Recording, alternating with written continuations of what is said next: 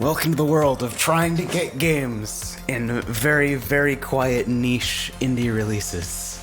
I know this isn't indie, but it feels fucking indie. My brain's the size of a fucking quarter.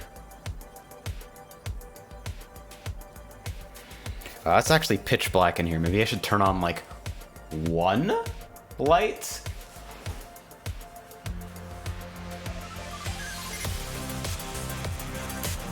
Yeah, that's good. Oh cool, it's not even cat playable in this one. Nice! Is it cross-platform? I have no idea whether it's cross-play multiplayer, but I know it released on a couple different platforms.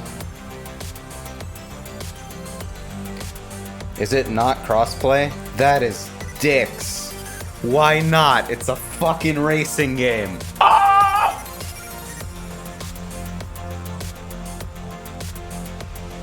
Rocket League did it. Nobody else has any fucking excuses.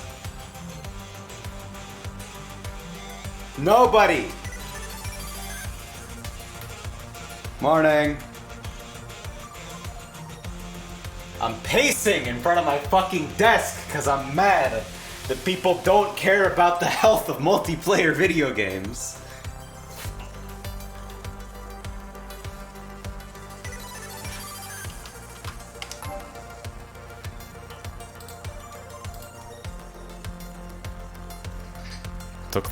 Took Rocket League like 5 years to get it though. I mean, it got there.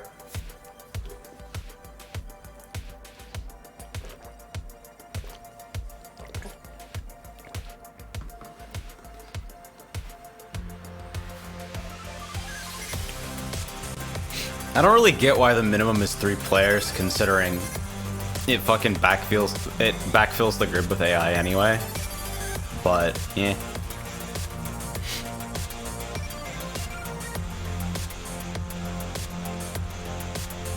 Apparently you can also play 2-player online. I know there's 4-player split screen. I don't know whether it allow you in online at 4 players, but I want to believe. And it says netcode isn't hard. It's almost always the you are not allowed to put Xbox people with PS4 people shit. Yeah, because, you know, that's a good thing. You know, it's super healthy when the dominant console manufacturer is like, actually, we block crossplay for the explicit purpose of making our platform feel like the only viable option. Competition is healthy.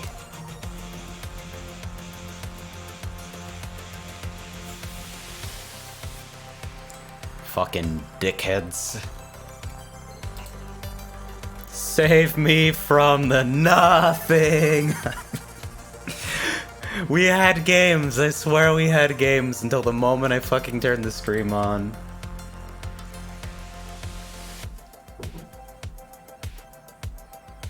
Brrr. Apparently the Rushdown Revolt Alpha is up, and I have like no interest in it.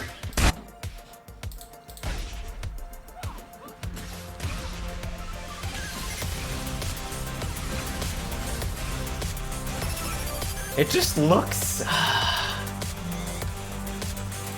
I'm not sure I even agree with the core mechanic of the game anymore.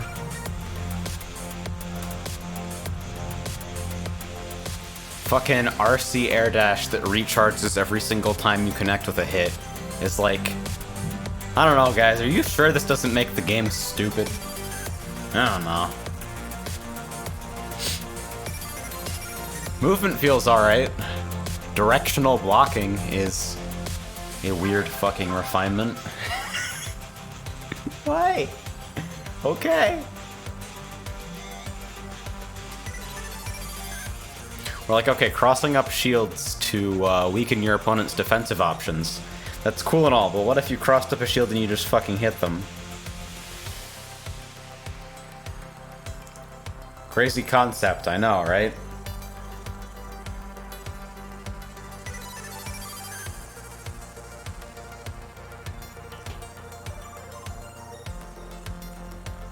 Damn it, we lost him.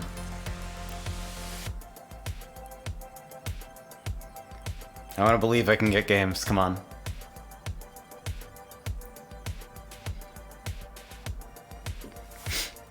Cause like the single player is alright, but I got my first fucking online games like half an hour ago, and I'm like, oh, this is so much better. Exactly as I expected. Is this the video game stream where we don't actually play any video games? That's every video game stream. I have a ghost streamer this entire time. I'm actually just talking over pre-recorded footage.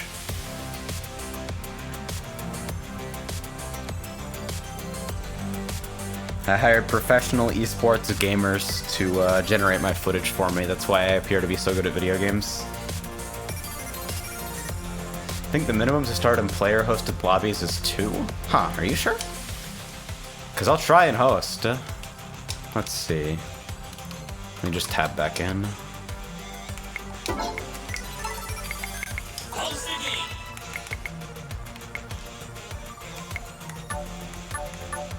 Alright.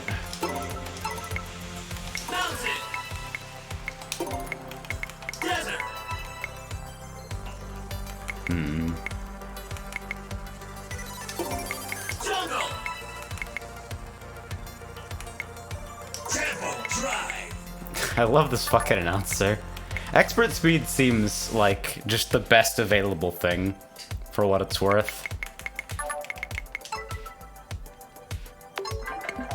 Minimum of 2 players is required to start.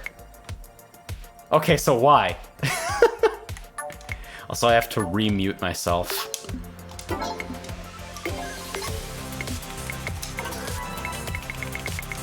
Not an android. I repeat, not an android. Y'all know. Y'all know what the fuck is up.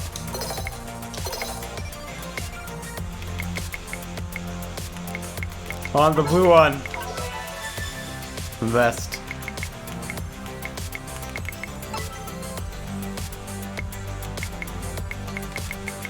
Actually, what kind of palettes do I have unlocked now? It's kind of cool that you can use palettes from other fucking characters just because. It's pretty sick.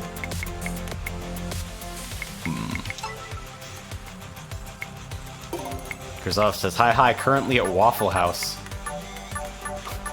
Straight what? Visual receptor engagement increasing. This vehicle has become highly attractive. This vehicle has become highly attractive. Very good. Internal temperature rising. Visual receptor engagement increasing. Just hanging out. This vehicle has become highly attractive. Internal temperature rising. Visual receptor Just buying a engagement bunch of fucking increasing. parts because I can. This vehicle has become highly attractive. Internal temperature rising. Yeah, it's Sumo Digital. Oh yeah, this game has a fucking cockpit This view. vehicle has become highly attractive. This vehicle has become highly attractive. Okay. I'm gonna need those fuzzy dice immediately though. Receptor engagement increasing. I wish I could play manual, but the gear shifting literally doesn't work on my pad as far as I can tell. Alright, Les, let's fucking get it. Fuck it.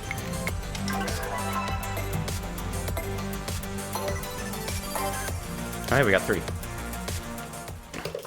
That guy joined it, he's like, alright, you're in. Fuck it. It's a wild drive you'll never. 3, 2, 1.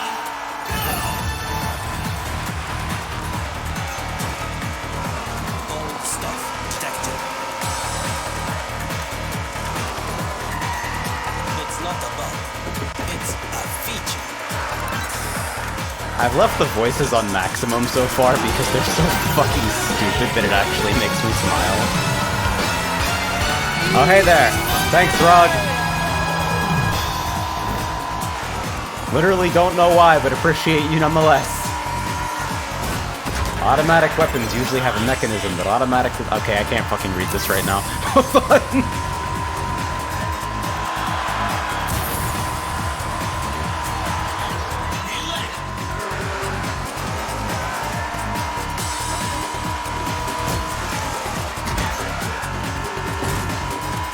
the AI actually ramming me? What is this?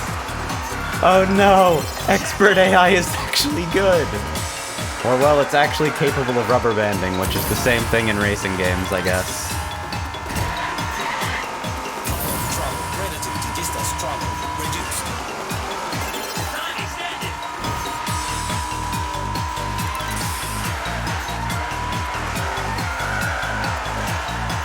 Whoops. Oh, shit! I'm shit! Recalculating calculation. A very Crash Bandicoot xylophone.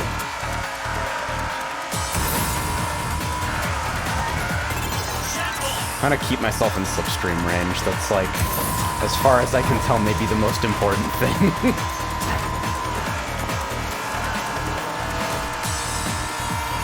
Passing people without slipstream and boost is really fucking hard.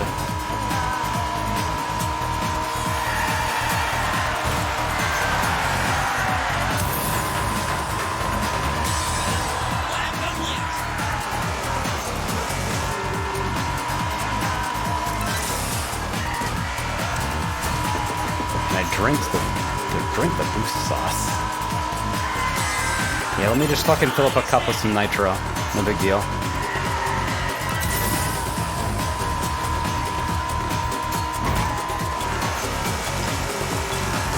Oops. Alright, let's exit fast. May or may not be fucked.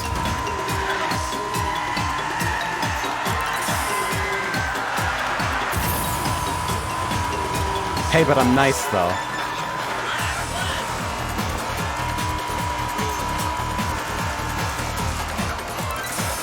I feel like 5 laps is about the right speed for expert. Hey there, what's up? The AI is so aggro! Who made you like this? Sumo Digital, presumably, but holy fuck.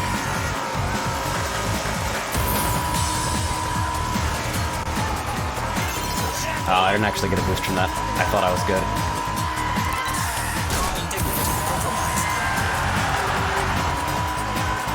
Let me through!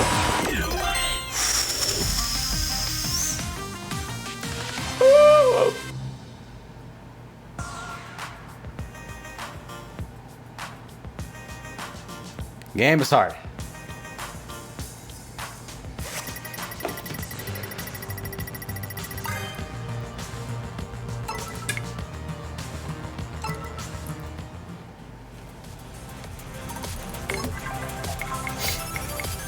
Geek says, yo, invite me to your shit. Are you on? I will.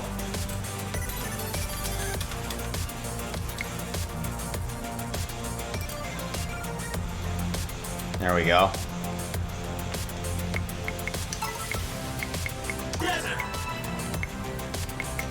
I haven't played a lot of mirrored tracks yet. Jungle. Desert. Downtown.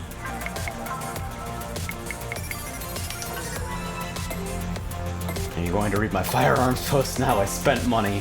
I would, but I have to scroll up. And if I scroll up, then I won't have time to scroll down to read chat as it continues to scroll. And I have to start rounds quickly or people will become bored and leave.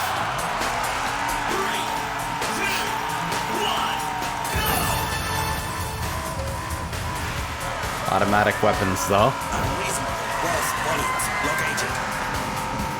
Answer me this, because it might be easier for me to read in real time. What is it about guns that you find so compelling?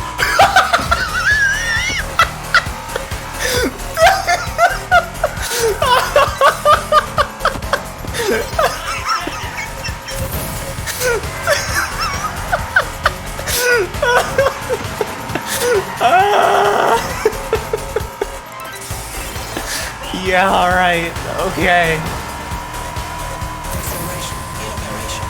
It had to happen. Oh, I can't even focus.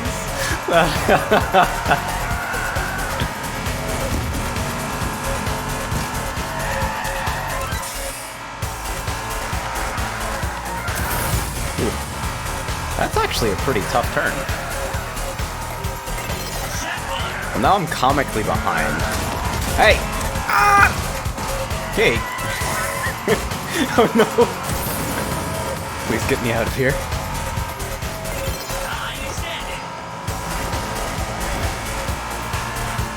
Do not be disappointed. There is only so much humans can achieve.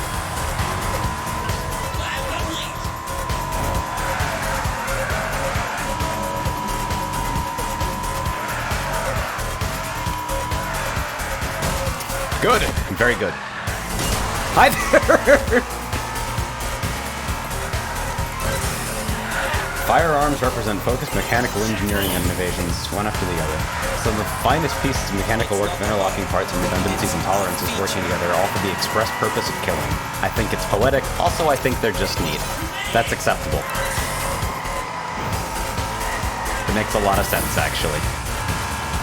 Man, am I dead? Am I just super dead because of that interaction right at the very start?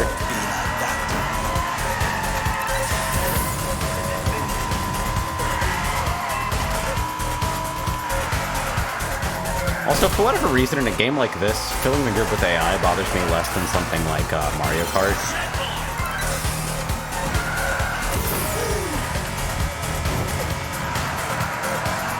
Probably because the ways for other players to directly fuck you over are comparatively limited, but apparently still present. Speed increasing. Chances of failure decreasing.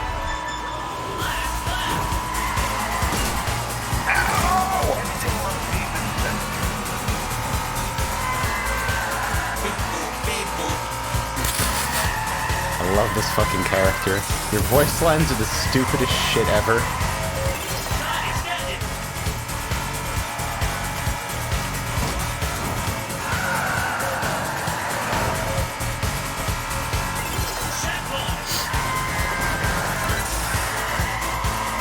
I like how this game apparently brought back the Xbox Live Connect I didn't know my mic was open shit, though. Because everyone is broadcasting constantly. Wow.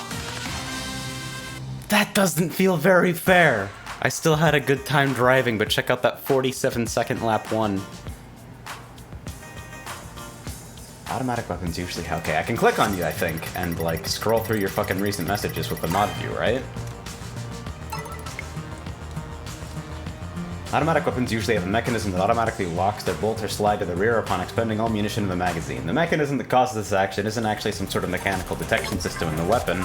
Usually a pin inside the magazine itself actuates the bolt catch to lock the weapon open. This is to facilitate faster reloads. You can press a button to release the bolt instead of having to cycle it. Can I drink the boost sauce? Very good.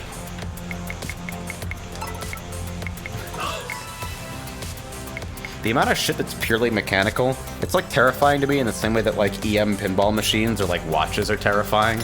Like you did it without electronics, without like a fucking authoritative fucking clock. Are you insane?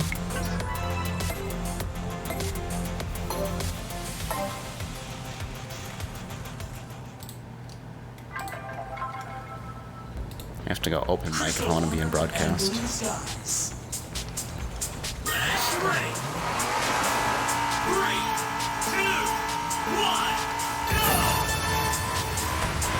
I like that little lurch at the start while the netcode figures out what the hell's going on. Should I leave this room on expert? I think the game plays best on expert. It's like just challenging enough where you can like fuck up any given turn. Because it's not just AI difficulty, it also adjusts max speed.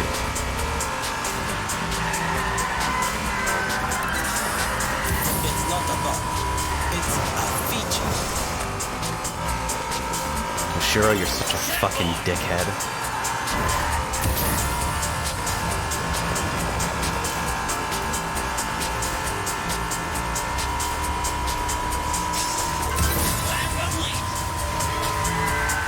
The fact that you gain extra boost for slipstreaming in addition to the, just extra speed from slipstreaming, it makes it so psychotically powerful. I feel like it's almost enough of a rubber band mechanic on its own, except if you get out of range to slipstream, man, you're so fucking sad.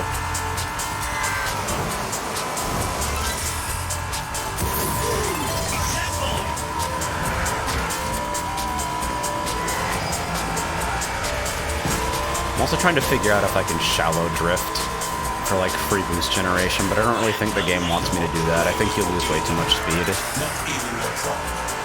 I can't quite tell immediately if you gain more boost for a steep angle, though. Oops.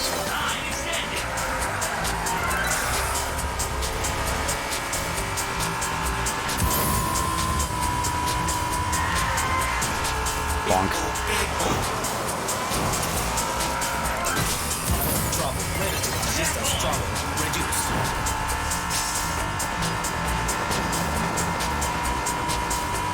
Like, look at how much I'm gaining for fucking doing nothing, and I'm generating boost for it.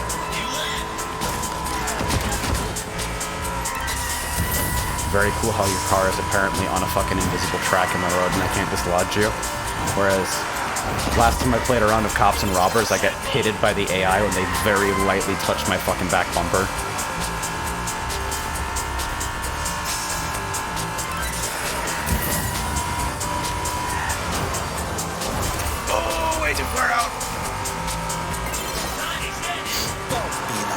Shark asks, how much content does this game seem to have? Should I make a potentially unwise purchase and just get this now?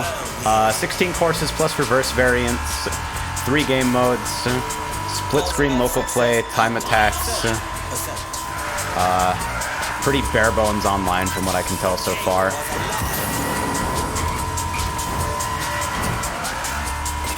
Devs already have a free expansion planned with more tracks and an additional game mode. There's not really a progression system as such, so if you need those to be motivated, I'd probably stay away. Everything is available to you pretty much from the get-go, with the exception of cosmetics. And the only real structured single-player is the 4 Grand Prix Cups.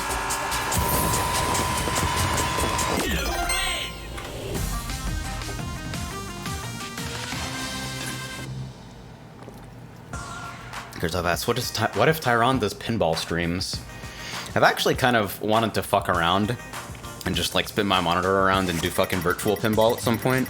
I'd love to own physical tables, but physical tables are sadly expensive as shit.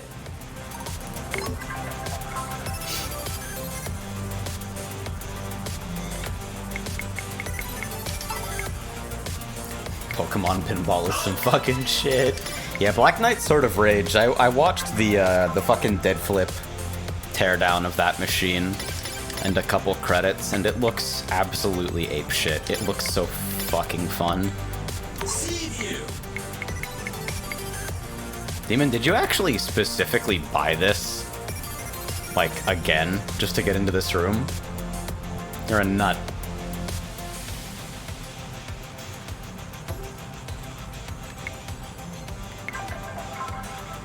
Hey, we got people. Let's go.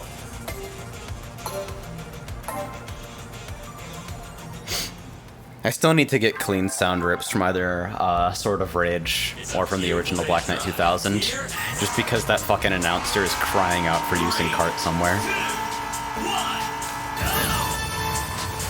Hey, so we got a mostly human lobby going right now. That's pretty neat. Except for me, of course, I'm an android. I mean, I'm not an android. What are you talking about?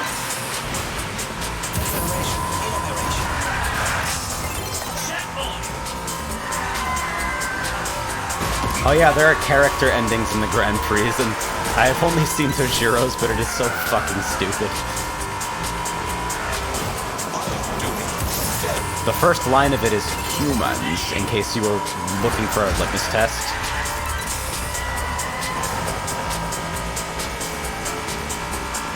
It kills me that so much of pinball is so hard to share with people, between the pinball arcade licensing fancy disaster and just not having simulators at all.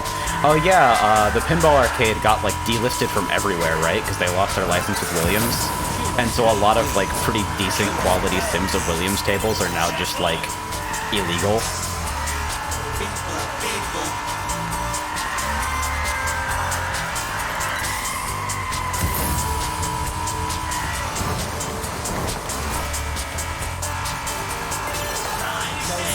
I still remember picking up the fucking trial for it. I later picked up a cracked version to play a couple tables that I remember fondly. Fucking no good gophers is an old favorite of mine because I had a super defunct machine at a arcade I used to go to, and I put way too much time into that shit. The Tales of the Arabian Nights, the fucking trial table for it, is actually pretty good, with the exception of the fact that the wizard mode has an infinite scoring exploit. Whoops! Speed increasing. Chances of failure decreasing. Yeah, and then like all the fucking open source like community virtual pins are like super impossible to set up. And then I also picked up Pinball Effects while it was free with a couple of tables, but the physics feel super off to me, and the table designs aren't super interesting either, at least the ones that were in the fucking pack.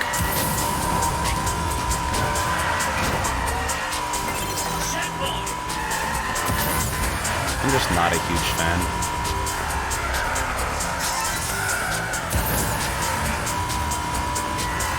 Whoops. Oh man, I might die for that actually. I lost hell of time.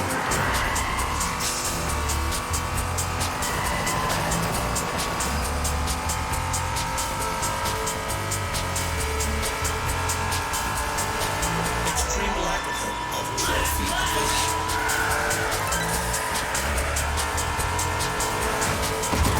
Improving Hey there, y'all. detection. How's it hanging?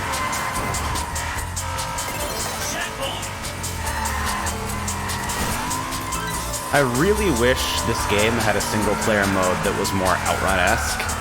That's like kind of all I'm missing for this to be like an easy recommend. Right now I'm kind of on the fence about it.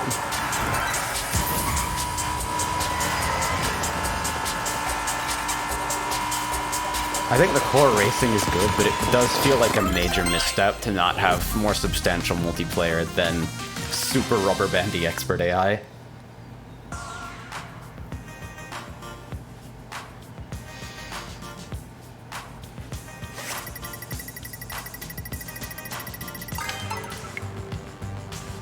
This is pretty fun though, I gotta say.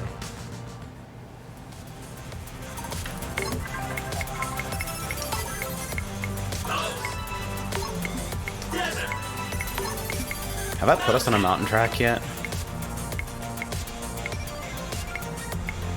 I remember Fossil Cave being alright. Let's do Fossil Cave.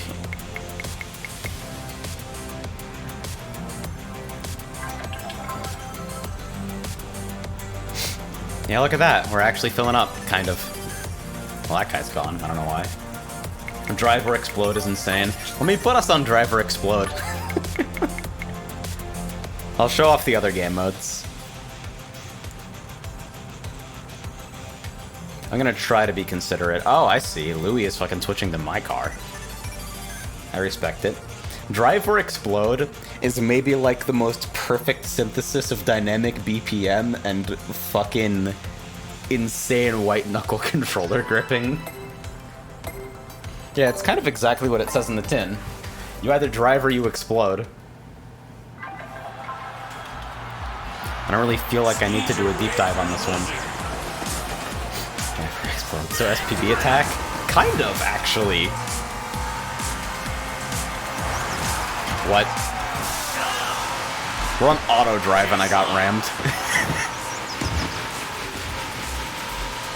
So you remember those really fucking infuriating missions from either Sonic Riders or F-Zero GX, depending on what generation you grew up in? Yeah.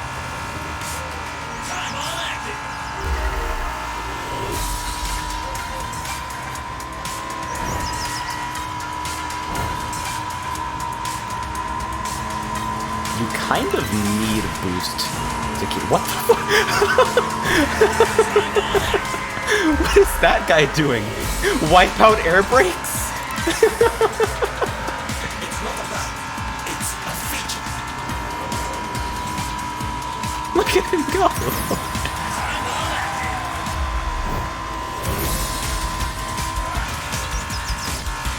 I'm getting rammed by somebody who's like experiencing quantum handling. Humans possesses a curious appetite for death. See also lemmings. Reducing probability of imminent explosion by 100%.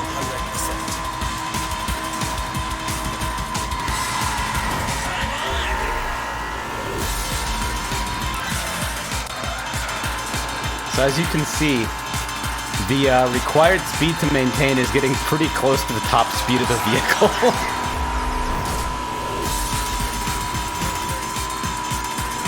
We're also on lap 3 out of 5.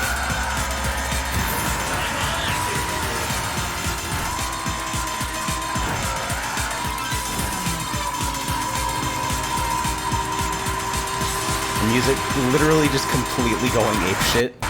Oh, hello.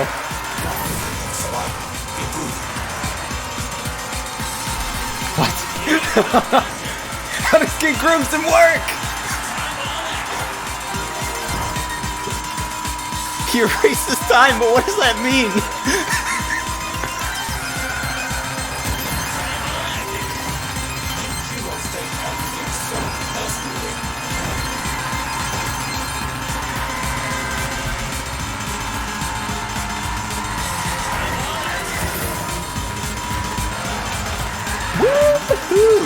That was a pretty fucking slick maneuver, if I do say so myself.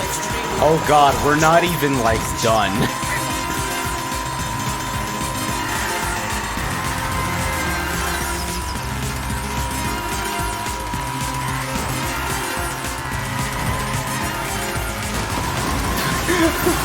Okay. Yeah. No! No! This isn't fair! What do you mean? I can't accelerate any quicker! No!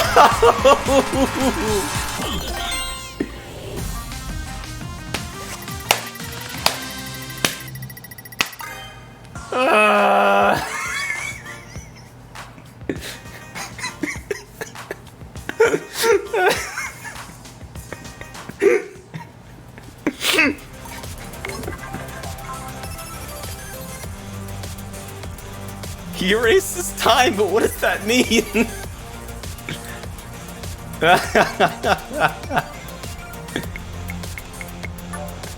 Alright. I guess we'll play a round of Cops and Robbers now. I'll fucking switch tracks. Have we done Uptown Town? I feel like I just kind of want to run down tracks in order, honestly. Hey, Zephyr. There we go. We actually got a full 8-man lobby. I don't think I've played 8 people yet. Welcome to the arena. The sun's shining. Let's get ready to race.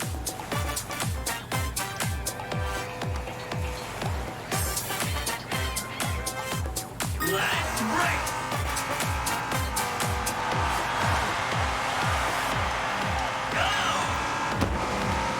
I'm just still not entirely sure what good strategy looks like in this mode, but I've been having some fun with it.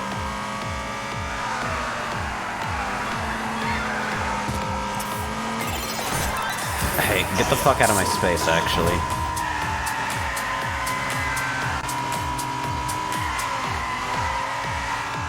Not quite, huh?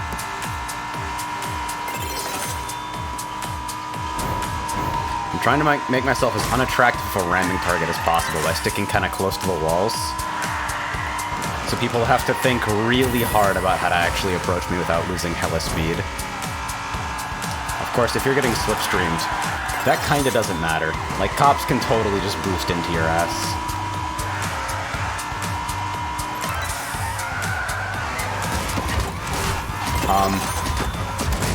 Hey, how does this keep happening to me? Ow. I'm fucking half dead now.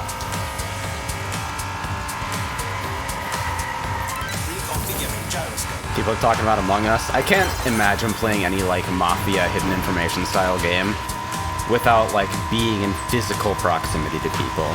Even, like, in-house voice doesn't feel like enough to me. And text? Text is so fucking bad for communication and people are so slow at typing that inevitably, like, public games fucking get reduced to, like, a flowchart style meta.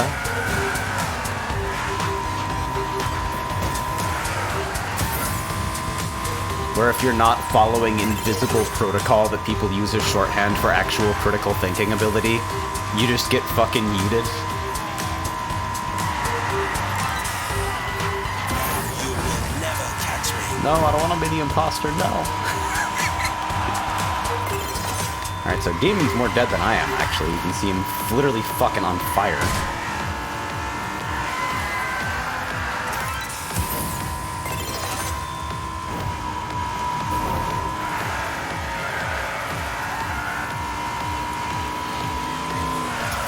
I had a feeling. How did I get air off that? Oh no. Demon's also now ahead of me on Raw Bounty.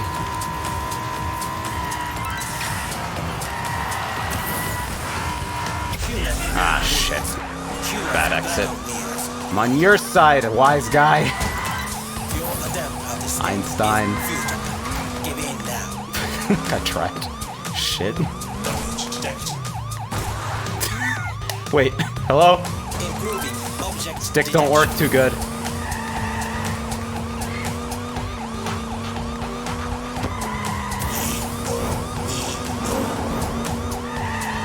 Well, shit.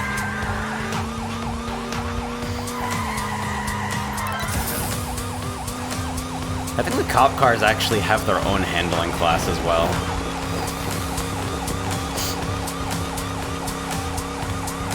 I'm pretty sure there's like specific fucking cosmetics for them as well. Ah, well. Ah, well.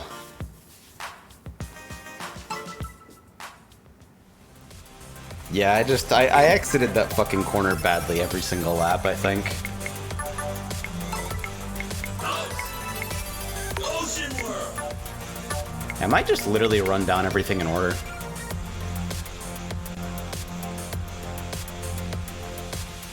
Driver Explode might be a favorite just because of how fucking apeshit fast shit gets towards the end.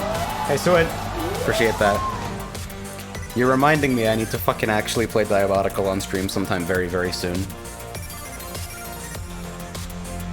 Because that game is actually the good shit.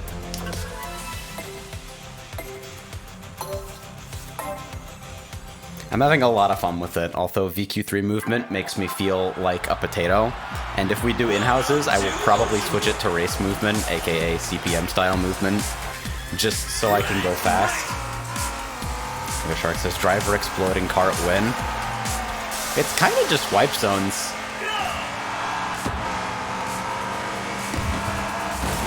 Cart also doesn't have nearly as long of like an acceleration window, so you kind of have to substantially change the handling of the health model. But it could be fun.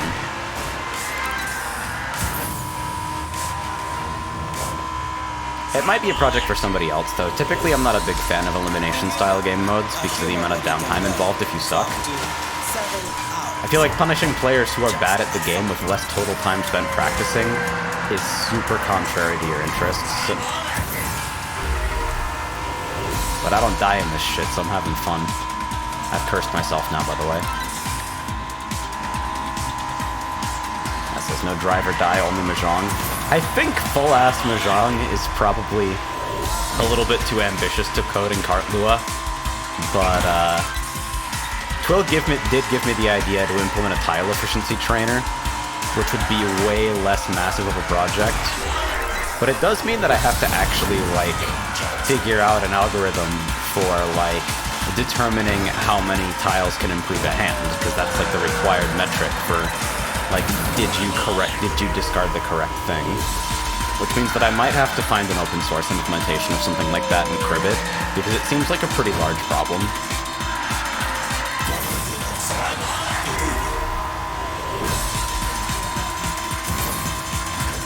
Like, I can't imagine there's not a more efficient answer than just fucking Lamau brute force it, but Lamau brute force it is kind of all I can think of. See, that guy got eliminated and then immediately bailed out of the game, which I think is a bad future. It's unhealthy. On that note, I actually really like Diabotical's implementations of both Duel and Clan Arena. Its Duel implementation starts with a 12-minute timer, but the time limit decreases by 30 seconds for every point of frag difference. So if it's like 10 to 4, it'll take 3 minutes off the timer, so the match ends at 9 minutes. But once the time limit is reached, the winning player needs one more frag to finish, meaning if the losing player goes completely uninterrupted and never dies, they can come back. So I think it combines, like, it means that no situation feels, like, completely unwinnable, while at the same time not locking people in fucking 20 minutes of suffering if they're wildly outmatched. I think it's actually a really important refinement if, like, Duel is to be appealing to all skill levels. So. Oh shit, get me out of here.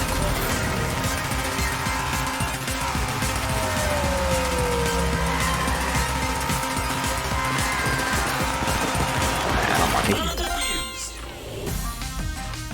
Yeah, still a decent finish. Why is my fucking voice chat coming on? Yeah, I wish you could mute it. I'm set to push to talk in Steam settings, like in the Steam chat settings, but this game doesn't give a shit apparently. I also muted voice chat volume because most people don't know they're broadcasting apparently, so.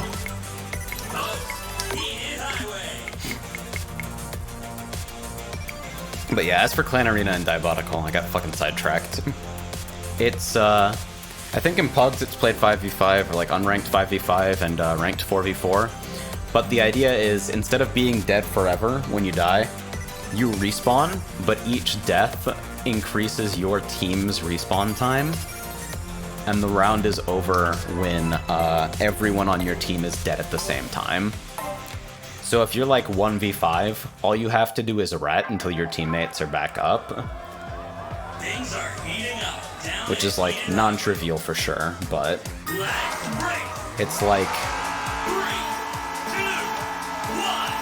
once again, gives struggling players more total playtime and reduces the number of situations that feel like they're no-win.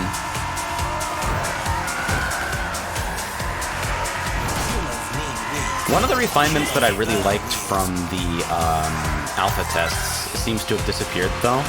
If anybody remembers this, free-for-all used to spawn you with the weapon that your killer killed you with.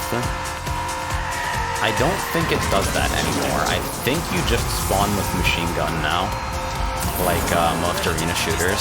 I like spawning with your killer's weapon, because not only did it reduce the number of fucking stupid machine gun fights, but it also, like, it kind of automatically quells concerns like, well, I couldn't get a fucking gun, of course I couldn't win the fight. Because you get killed by a gun, and immediately you're given that gun, and it's like, alright, you think it's because you didn't have a gun? Here's your gun. Go prove to me that you can use it. And so it kind of automatically quells, like, well, I was set up to lose. But that doesn't appear to have made it into the iteration of free-for-all that's currently in the game. At least as far as I can tell. He says, I could see that forcing things to collapse into a single weapon meta. I mean, I'll take a single weapon meta of rocket launchers over a single weapon meta of people running around with ineffectual starting machine guns, which might have been, like, the rocket effect might have been why it got changed. Because it definitely tended towards everyone having rockets, because rockets are kind of like an easy and effective weapon.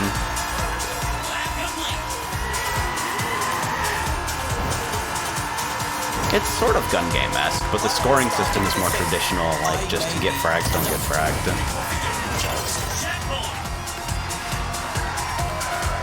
Laser Scraper says, big Daytona vibes I'm feeling right now. Yeah. It's like, if you like fucking Daytona, Outrun, fucking Virtua Racing, this is probably your thing. The biggest disappointment on the gameplay side for me at the moment is that well, I can't get manual to really work stably on my controller, and apparently that's a problem that other people are having, but it's not universal, and the devs have said they're looking into it. But even if I could get manual to work, there's no gear drifting, which is something that I really appreciate from Outrun, and I believe Daytona has it to a lesser extent, although I'm not as familiar with that game. And gear drifting is super fucking fun. It seems like something that would fit really nicely with this game, but...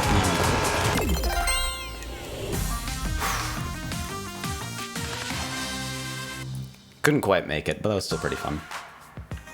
Ava says, Team Weibo Instagib is my favorite so far. See, I click off both the Instagib modes when I'm playing casual. I don't really like either of them, but traditional Instagib with just the fucking knockback Weeball it kind of reminds me of Xenotic's Instagib modes. Like the fucking Instagib rail laser grappling hook shit that basically took over public games completely. Remember that shit? It kind of reminds me of that, and so it's way more fun than traditional Instagib IMO, but still not as fun as the other modes. And like, Instagib with a fucking weapon that has like bullet drop and travel time is just not my thing. Ether says, yeah, controller binds are fucking broken. You can only rebind using the Steam controller configurator, and it doesn't change the in-game control prompts, which is super fucking frustrating. Like, you can rebind, but even rebinding for me didn't, like, manual still doesn't work for me.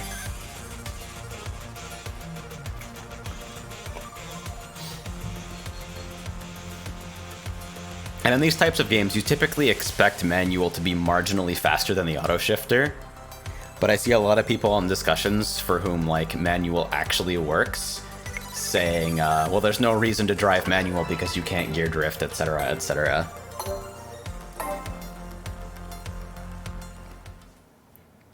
I feel like it's kind of normal to expect the actual release version of a game to come out 2 weeks after the game releases now, but there definitely are some scruples.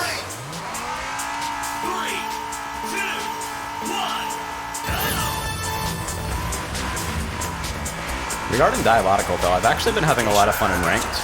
Like, a lot of the changes made to the available Ranked modes, plus the existence of Aim Arena in Ranked, which is both fucking comical and amazing,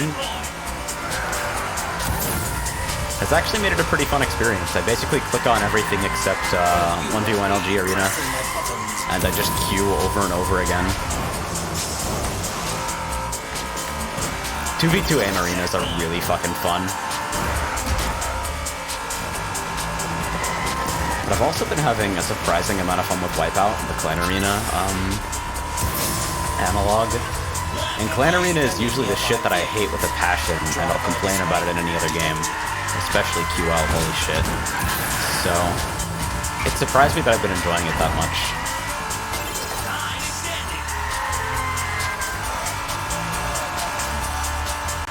You played the XF Drive demo a while back, Taron. I don't think I've heard of that, actually.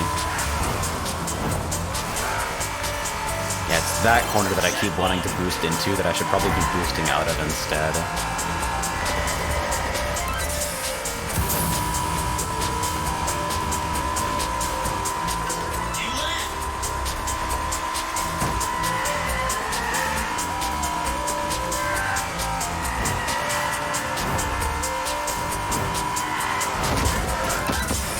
It can feel a little weird when somebody just randomly pulls in front of you going like 50 miles an hour faster than they should be, because the boost flame is really subtle, honestly. You just get a little blue twinkle at the back of their vehicle, and that's basically it. Oh my god, dude, I can't handle this turn.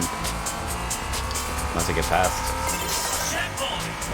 It's an experimental Daytona-ish racing game. Fedpert Games made. Huh.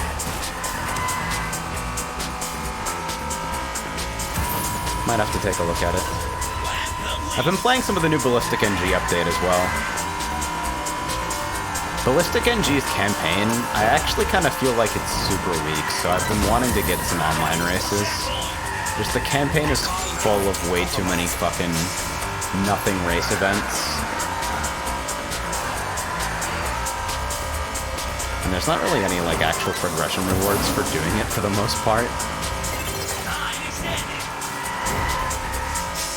Like, I'd rather it be mostly time trial than, like, mostly race, especially because the Outer Worlds campaign events, or Outer Reaches, excuse me, Outer Worlds is a different thing. Outer Reaches campaign events include Team Race as a mode, and of course your teammate is an AI partner, so you can literally front run perfectly for the entire round, and then still lose.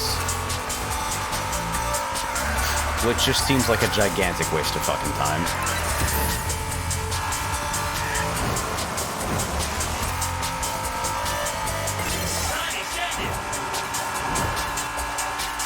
Probably be trying to slipstream him more aggressively now.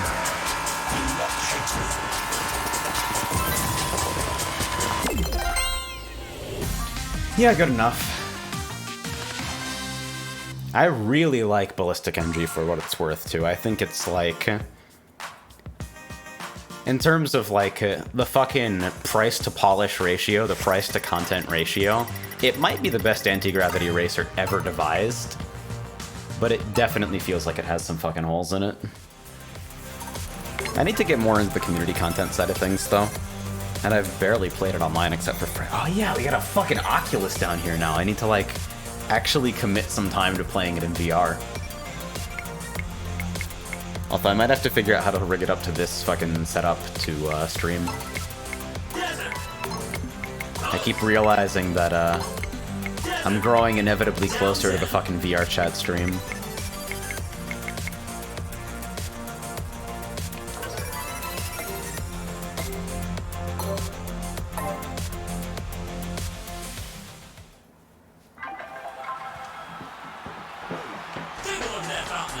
Dirt Rally VR stream? I feel like everyone has Dirt Rally because it was free at one point on Humble. I might have it. Long, medium, left. You have to listen.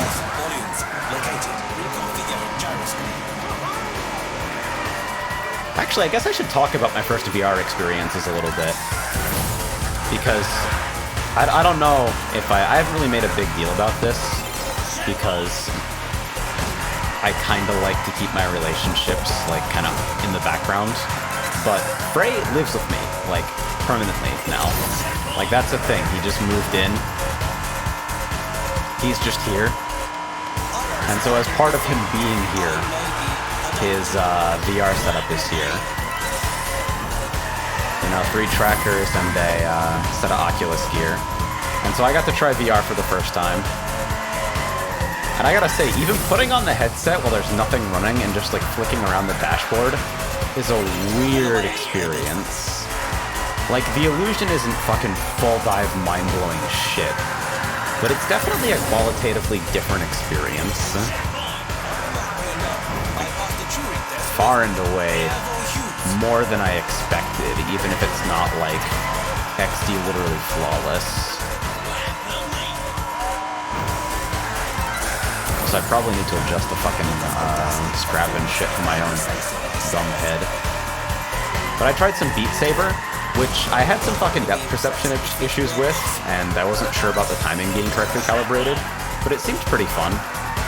There's a couple tricks that are used on incoming notes that actually really help reading, but I was really upset about them until I understood, like, how to actually fucking read ahead. I'm like, why are they spinning? It's not helpful. Oh, wait, shit. That denotes things that you have to hit backwards, more or less. That is actually super helpful.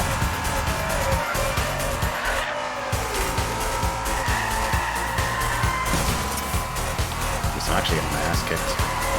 Oh, no! I'm trying to fucking scratch my face, too. You know, I tried Beat Saber, I tried a little bit of Ballistic MG. And I gotta say, the illusion of speed is pretty funny if you go to, like, a fucking, a drag ship and just do a couple laps on Tokyo Bowl or what have you. It's fucking craziness. I want, like, a fan rigged up, like the fucking Arctic Thunder cabinets. Dude, I'm ass! I'm so stupid.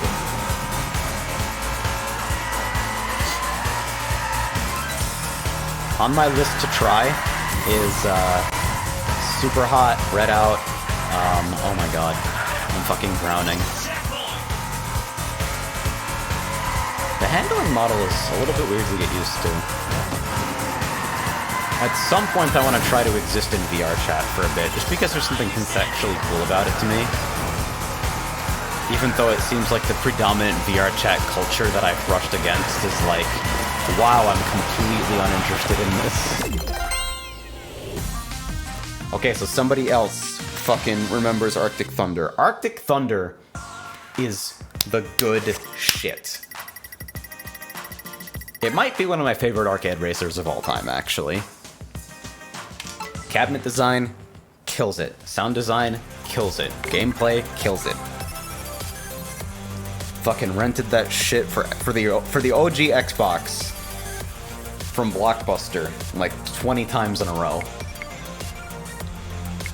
It's so strong. Desert. And downtown is fucked up. Area 41. 81. Nice. You wanna go fast? I'm just gonna randomly put it on drive and explode to scare the shit out of people. One progress. Has anyone done shit like Time Crisis in VR yet? I feel like rail shooters would be a pretty good fit for that too. Especially considering one of the common mitigations for VR sickness is to just teleport players from place to place. Hey, oh, okay. Yeah, legit. That is not part of my programming.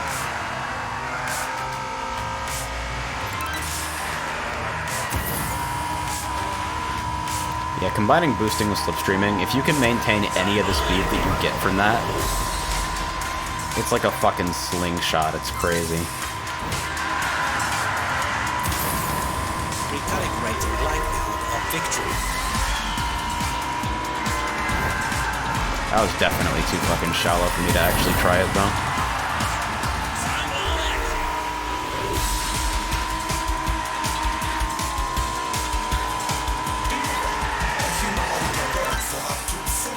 So yeah, I dig this so far. We're talking about every game except Hotshot Racing, the game that I'm playing. And I gotta say, like, it's a pretty scant package, and it's my sincere hope that I'll have people to play with beyond, like, launch week. Because this single player isn't really there. That's really, like, the thing that made fucking Outrun basically infinitely replayable was the fact that shit like Heart Attack is actually just legitimately infinitely replayable. It's so fucking interesting even when you're alone. There's not really an equivalent here.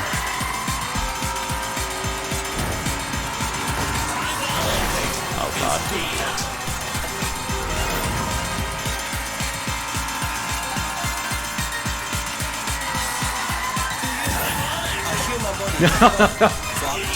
Oh god. Oh god, I'm fucking dead.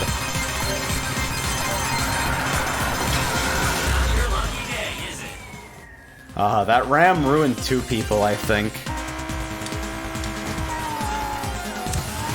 This guy's been doing really well all day.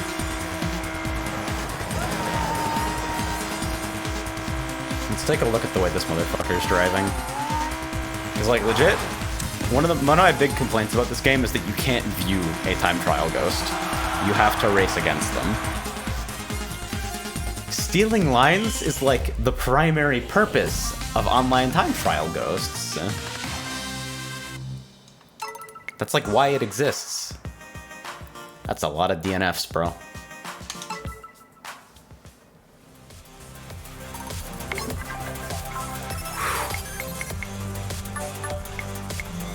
That's not right. Yeah, I'm actually getting my ass handed to me, though.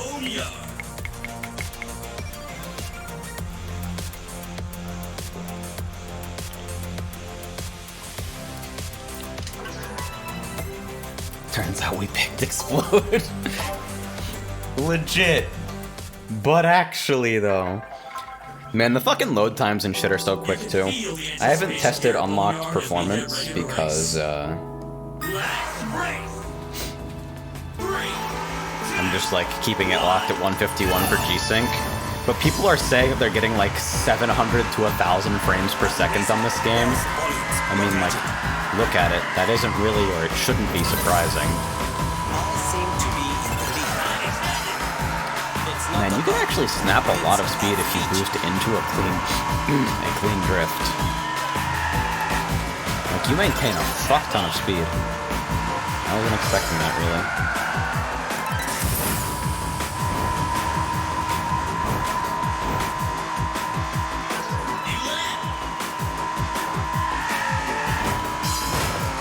Shit.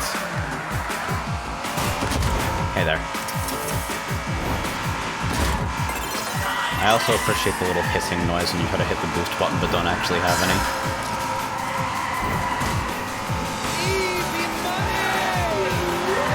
Hey Chris, thank you.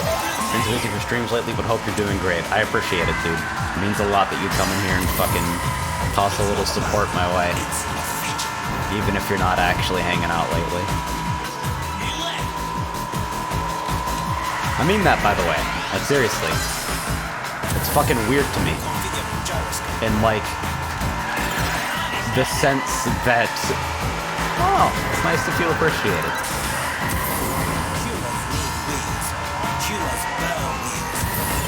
This whole thing is kind of like that sometimes. Wow, this looks like just one of the... This looks just like one of the courses from Split Second. Huh. Yeah, actually, I think I remember playing, like, at a fucking Walmart demo kiosk. I remember playing a course that looked a lot like this. You guys remember that shit? Do they still do that? I don't feel like I've been to the fucking electronics section of a Walmart in 200,000 years. Do they still have demo kiosks?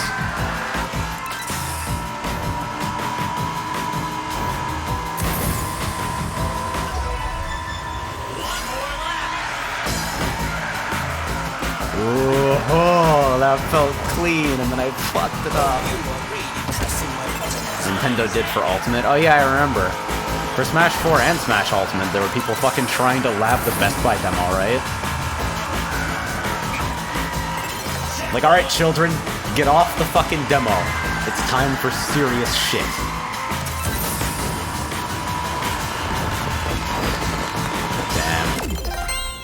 Damn. Screwed up right at the end. No more demo 360s, unlucky.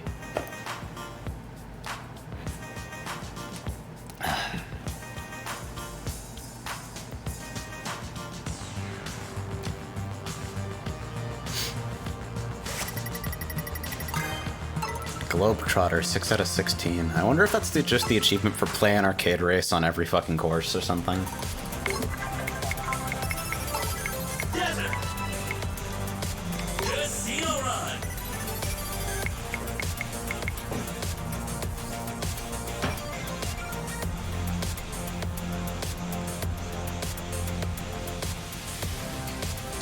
Kart's continuous play experience has kind of spoiled me. I don't really like the lobby system here.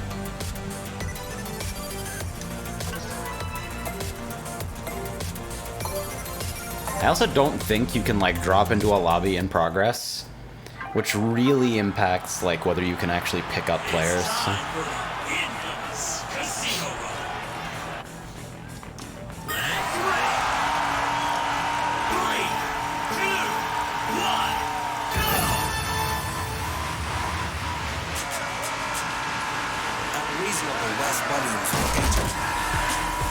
I love the stupid fucking voice lines.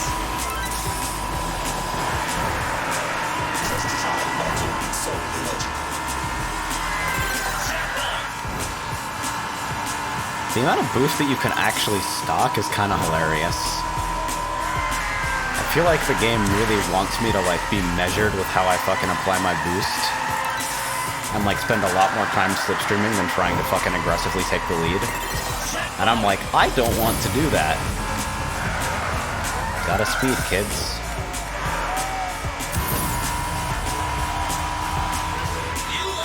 Staying in slipstream distance is probably just the most important thing that there is.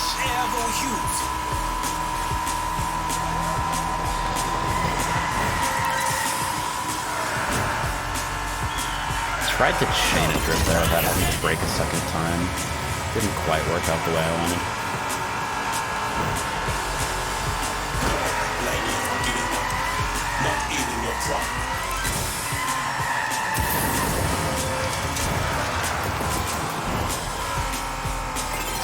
Oh man, get me back in. You've been to Android Hell. I haven't.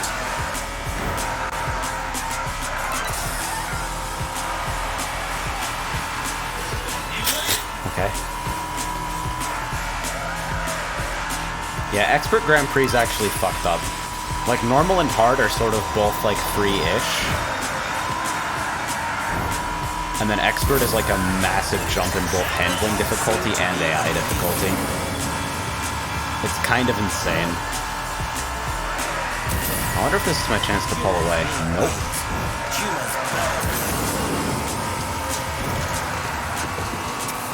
Shit. I actually think he's gone now. Maybe I can boost back into range after this corner.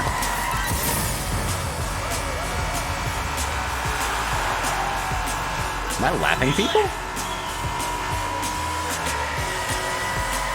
I'm actually not sure if there's an overall rubber band factor in player games.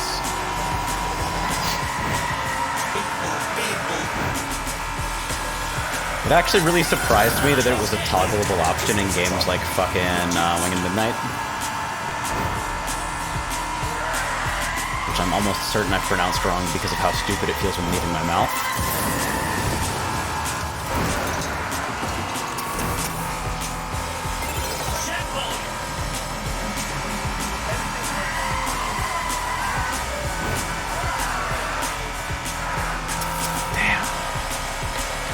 This guy is tough as hell to catch. Really strong player.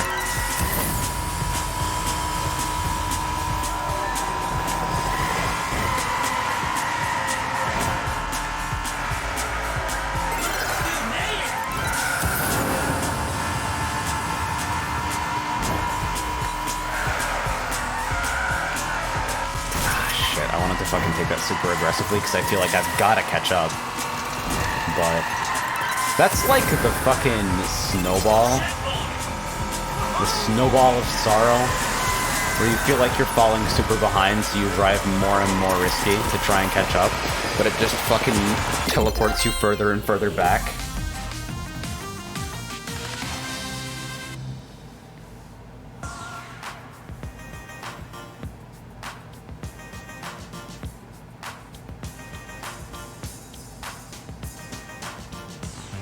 Doesn't Frey have a fucking wheel, too? I don't think this game has proper wheel support, but at some point I kinda wanna rig it up. Finally fucking go back to Forza Horizon.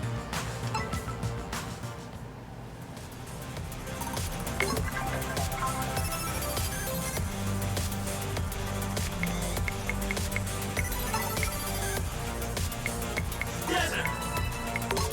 Jungle. Temple Drive.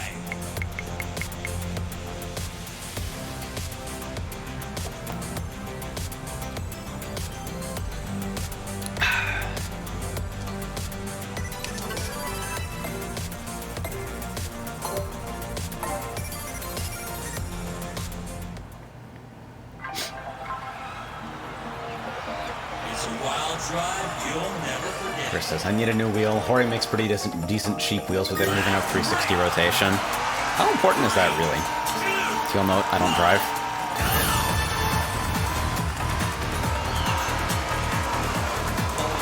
Seems like it would probably be important.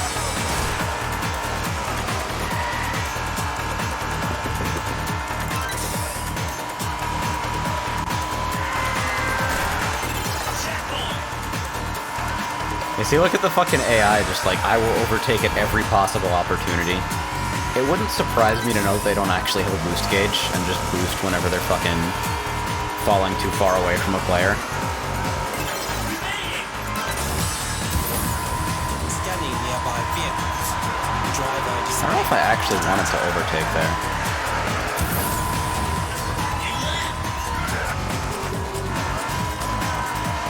I don't think I've fucking gone fast enough to actually lose anybody here. Yeah, not even close. I feel like I've just given people a lot of fucking free slipstream distance.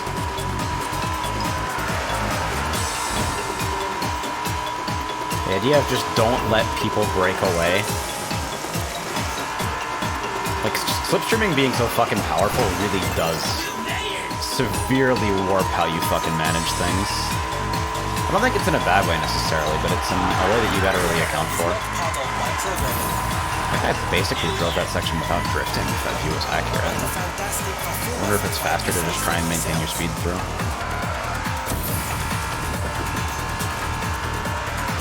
Oh shit. is good data. Oh Let's try to stay attached.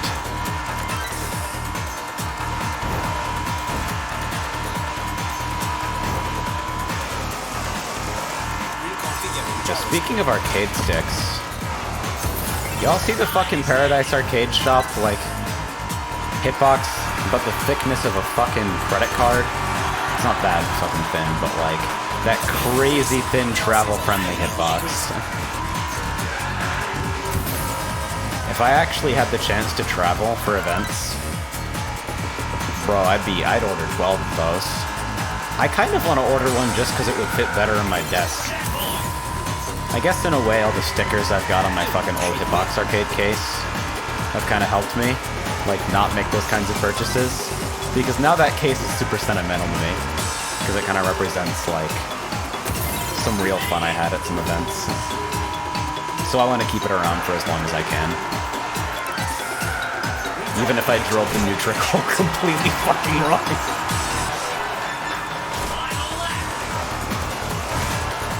Yeah, the hole saw, they recommend you.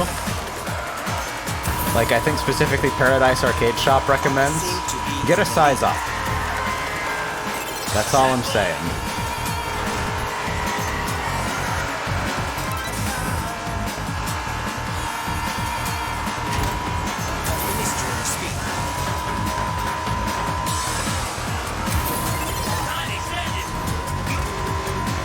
I'm making a gamble here on these boosts.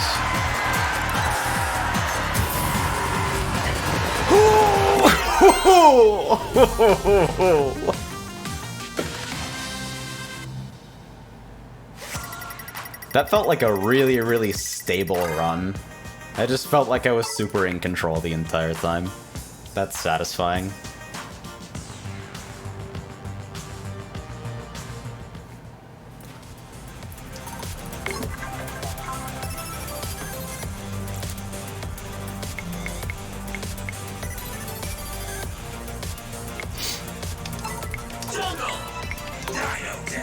I think we lost Keeg. Ah, well. Yeah, that course is pretty friendly. I think the first course in each location is designed to be a lot more forgiving. Chris says, it is a bit annoying that you have to send it to Paradise for any repairs. It's so hard to DIY. Yeah, the Switch is being soldered on is super sus, you know? Speaking of, I've got that fucking GMMK on the way. I've got a GMMK on the way, and I've got some fucking Cali Silent Box Browns, I believe. Recommended by the mechanical keyboard enthusiast duo, Onyx and Phosphor. I tried the non-silent variant of them because, Elizabeth, who is also a new fucking housemate here, has a GMMK with those, and they feel really pleasantly snappy and light. Some about that. I think I made the right choice. He says, GG's, I'm still not ready for expert speed yet, I think. Man, expert is rough. I think it's like, I think the game handles the best overall in terms of like, you feel immediately rewarded for doing things right on expert, but it's super fast, and the AI too, it's like, the AI is crazy. It feels super rubber bandy.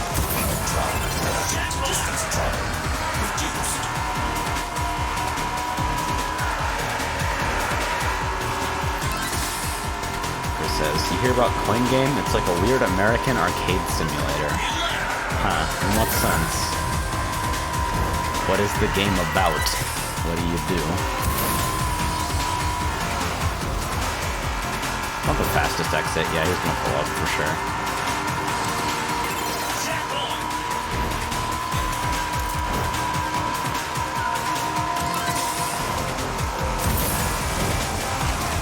Oh shit, that was super non-graceful exit.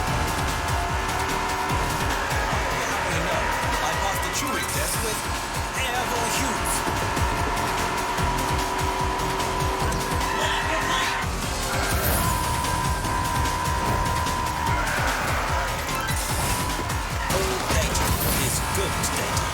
the recovery boost might actually be a really bad idea in general. Seems like you don't regain much speed if you take a hit and then, like, panic boost.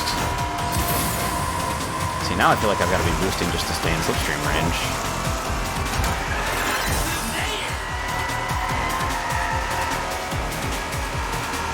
The timer seems so fucking superfluous in this mode, too.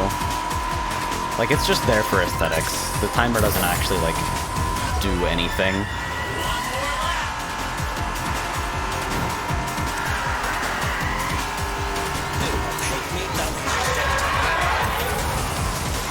I can't afford to lose that much speed here, so I'm gonna fucking blow bulk boost to try and get back in slipstream. Not quite there yet, but if I exit here clean, maybe.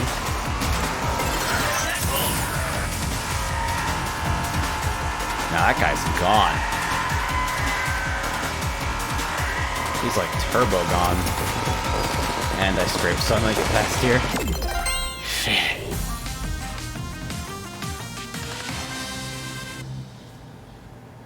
Geek says the timer is only there to boot you out if you're in last. Source got booted because I was in last. Unlucky. Yeah, it seemed like I had a whole bunch of extra time there, and you didn't seem that far behind, so I'm surprised it hit you. Seems a little unfriendly when being in last is already so fucking difficult.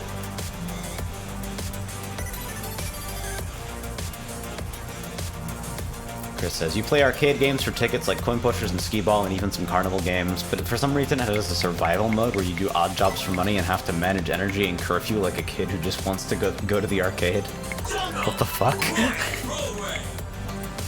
Hell is that? If you want to play arcade games, Tower Unite is a much better option, but it sure isn't Coin Game. I was super into Gmod Tower, like the old Gmod Tower. How is Tower Unite? I saw a lot of fucking conflicting opinions about it.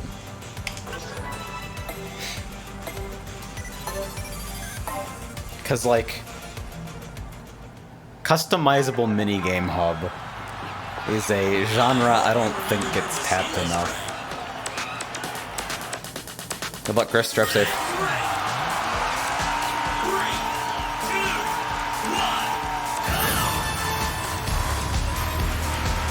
Tower Unite pretty much replicates the experience and is apparently way better in a lot of ways. I mean, for $15 it better be better, considering it replaced something free. That's not like me knocking the fact that video games take work to create, but just like the value proposition involved is rough. Because there's an entry barrier, the fucking value has got to be there if it wants to bill itself as a social experience, you know? This is me being mad that Reflex isn't free to play. Just, FYI. That's what this is actually about.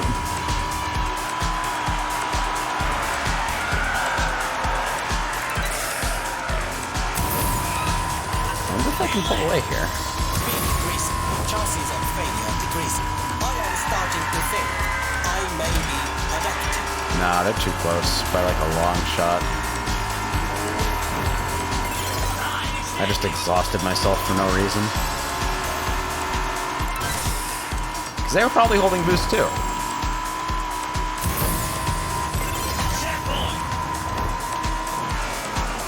So it's way more efficient to combine boostless slipstreaming than to boost as a front runner.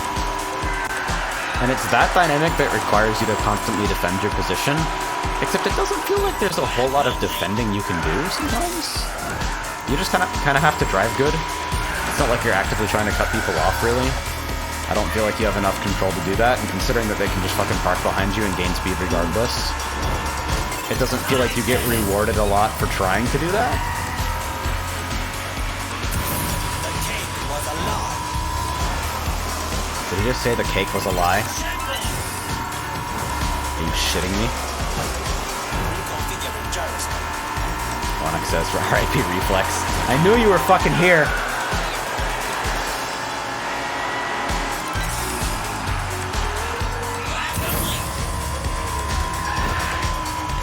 Oh yeah, one more technical scruple that surprised me for this game. I tried it in full screen mode first because I prefer exclusive full screen for most games that implement it correctly. And Exclusive full screen mode in this game doesn't have a concept of refresh rates that aren't 60 Hz. So put itself into 60 Hz and forced VSync for some reason. It forced like VSync with no G-Sync. And so anytime the game's fucking frame pacing juddered even a little, like when I go through a tunnel or something, it would immediately lock to 30 FPS. Borderless window works way better, but borderless window with special K forcing and flip mode presentation on works way, way better for people who are on high refresh rate monitors, because this game does actually have a mod frame rate support, thank God. Yo, the V-Sync with no G-Sync.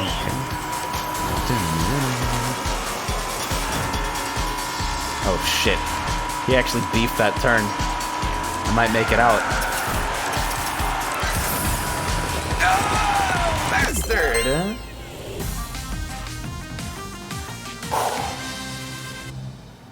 Phoenix says, according to one of my friends who played a lot of Gmod Tower, the value definitely is there. It's a lot of fun, and even though it's completely unnecessary, the graphics are very good. Legit. I might take a look at it then. Money's hard and all that, but...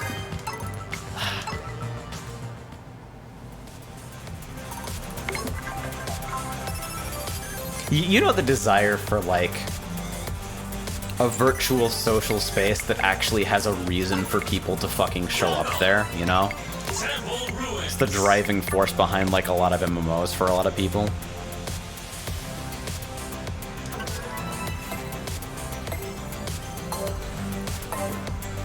Geek says, this game is secretly a fighting game because it's all about meter management. As mysterious as it is beautiful. My boost gauge!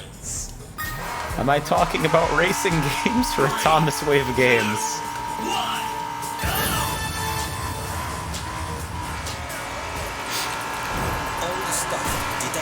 Keiko, what the fuck are you doing? TL note, Keiko means plan. I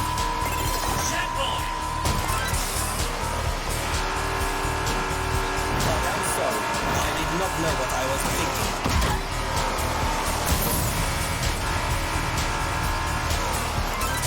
I feel like I actually want to hit someone right now. Damage detected. Like, what happens if I just play incredibly aggressively and, like, literally just play to ram people? Yeah, like that.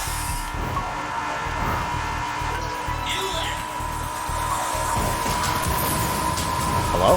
Hey! How's it going? What the fuck? Oh shit, now I'm stuck outside of slipstream range for these guys. I'm just barely short of boost. Damn it. Oh shit. I thought that was a way shallower turn than it turned out to be.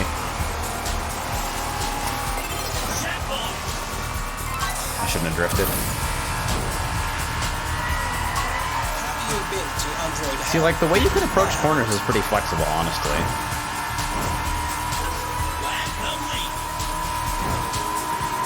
If the AI is any indication, you absolutely can just T-bone somebody out of the entire race. Yeah, that's what makes me wonder, because all the race... I've been, like, completely taken the fuck out and destroyed a couple of races today. You can actually get airtime, as unlikely as it seems to be. And airtime is not typically something you want.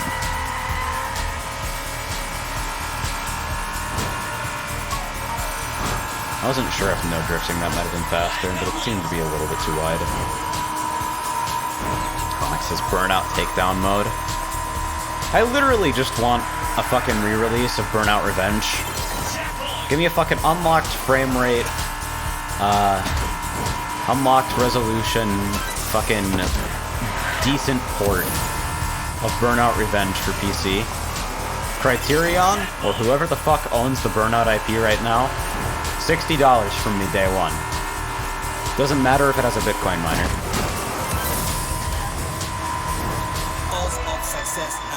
Crash mode was genius.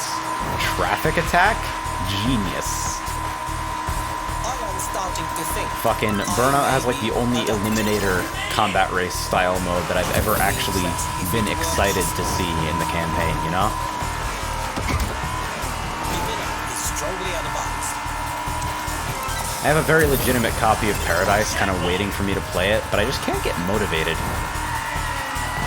It's not interesting to drive. I feel like Paradise was an incredible casualty of the everything has to be open world trend.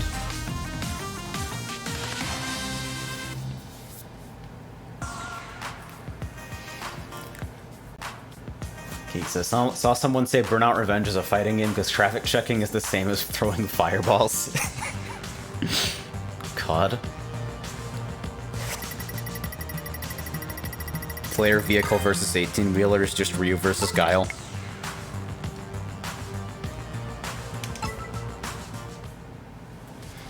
It kills me that Diabotical is an Epic exclusive right now. I really hope it can maintain a player base despite the mediocre reputation of the store. Honestly, I hope the Epic store succeeds. Like, for the moment, I dislike it mostly because it's a piece of shit that adds no value. Like, I don't like Steam either. I don't like that most things are Steam exclusives on PC. But Steam at least has shit like Steam Input, which is a non-trivial advancement to how controller support works on PC.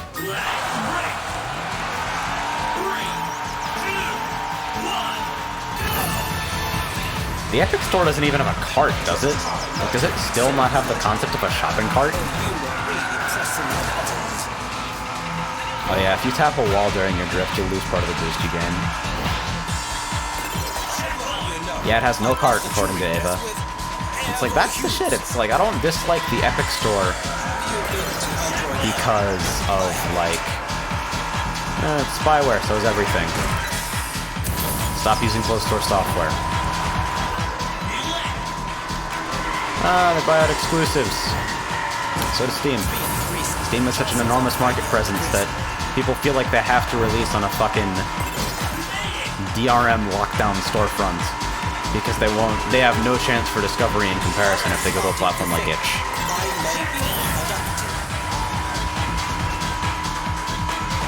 EGS is literally only bad because the actual, like, user experience and feature set of EGS is terrible.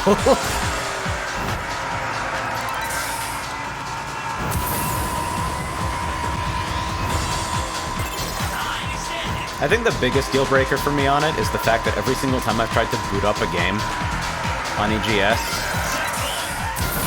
in, like, recent memory, it's like, hey, we have a required client update before you can launch that. Steam doesn't give a shit if your Steam client's 3 million years out of date.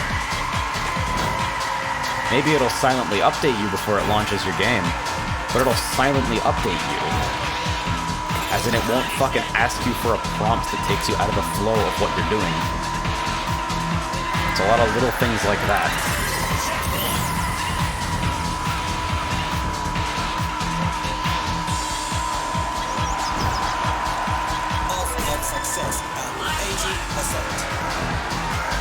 I really hope that killed him. No, he's fine.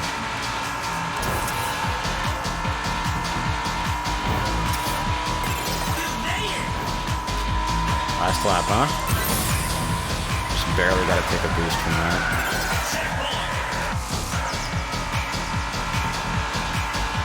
I'm just trying to slipstream, man, but I'm fucking spending too much time in the grass.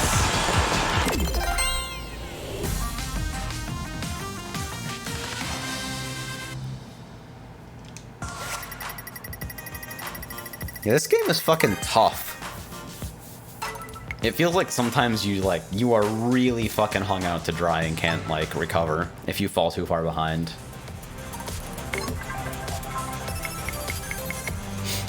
But the handling mode is, like, the handling model's super fun.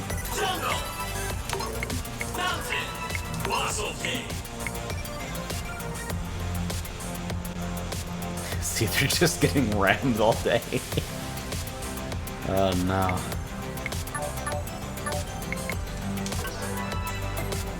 Like, Speed Car has the most annoying handling quirk. Yeah, I noticed that, like, Speed Cars in particular are super susceptible to, like, if you slam a turn, they'll start spinning immediately. And that kind of holds if you get rammed as well. By the way, I'm playing on speakers right now, and the game volume is actually quite high. How's the echo?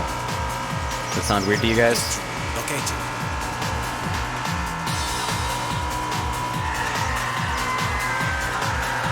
Reconfigure journey. The game volume is too high to notice any echo. Legit. That's kind of the way I hope to mix it, honestly. Like, as long as I'm clearly audible above the game, I kind of want to blast game audio, honestly. I mean, I don't trust any of you with audio stuff, ever. But sometimes it's important to get a second opinion, you know? Holy shit! See you the fuck later!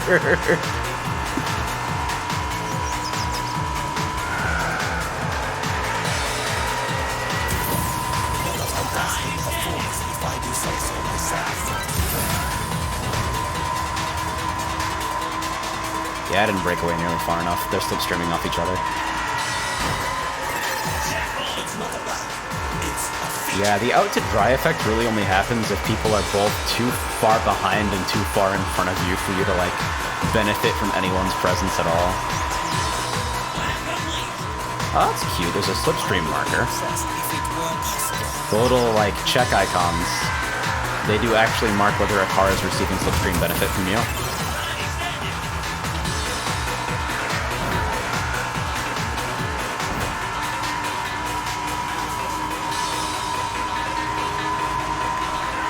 Game is maybe a little high. Legit. Yeah, I see it dipping into the yellow every now and again. I could probably go down a bit.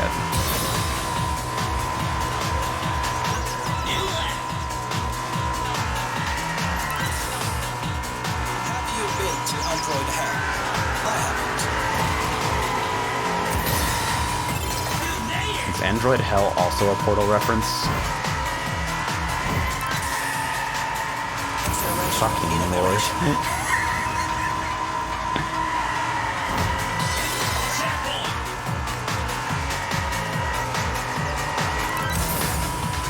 They really nailed the retro feel with this one.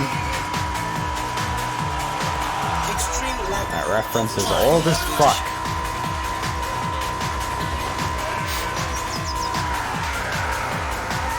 He just says, oh, I recognize that. Hell shows up in Toho. Must be a reference. Legit.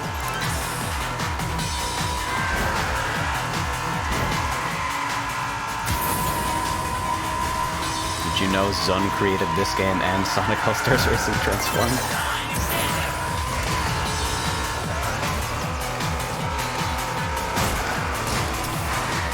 Man, oh shit, now I'm actually dead, I think.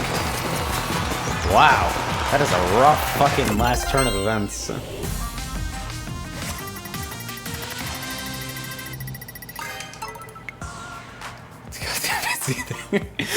I thought Demon was like thoroughly killed. His car was fucking fully sideways, but he ended up finishing in front of me.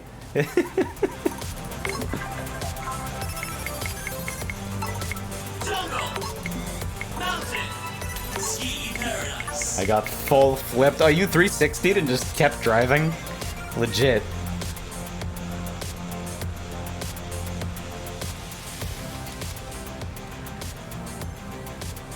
That's fucking awesome, actually.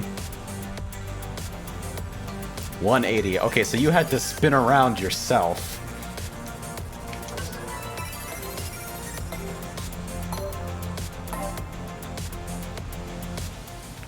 Yeah, this game's presentation style is super fucking charming. The handling model's fun, but the package is a bit bare bones. I think that's my fucking verdict on it, generally. I'm like, for 15 bucks, bare bones package is kind of okay.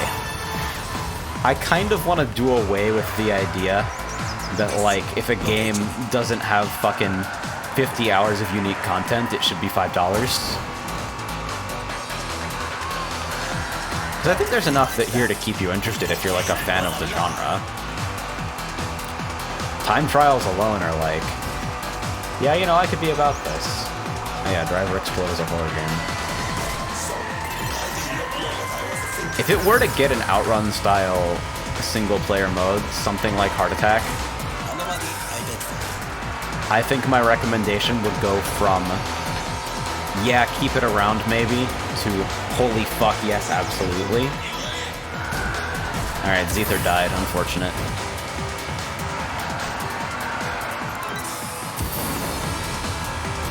Hey!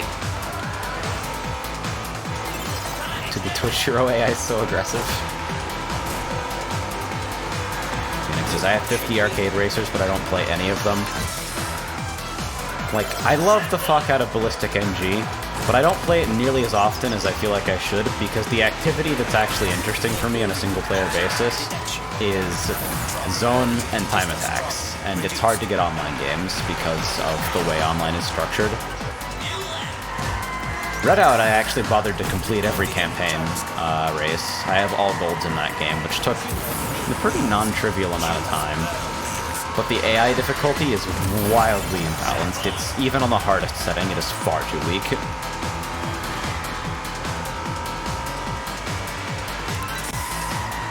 I think I just saw the word pirate on one of those track features, and now I'm wondering if it's like some horrible anti-piracy feature. I feel like I have at some point come across literally every single anti-piracy feature that exists in video games on the cutting room floor. So I've become incredibly paranoid that I'm going to get hit by one of those misfiring sometime on stream. No, I bought the game, you don't understand, I'm not a dirty pirate. It's probably just a theming element.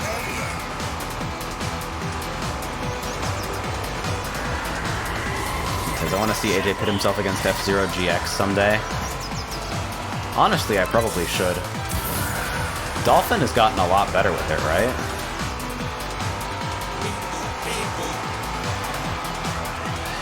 The swinging pirate boat fair ride. Yeah, okay.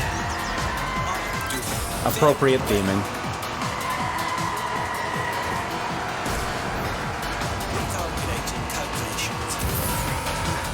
It's kind of funny, the fucking mod toolkit I use to, like, force games into a borderless format that plays nice with multi-monitor setups. Or mixed refresh rate multi-monitor setups, rather. At the very, very bottom of the fucking configuration window, there's this innocuous little fucking line of text that just says, I'm not a pirate. Oh, they changed it to Steam API valid, I think. Yeah, there you go. Less blatant.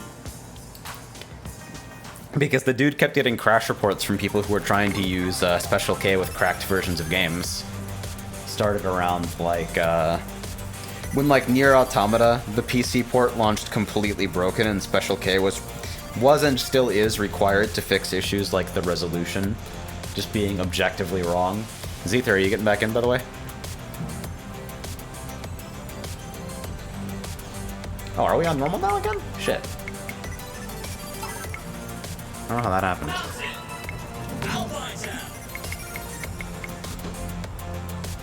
Couldn't figure out how to get it working for anything else. Yeah, the injector used to be super fucking confusing.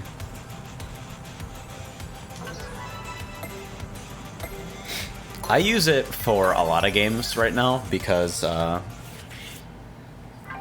so, I'm gonna attempt to fucking make this short. Alright, GG, Zether. So, there's a bug that happens with, multi-monitor setups where, some of the monitors have different refresh rates than the others.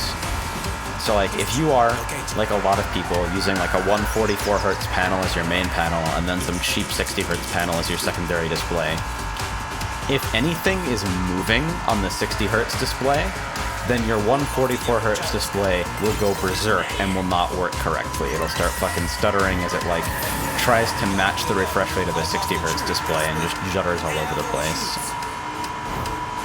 The solution to this is to run games in full screen mode, because if they run in true exclusive full screen, then they grab the fucking screen themselves and don't give a shit about what else is happening. But some games have really shitty full screen implementations that take like 20 minutes to tab out. I know you know at least one game that fucking behaves like that for you.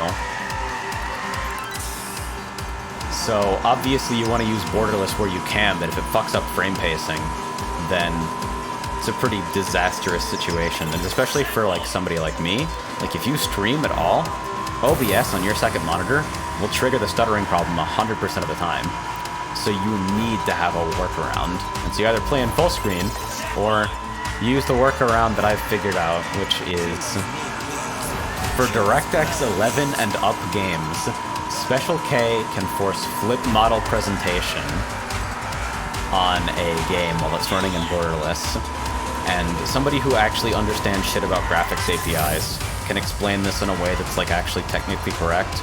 But the TLDR of flip model is that flip model combines the best traits of borderless and exclusive full screen. So you still get fast alt tabs, but the game's frame pacing also doesn't freak out. You get the lower overall display latency of exclusive full screen, etc., etc., etc.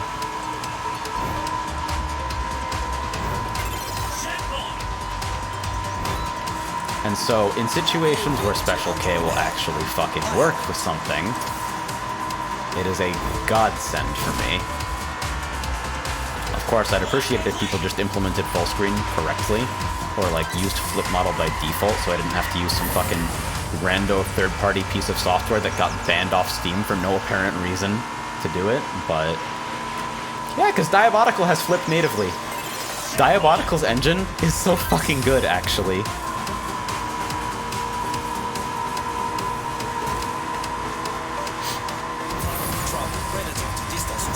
But so many games don't.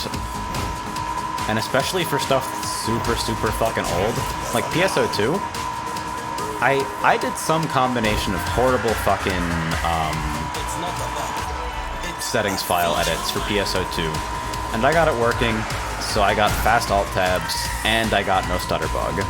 Because PSO2 is a DirectX 9 game, which means it doesn't even support flip model, but I somehow found some combination of settings that worked, and then one day it just stopped working. And so now I get a 5-second alt tab that blinks 2 out of my 3 monitors every single time.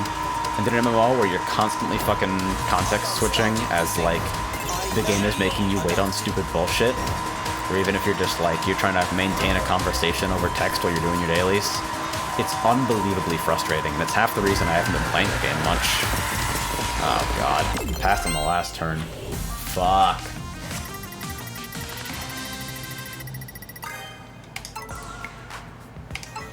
Stop says, checking out other streams really makes me appreciate the out-of-the-way approach you went with for putting the chat on screen. Yeah, I really wanted to have it for VODs, but I guess we've been through every course now, so I guess I'll just fuck around and keep fucking putting shit on Mirror, but I kind of want to wait for more people to join up.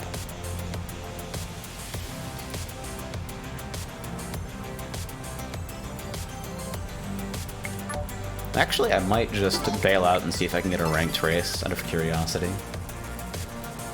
But yeah, I really like the fucking horizontal chat as well.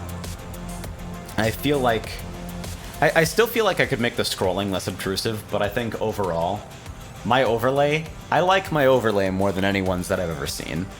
Which is like, of course you do. You fucking designed it. But it wasn't always that way. Red Race, arcade mode. Ranked needs a 4-player start, so it's unlikely that I'll actually... Oh, I have to mute myself. Oh. But yeah. The very slight black gradient top and bottom for text readability, plus just like simple bars up at top and bottom.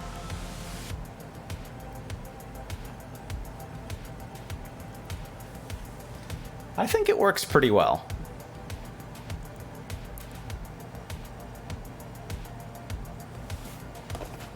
I'm waiting for the Twitch API to change, and I'll have to fucking hack up the chat display to work again.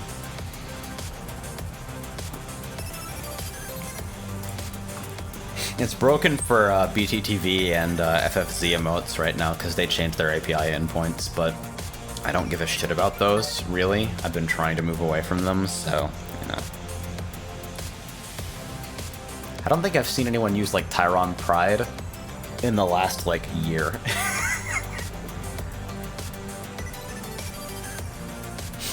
And I still have sub-emote slots.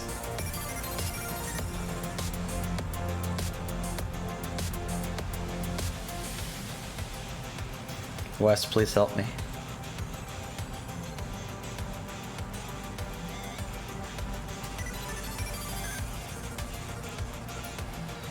Alright.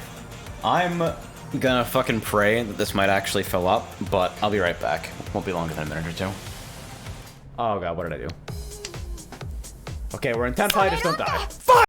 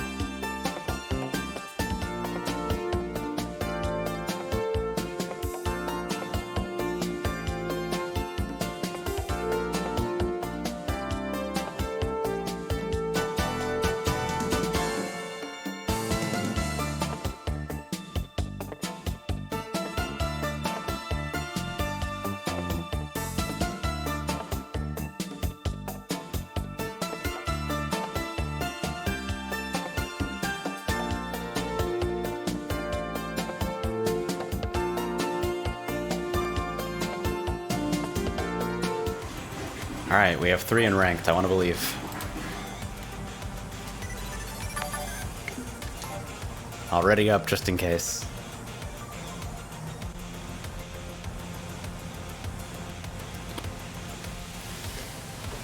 The ambition of having a separate casual and ranked mode experience.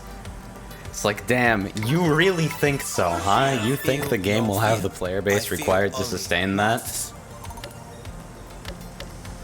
Like, alright, man.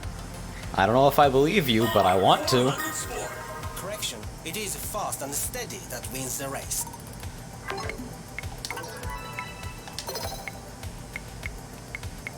Does my back look big in this? Legit. I am Okay. Let's go! We got a ranked game! Fresh mountain wind and clear skies today here at Ski Paradise.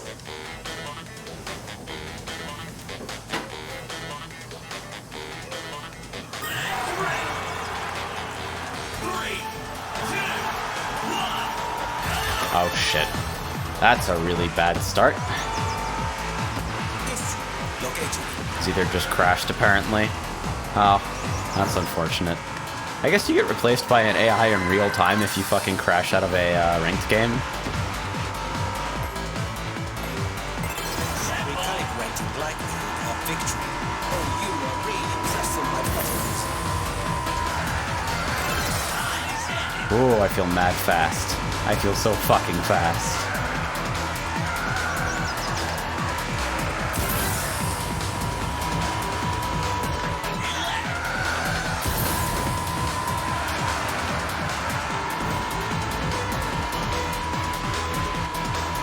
That's a human player up there, right? Type R? That's not a driver name. Oh, hello there.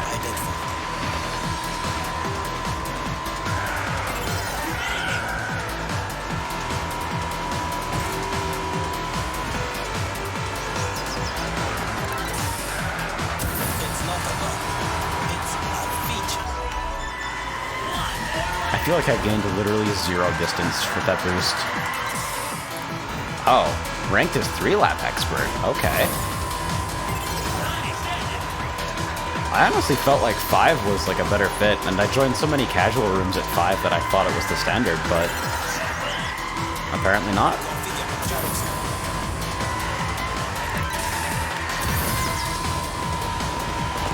Let me through! I'm the best! Phoenix says, I can't get over how slippery the handling looks. It is slippery, but it's got a nice feel to it in that way. It's like staying in control. It's kind of like a ride the edge sort of deal that I'm just a sucker for.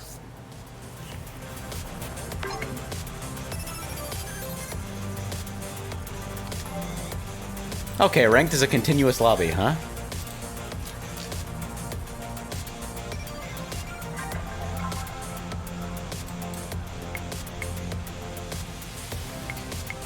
Remember to mute if you need to.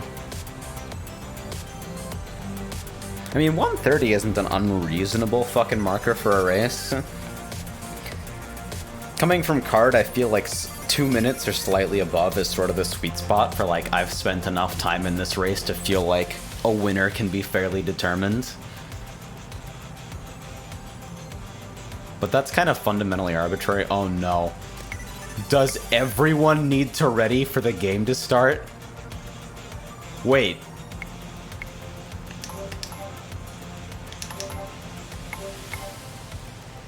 Is there a room leader who needs to start the game themselves, even in ranked?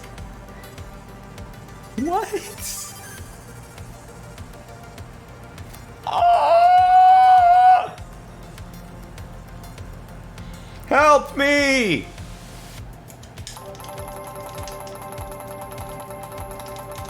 Let me out! Let me out, please!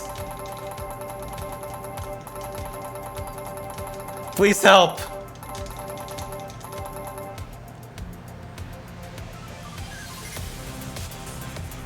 Please!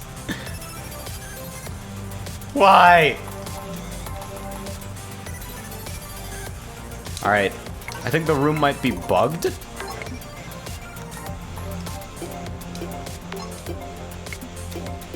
I can't back out. I'm hitting B, and I can't get out.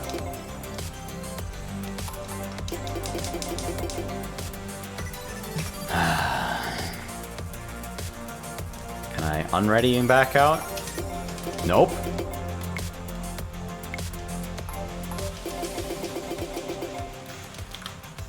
Dude, no. Not like this. You can't have a fucking room locking bug on release. No. That's nightmare shit. Hotshot Racing. That's crippling for the health of multiplayer. Brave Race Arcade Mode.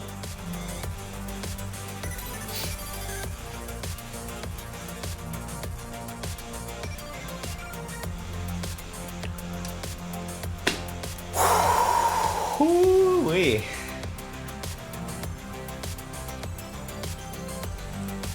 That sucks.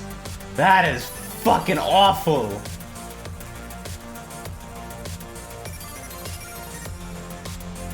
And now, I am sad. Turf is a Discord and I'm gonna go in there and tell them to fix this shit. Hey! Make the game better!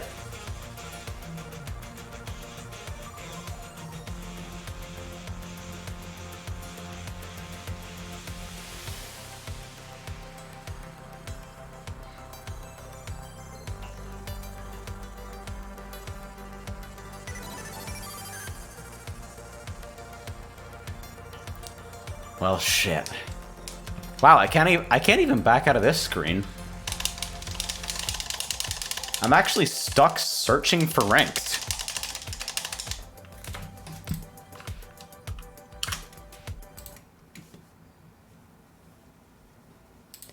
That's fucking insane. Online is hard, man. Hotshot Racing. Online. Oh, that is like the worst place for the game to be broken. Quick Race.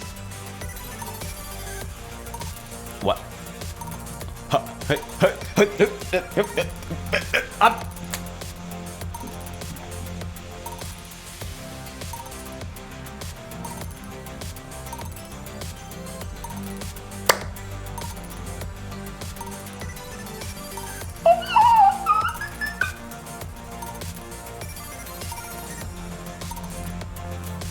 So that's the thing. I can't get out of here either. Oh my god, it's so broken. Let me see if I can get back into ranked. Bro, just ask for games on the Discord. This is the future. Hotshot Racing. Online. It loads so fucking fast too. It feels like it should be so fucking easy. Brave Race Arcade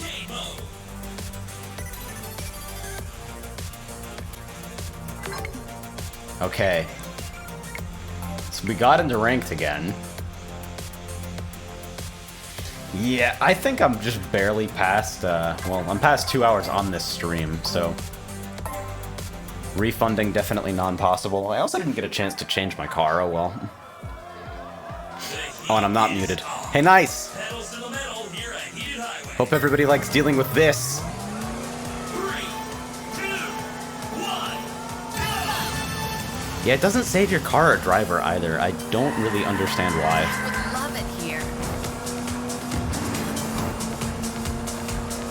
It's like multiplayer just doesn't feel finished, and given that there's no, like, dedicated single-player specific content, it feels weird. Like, I took a chance on this with my own cash because I thought it looked fun, and it is fun, but the package is a little rough. Actually, it's really rough. Like, I thought it was a little rough before fucking online completely broke. That's the straw.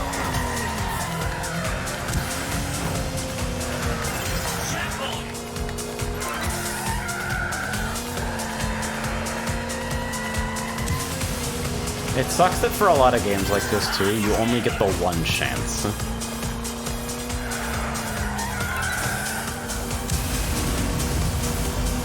Because it's just like comparatively fucking simple polished things, you know. Gotta keep it that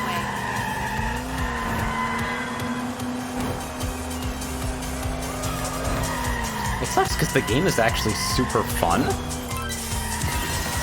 but I'm definitely having a little bit of buyer's remorse at the moment.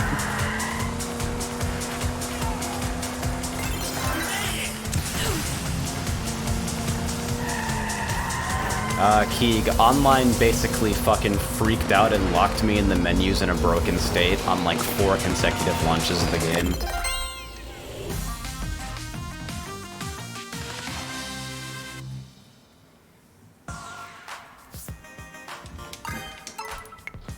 I know you don't, like, get this sort of game expecting it to have, like, constantly healthy booming online, but I would like it to work, if that's possible.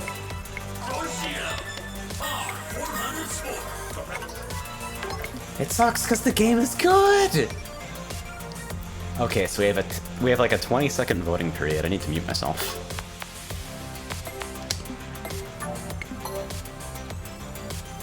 Voting ends, and then it's a forced start in 5, or it should be. It wasn't last time.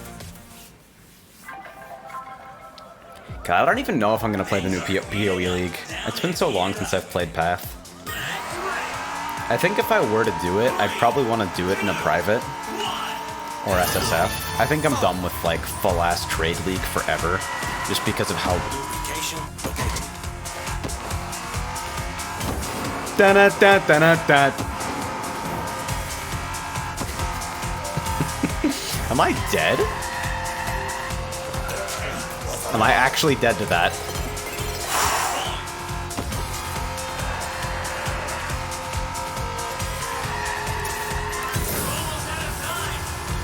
Well, this is the single-player experience you were asking for. So you're definitely not... Okay. And maybe there is kind of like a soft catch-up factor going on, or maybe these two just fucking rammed each other.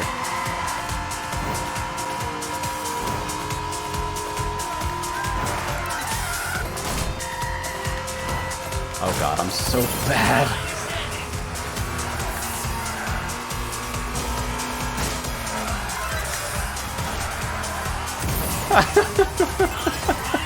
See you the fuck later. Man, the visual style is so nice too, and I do really appreciate the course designs. They feel super arcadey and fucking punchy and neat. There's a whole bunch going on. It's like really interesting locations compressed into small courses.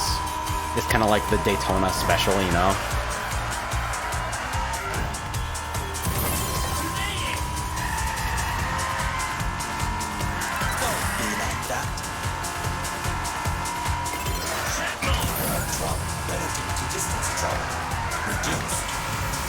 I wonder how alive the multiplayer is on Switch, actually.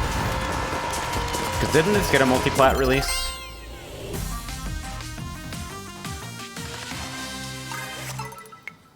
Back to Grid 2. What is the fucking best racing game that exists right now, actually? Don't say iRacing. Kart might be it. And I hate that that's like a thing. I hate that that's a thing. Okay. You're gonna need to trust me on this one, but I swear to God I'm hitting down. Every single time. Maybe it's accepting left and right inputs as well, and I'm like going slightly over the dead zone. Arcade, sim, or both.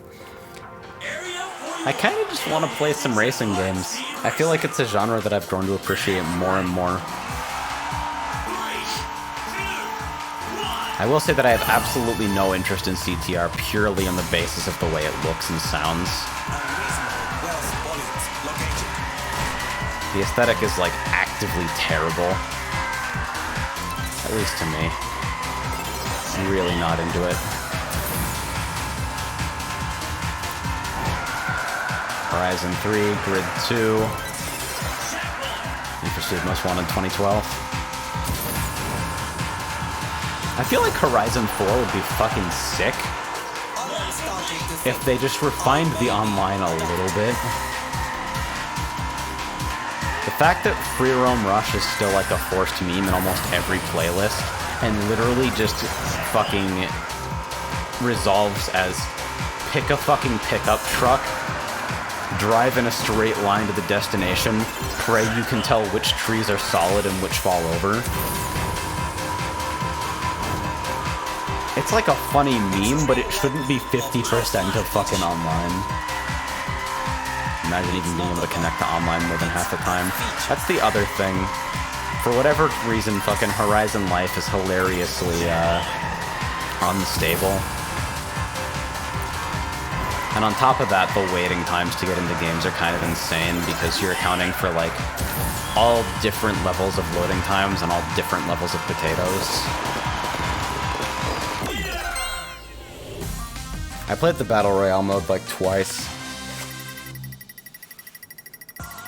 The other thing is that, like, I feel weird about Horizon 4 because the degree to which you can fuck with the difficulty is, like... I literally don't understand how hard the game is supposed to be. I feel like I want one difficulty, and I want it to fucking eat a dick otherwise.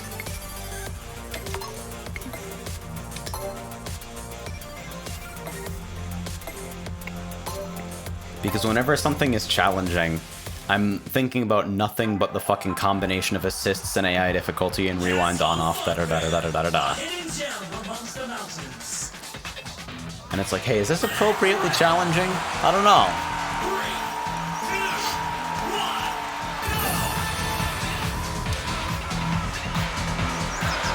God, this game's soundtrack fucking slaps and bangs though, Jesus Christ.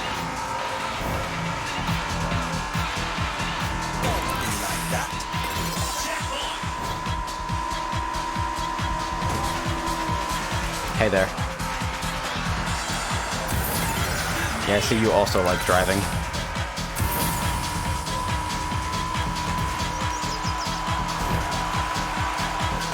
Hey there. I'm not trying to be aggressive, I swear to God.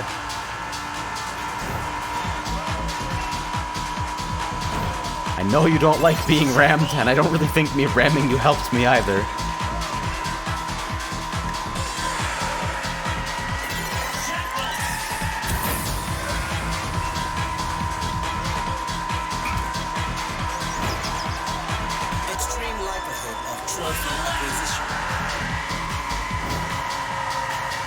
Oh, that's such a satisfying drift, though.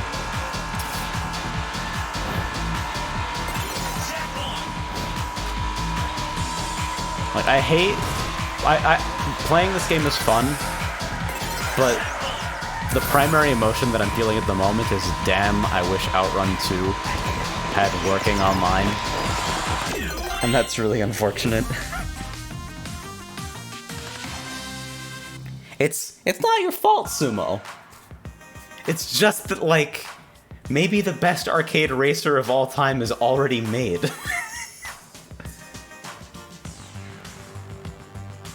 Ava says, I play Rewind off with all assists but ABS off. That's because I keep trying to learn to actually drift. See, I feel like a fucking jackass whenever I go above, like, A-class with TCS off. TCS off in, like, supercars, I'm gone. I'll see you the fuck later.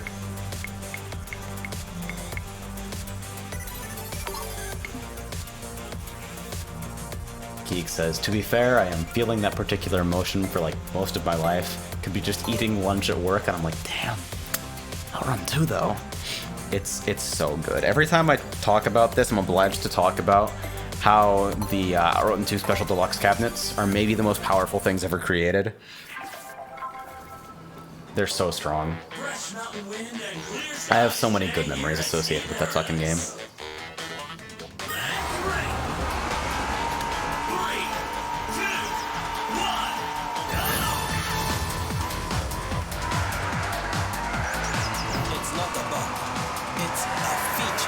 I might have to turn the voices off if I keep playing Shiro, but, like, they're also kind of fucking hilarious. Have you been to Android Air?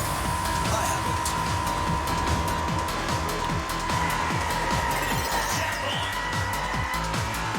haven't. You only get a full bar of boost just off that.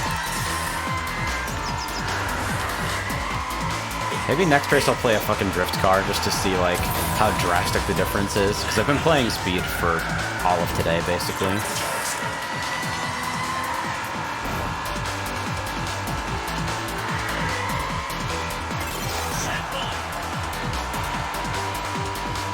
I feel like boost basically just, like, locks your speed more than increases it, in a sense.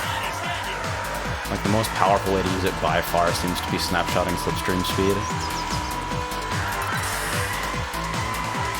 I'm like, yeah, he knows how to fucking corner that. That's fine. I'll just follow his line. Oh no.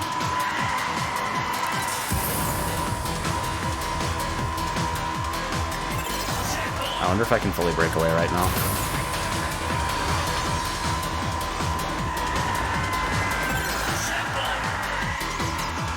No, and I may have fucked myself. Hey there. How is it hanging sheaf?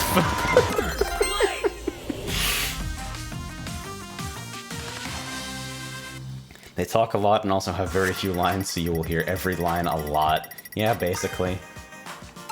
See, like, the fucking handling model makes even, like, small recoveries like that feel like big struggles, which is super satisfying. It's way closer to, like, a Virtua racing floatiness that I find kind of fucking satisfying. Alright, so let's try the Sky Road.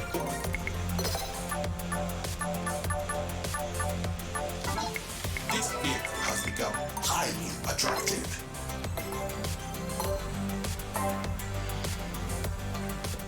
Sky Road. Isn't that? Taking to the streets to welcome the racers.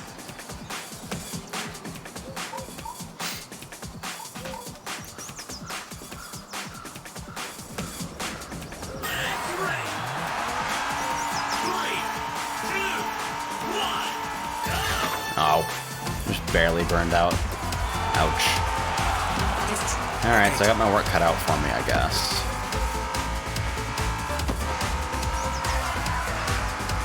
I appreciate that the slipstreaming indication is subtle. Oh yeah, drifting feels kind of wild in this already. Seems like you get a really fucking wide arc. And you maintain a decent amount of speed. You are really pressing my buttons.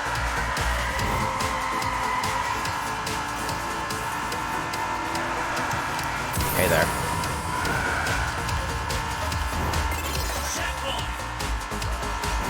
I get a little bit of slipstream boost. Hey there. Alright. Back inside his ether. Wait, I'm not even in the fucking drift car. I didn't actually get it. Yo, how strong is the placebo effect? I think I was in the fucking cosmetic selection and didn't actually lock in the choice.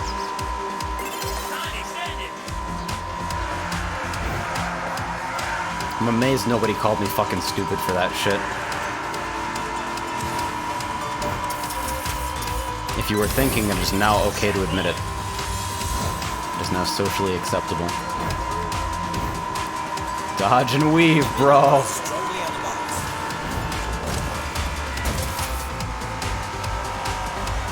Car's so good you get better by not picking it. That's how I feel about every car that isn't a speed car after the first, like, most cursory investigations? Also, I got a notification on Gay Robot Club. Checkpoint.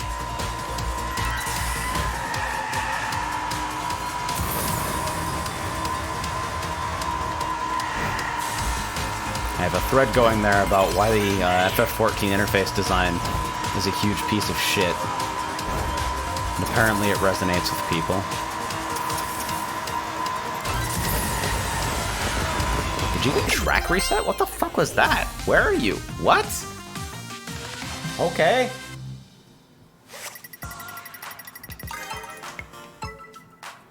Alright, so let's actually pick the fucking drift spec. And that means not fucking around to the cosmetics menu and actually getting the chance. Yeah, I have to lock in transmission before it'll actually pick. There we go.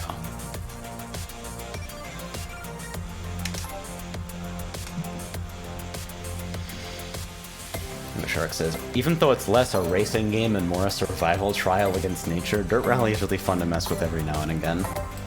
I don't have any experience with rally games, really, outside of, like, fucking...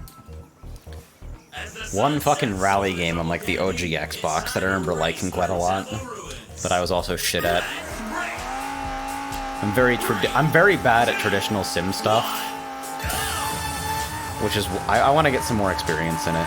If Gran Turismo 4 emulated better, I'd be, like, in for a aggressive playthrough of that.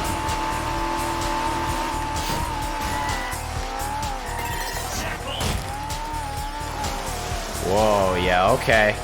Yeah, this thing fucking slides. Oh, boy. You see that shit?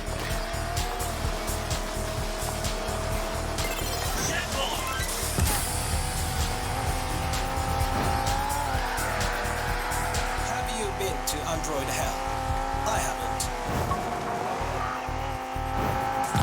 Whee!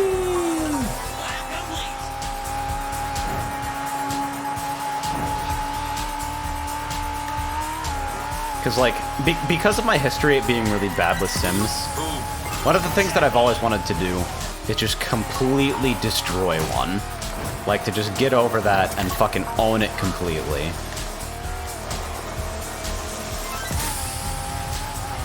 You know what I mean? Not because I feel any draw necessarily towards Sims specifically, but just because, like, the desire to prove to myself that I can do the thing. So wow, this thing really doesn't seem very fast.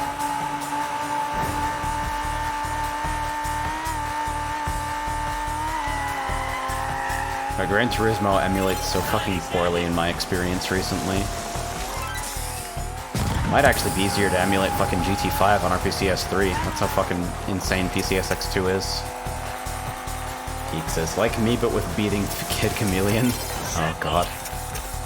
I still have a clip from your fucking Kid Chameleon streams where, like, you're in some fucking horrible trampoline block section and you pause the entire playthrough to just be like, by the way, Ready Player One sucks. And that will always be representative of the Kid Chameleon experience for me.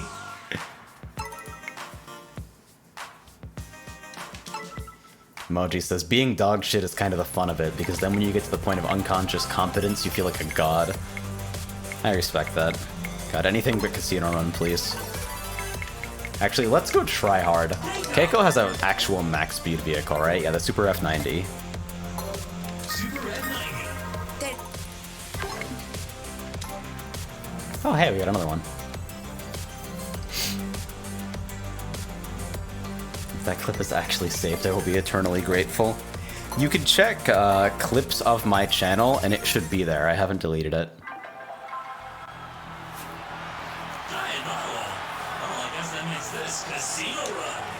Of course it's Casino Run. It has to be Casino Run. 3, 2, 1. We're on that F1 shit. Let's go. Oh, Jesus. Yeah, after playing the drift car, this is completely different. Maniacs! I just noticed that ranked doesn't autofill with AI. At least I don't think it does. It's just us in this race. No starting AI players, only if somebody drops out.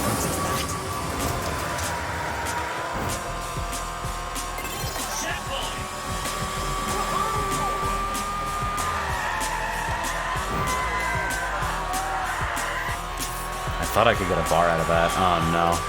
You're so far! Does a trophy really mean so much to you?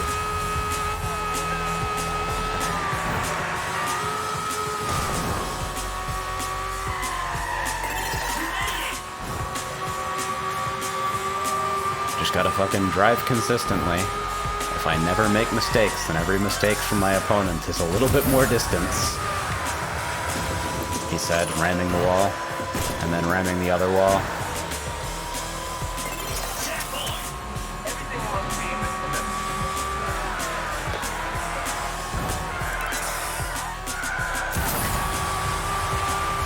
Not much time to secure the lead. Agreed.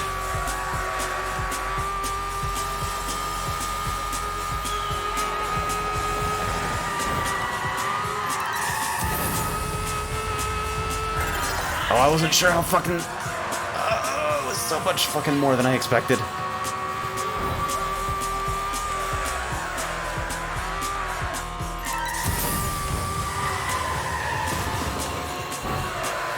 I've slammed that particular fucking wall so many times. I get like one more boost.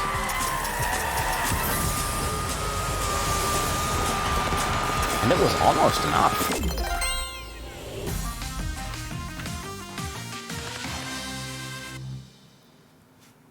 Man, alright.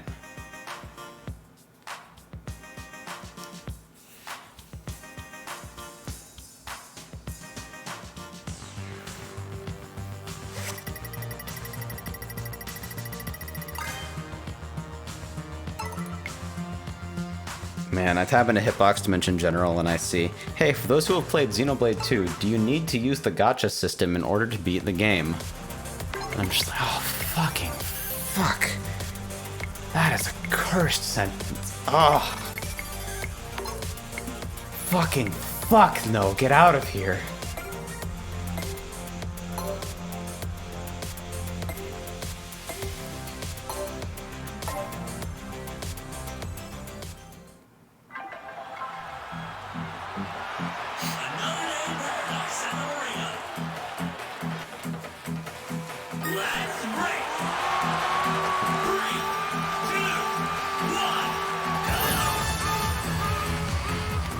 Oh god, oh! Beautiful. The starting speed snap is a little wacky.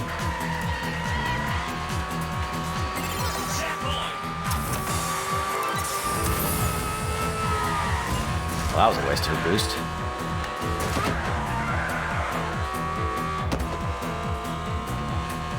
Playing speed cars is weird because, like, every system in the game wants you to drift whenever you can, but speed cars are so much about literally just, like, finding every opportunity to go in a straight line that it feels like the game's incentive systems are kind of fighting you.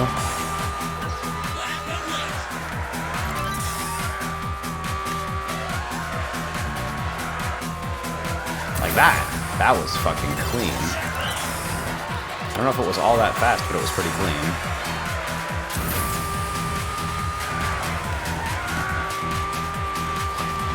Hey there.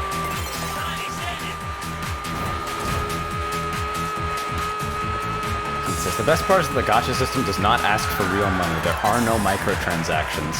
It exists solely to make your experience worse. God.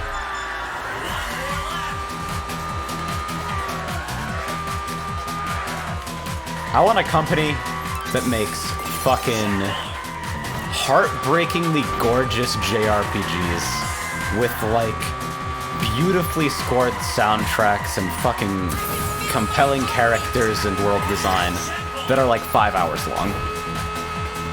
Normalize short RPGs. Fucking fuck. I do not have the patience for your 200-hour padded piece of shit.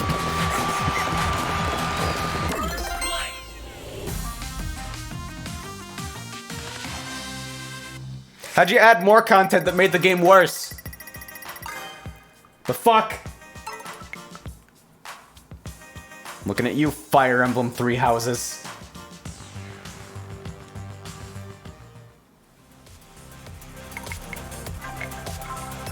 Fire Emblem Three Houses that fucking structures the game solely so they can fucking decrease the size of the ensemble cast and then achieves none of the benefits of actually okay. Okay, we're going time trial? Everybody but me?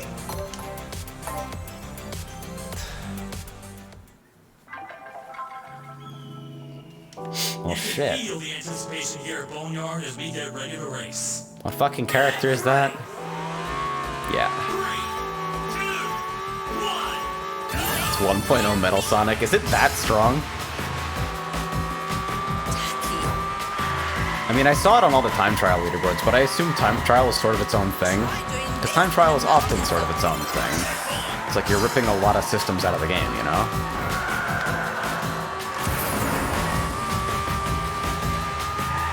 I want to go back to Three Houses, but I just don't want to fucking play it. I want to finish it, but I don't want to experience it. I feel bad because the tactical refinements are legitimately interesting. I like the gameplay. I just don't like all the bullshit. Appreciating the view. And my experience with the Black Eagles route was that I didn't really like any of the characters either. Or at least didn't like most of them. Reminder that Bernie can still win.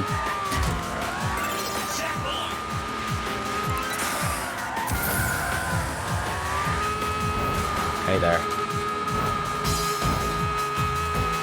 I'll co-op it with you so you can get all the gag balls and play the actual game without any more of the BS RPG stuff. See, what fucks me is that, like, team building is a legitimately, like, potentially interesting part of Fire Emblem. If it were purely team building elements that were streamlined into create tactically interesting combinations, it'd be fine. You want to integrate that into fucking character development? Fine, we've been doing support conversations since the dawn of time. But it's shit like fucking fully 3D voiced supports with like cinematography and shit. Aw, damn it. That would have been objectively better as two static portraits in a text box. That's fucking infuriating me. Oh my god!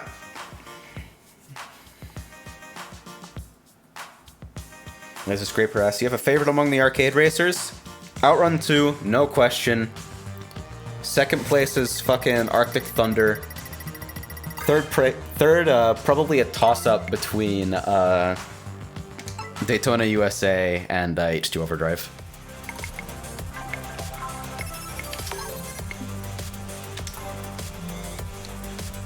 H2 Overdrive is like a junk food racer, but also like the moment-to-moment fucking control of your stupid fucking jet ski is so compelling.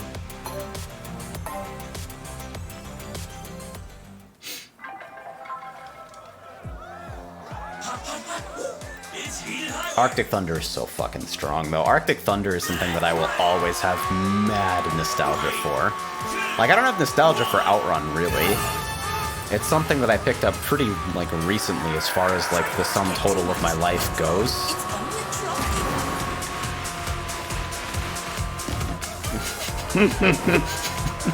Okay, Demon. Whatever you want, man. Is he dead?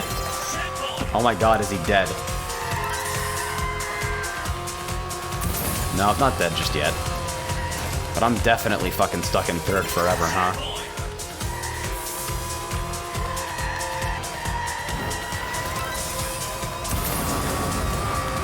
Oh wow, something... Hello there.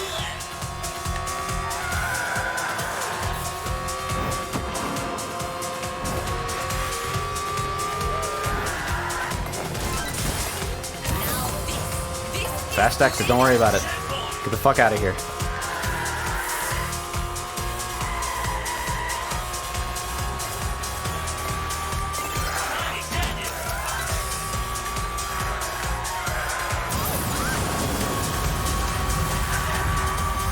That seems like kind of a clumsy way to handle that turn, but it sort of works out.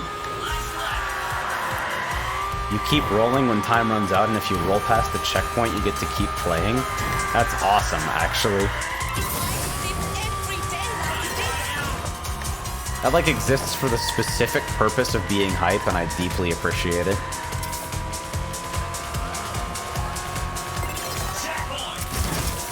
Ah, shit. That's pretty costly.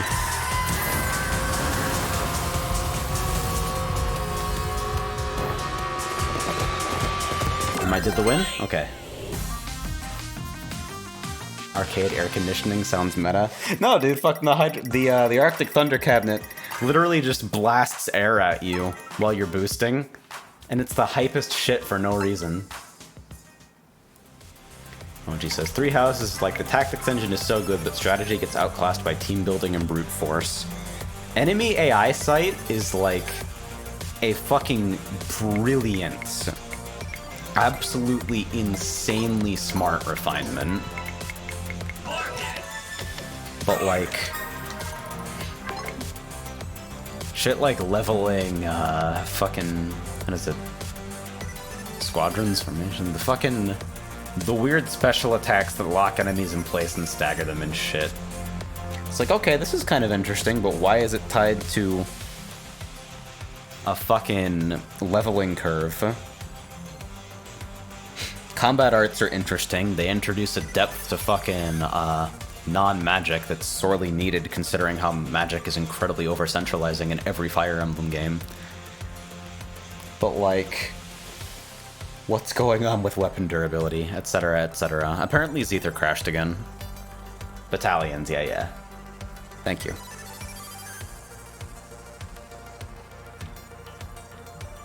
God damn it, the game needs to have push to talk. What's crazy is that Steam has global voice settings for do you want open mic, push to talk, or push to mute. And this game just doesn't use them. I don't get it.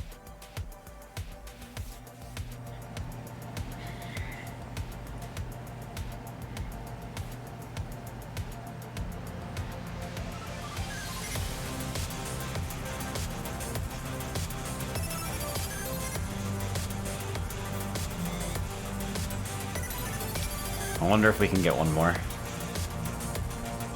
OG says, yeah, combat arts are great. I wish I got to do a map more than once every like 4 hours of Persona gameplay. What blew my mind, like the personal breaking point for me, when anyone was watching my Three Houses streams, this is the breaking point for me. When I decided that no matter how much goodwill I gave it, the monastery sections were not going to be interesting to me. And I'm like, okay, you know what, I'll just hit the skip button to go to the next chapter, and we won't worry about it. I'm gonna try not to stress about lost resources and all that shit. I just want to play the game. And the skip button takes you to the next training segment, not the next chapter. You still have to go through half the fucking fluff.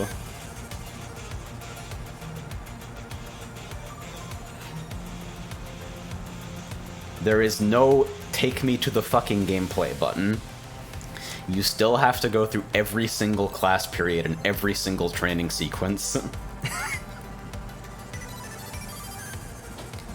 And because of this shit, I couldn't even make it. Okay, so fucking scene change for a second here. Spoilers for Three Houses. I'll scene change back when the spoiler talk is done. 3, 2, 1, go. I couldn't even make it to the time skip, which is where most of that shit supposedly goes away because the school setting is no longer, like, actually enforced as a world thing. I couldn't make it to the time skip because the game just fucking wasted so much of my time beforehand. You know? It gets good 30 hours in. Yeah, no shit, but you know what I could be doing for those 30 hours, right? Like, they fucking broke the pacing of the game for the sake of giving it a school setting. And even if it was later subverted, it didn't fucking matter because half of the game is spent in that shit. Rant over.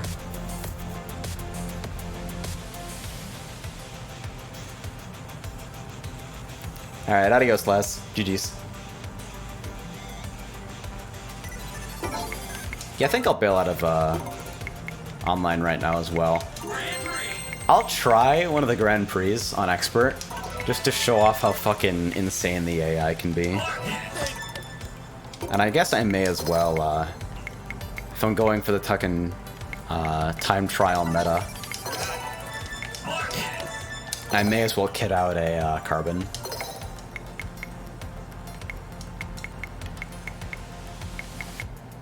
I should fucking play FE5.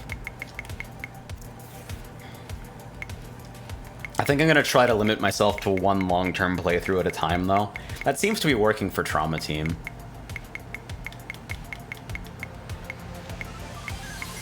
Beat us time trial staff ghost in each zone. Legit.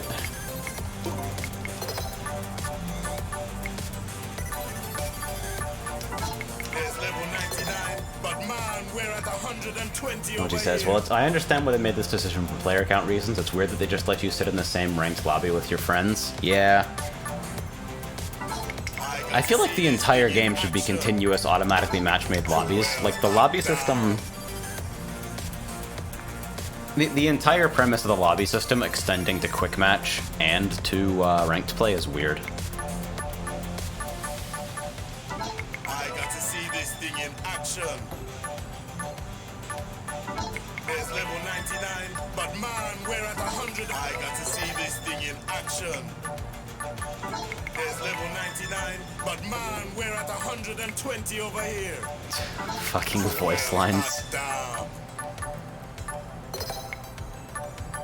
There's level 99, but man, we're at 120. I got to see this thing in action. User Scraper says, Lay Dad, House of the Dead 4 special arcade machines. It's a 4-way projector setup for turning with the camera and characters. It also blows air every time you get hit. That's fucking awesome, actually. That's kind of sick. Lightning fast. Every time House of the Dead gets brought up, I remember fucking Lord BBH complaining about, like, House of the Dead 5 and how it basically forces free hits as early as the first zone. Which makes me mad sad. Because I feel like light gun games already have kind of a weird reputation for basically forcing unreactable hits. Even in situations where they don't really. Because the challenge in light gun games always comes in spikes. There's a perceptual thing that happens where, like, because most enemies in the game typically aren't actually capable of damaging you, it feels like danger rapidly ramps up on certain screens, and it's just kind of a consequence of the way it's built. People talking about House of the Dead 5 actually having forced hits, when the prior games didn't really. Give me your credits, fuckboy. You're not spending, get off the machine. Get out of the way for little Timmy, who will fucking try to smash the light gun under their fucking knee. Over their fucking knee. It tilts me so badly when I see people abusing, like, light gun games in particular. Because so much about, like, the tracking setups of those fucking things are so fragile.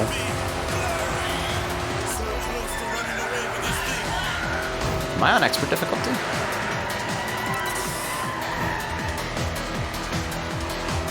I don't think I am. Am I? I'm going fast enough for it, I think. Huh. Maybe this car is just really, really fucking good.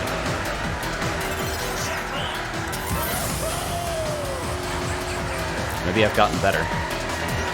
Getting better at a video game? Impossible.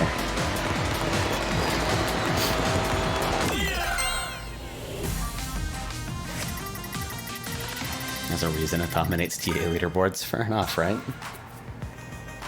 Nice Scraper says, I played it. There's one in second zone onwards that just sidewinds you with no time to react. Oh no, like a dedicated enemy type that fucking hits you for free? Oh no.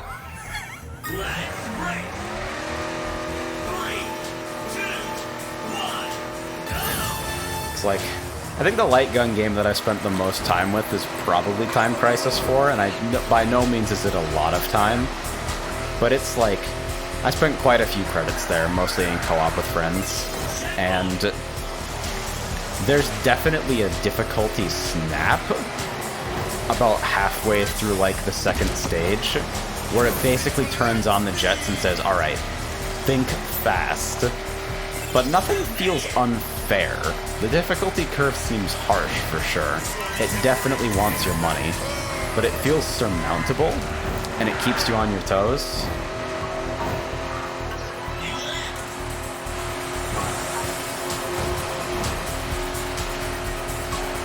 Meanwhile, something Raw Thrills Tomb Raider.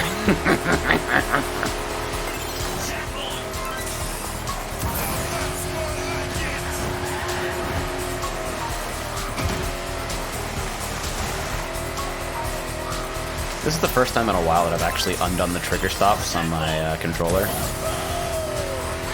Feels pretty cozy. I forgot what it was like to not have your triggers fucking click at you every time. We don't talk about Raw Thrills Tomb Raider. Nah, let's talk about Raw Thrills Tomb Raider. Let's talk about how the fucking projector it uses has like half a second of lag to begin with, in addition to the game performing like shit.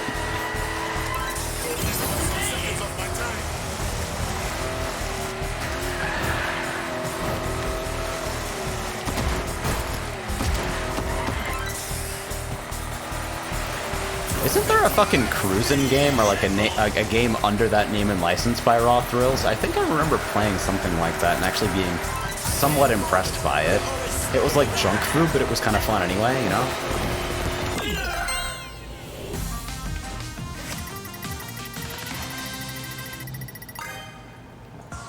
It's insane how many fucking different games of different genres you see that fucking stamp on, actually. It's like, if I'm running Raw Thrills at this point, I'm fucking keeping that stamp off games, because right now I know it to stay the fuck away. Cruise and Blast, yeah, there we go. Yeah, Cruise and Blast was like junk foody for sure. But it was like a fun romp. I played a couple credits. Oh man, I'm missing arcades now. Shit, I should have known the stream would devolve into arcade talk.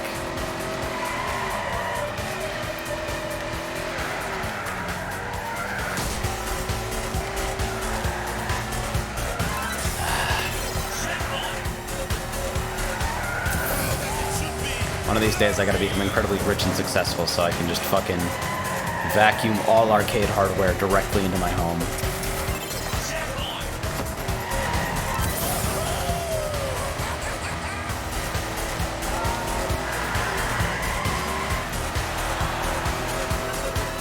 And I'll say this again, I say this every time arcade talk comes up for an extended period of time. Even though arcades no longer have like the technical advantage on like home PCs and consoles, we're not in the era of like the fucking of like Daytona USA costing $500,000 or whatever the fuck, like being wildly more capable than even like enthusiast hardware of the day. We're no longer in that era. Most arcade games runs on fucking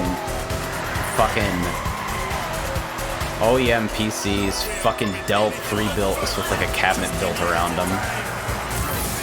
But arcades are still valuable because they allow fucking experiences that require like dedicated cabinet hardware that wouldn't be economically feasible for a person to purchase. Like, nobody is gonna buy a fucking Sound Voltex controller unless you're a nut for the game. The fucking hardware that goes into owning a controller like that that is only usable for one game, nobody is gonna fucking pay $600 for that unless you're a freak like me. But like, the ability to design experiences like that rely on fucking particular hardware, that's important. You know? And the scraper says it ain't a Raw Thrills racer unless you see those metal number pads. Okay, but the pin profile saving is actually hype as shit. Like, it's not card saves, it's not Nessica, it's not EMUs. Both of those systems are better for sure.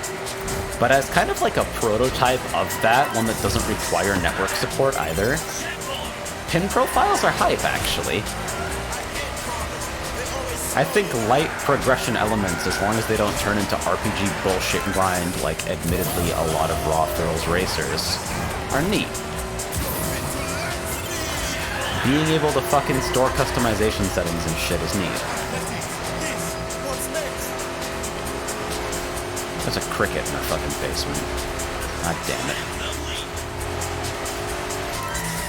Ava Shark, if you can, look into the fucking Pocket Voltex.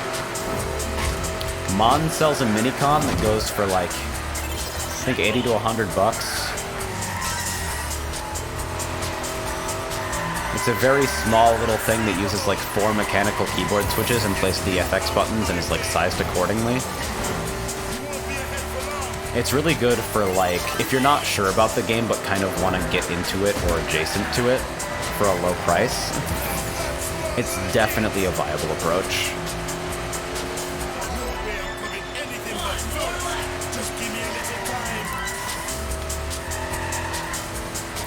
Not a lot of muscle memory transfers, but it's still like enough of a valid experience that you can decide whether you like the game, you know?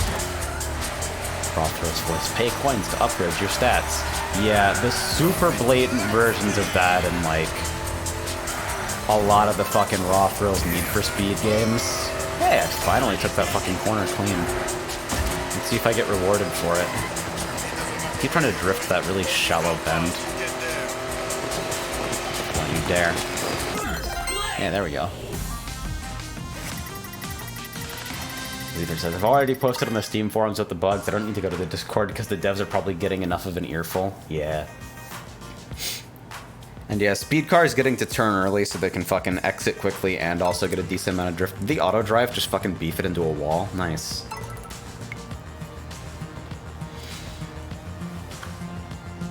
Ava says, I can already play like 14s to 15s on keyboard because I'm crazy, but I want to know how it is with actual nipple knobs. Yeah. USC finally got a decent offset calibrator, so I feel like I can actually play the game now. And There was a time it's a when lot I of fun. thought my dream was over. Holy shit. But that was before I realized fast comes in many different shapes and forms. It's not just running, but it's not just driving either. Because why would you choose to do anything else when you...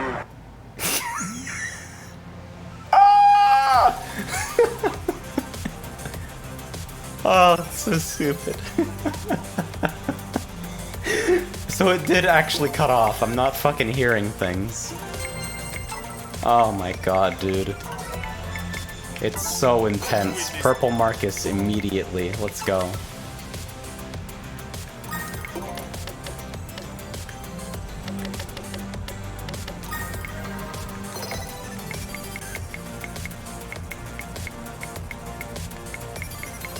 Jesus. That is some shit and a half, man. There's level 99, but man, we're at 120 over here. Well, hot damn. See, like, it seems like there's a weird amount of work put into, like, the fucking customization systems here. Like, there's a lot of shit here. Compared to, like, the rest of the package being kind of bare bones, you know?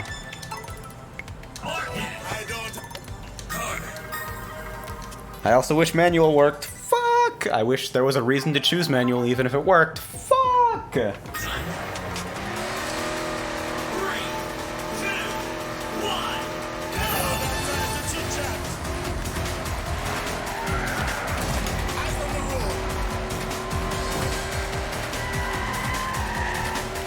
Gear drifting is love. Gear drifting is life.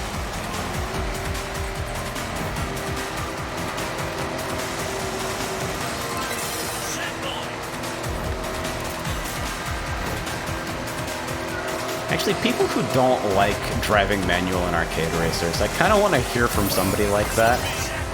Because the general understanding in like the designing this type of game is that manual has to be objectively faster, or there's no reason to use it, and therefore there's no reason to work harder by using it.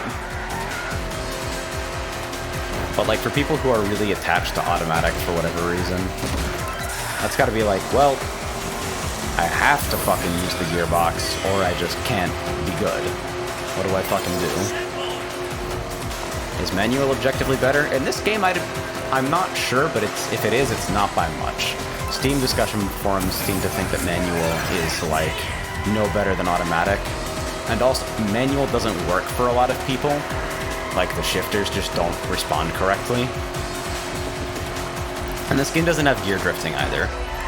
There's no blatant gain you make like there is in, like, Outrun or Daytona, where you downshift and then shift back up, and it's just objectively a faster way to start a drift than braking.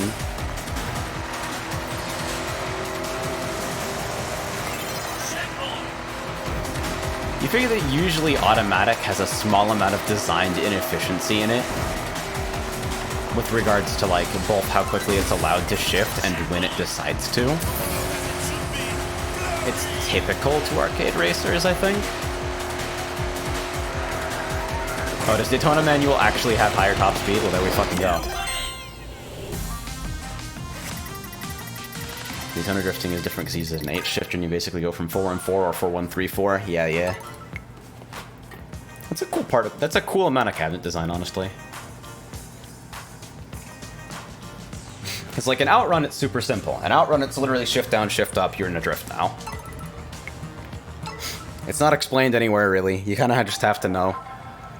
But, there's that and the fact that, you literally do accelerate faster if you, like, correctly manual shift, compared to, like, letting automatic do the work.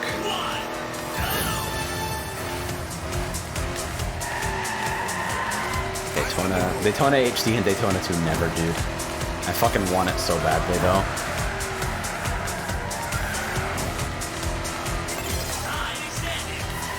Shit, I'm stupid.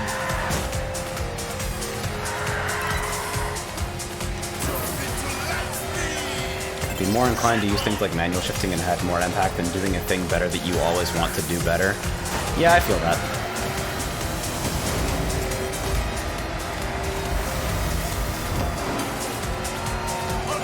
See, personally, I feel like if you're required to use manual in some form, then situations like fucking empty straightaways at least give you something to do. You have something to optimize while you're basically driving a straight line, other than, like, lining yourself up to the next corner.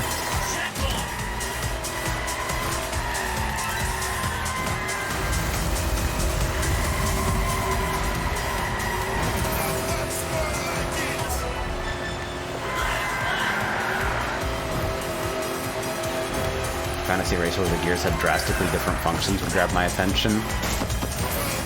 So something more like AG than a fucking traditional arcade racer than I'd imagine. Because I feel like the amount of ways you can design a fucking car in this style to function might be somewhat limited. I'm also beefing with this fucking run. Jesus. Okay, one more fucking boost. Almost. I also noticed that this fucking game's, this game's Grand Prix don't really have, like, the concept of a nemesis system. Because, like, this is something you can really drastically notice in, like, Mario Kart in particular. Where, like, for Grand Prix modes, the game will definitely pick somebody to just be stronger than everyone else by a mile. So if you don't finish first or very close to first every single race, you will never be able to win. If the field is all of relatively equal skill and it's just random who fucking comes higher or lower, just like AI variants, then you can drive really poorly, and as long as you're, like, generally okay, you'll still place first in, like, the overall cup. And the lack of that kind of makes these events feel a little bit hollow.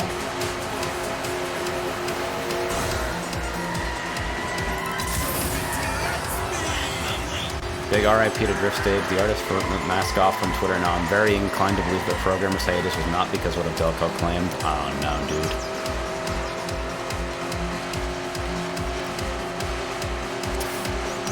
Yes.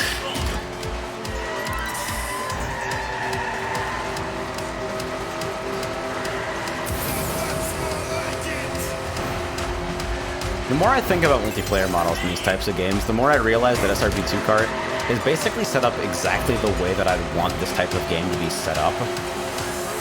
Like any racer, really, with regards to online functionality.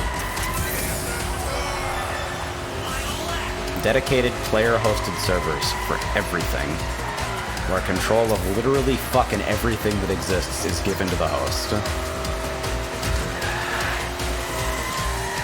continuous lobbies, no fucking matchmaking bullshit. Join an active game and just play. You know? Structure, great. Gameplay, I don't enjoy it. That's fair enough.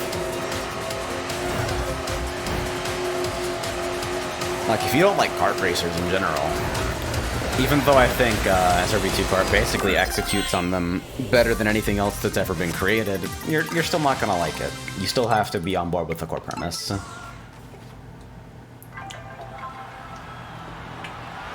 It's time for 90s arcade racers probably fucked you because fucking fuck them.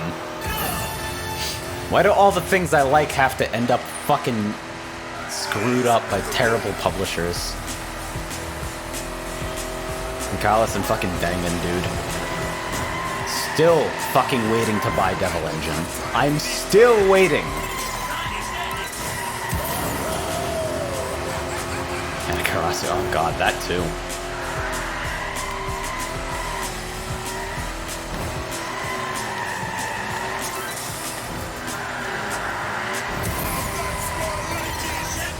I think I was drifting for that entire thing and it actually cut my speed somewhat. But it feels like drifting is less of like a strict state in this game. Like there's very clearly like a are you drifting or are you not, but it doesn't like dramatically change the physics of the vehicle in the sense of how you gain speed. It really is just a type of turning.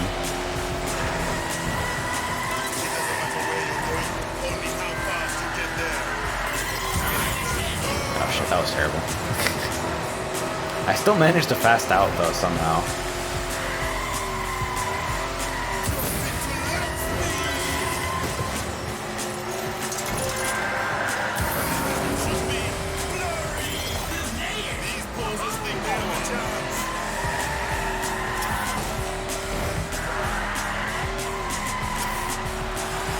Yeah, I feel really far ahead. Shit. Did I just get way better from the practice today? Or is this car just bust ass? Or both? I was getting my ass handed to me by Expert earlier.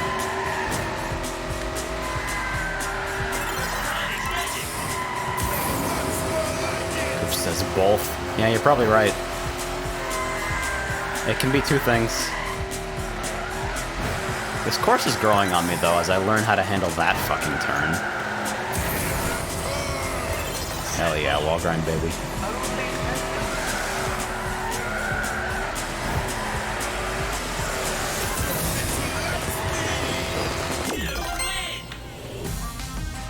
I remember when 3DS was still hot and Yatagarasu was going to have a port for it. No shit, really?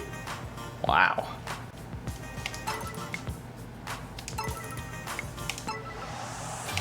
I think it's the same ending, right? Yeah. Yeah, I'll probably take a look at XF Drive later. I guess I ought to polish off the cups while I'm here, though, since I'm kind of committed to having this shit open, and since I'm well past the refund point. Because honestly, I like this shit, and I sincerely hope that it, like, gets patched to refine some of the fucking rough edges. But honestly, for people who are looking to pick this up, unless you know you've got, like, local friends to play it with, or, like, an online group that'll fucking fall in with you, I'd probably wait until they soft relaunch it with the content update. Unless, like, major fixes come down very soon. I'm having a lot of fun, but it's kind of hard to justify. Come on, we've got a race to win. I don't know, I feel bad because I like everything about the way this plays on a core level. So not feeling like I should recommend it is insane. It says, Sony doing more PC ports of first-party games makes me want Wipeout Omega. Dude, Wipeout Omega Collection?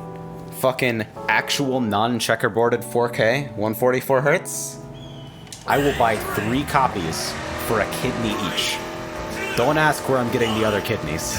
You don't want to know. I think 2048 is fun, but like the course design is super visually chaotic, and I'm less a fan of the weapon system than in Fury and the like.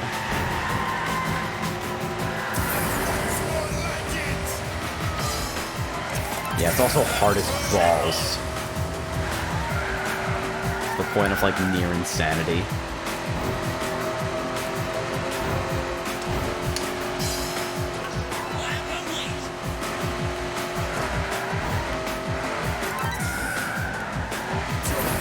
The other thing is the fucking progression systems in Omega Collection don't really appeal to me. Like, fuck, this is essentially just a gigantic re-release, right? This is just the fucking, Wipeout Ports Complete Collection. Give me all the fucking ships to start with, please.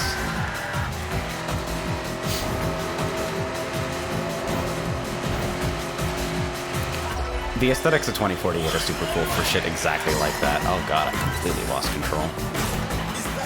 Like, it really does sell itself as, like, the first iteration of the fucking League, you know? It feels real in that sense, in a way that's kind of satisfying.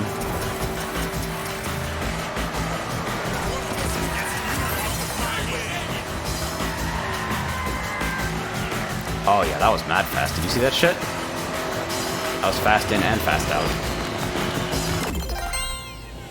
Phoenix says, I'd like to bring up the best kart racer, Blur. The gameplay is so fucking fun, but the PC port is awful.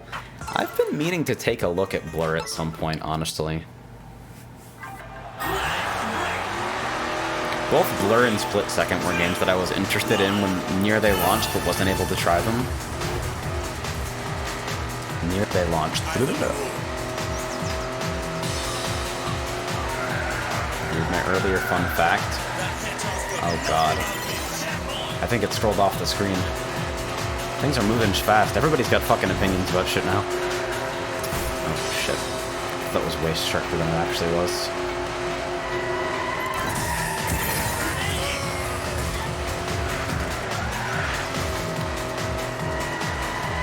Oh god, stream engagement, right?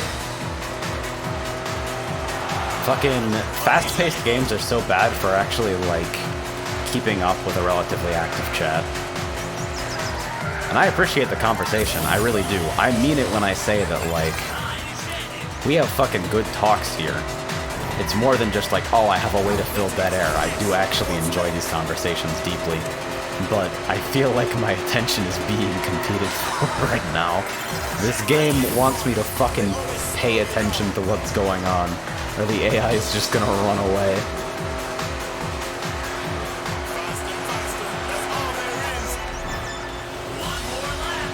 And people are saying, fucking Blur has awful fucking online on PC. Split Second PC port just has crash bugs.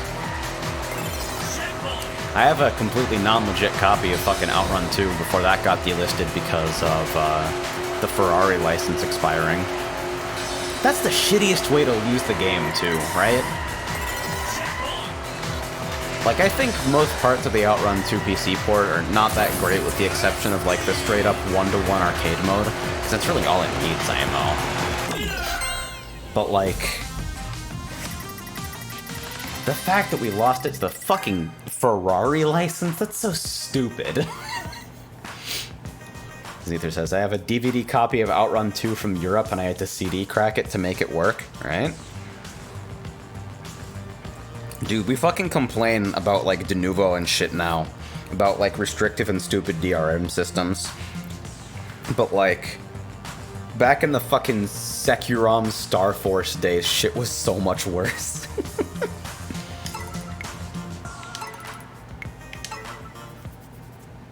Did you play the Inertial Drift prologue?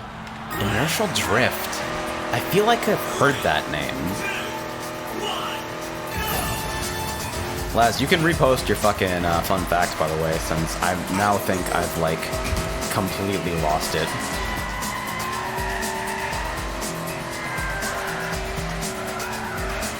You know what I actually got and then, like, did one playthrough of and then never played again? Distance.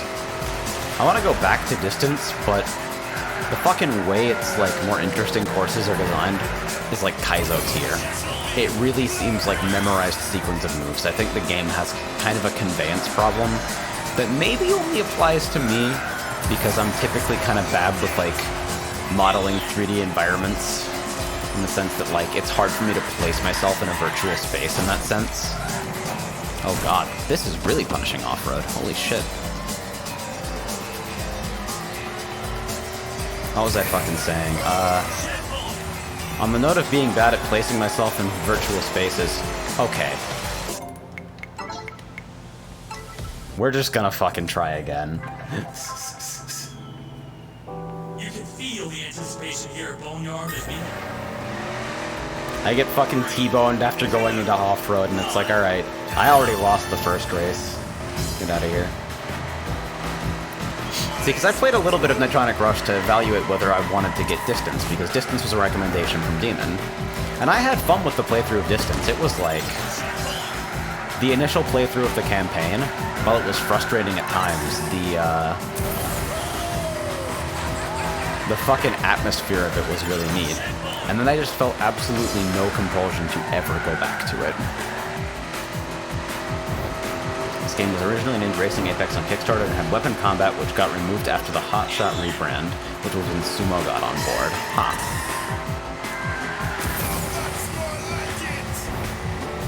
Weapon combat could be interesting for this type of game. I don't think every game needs a combat system, though. Like, I think Ballistic NG...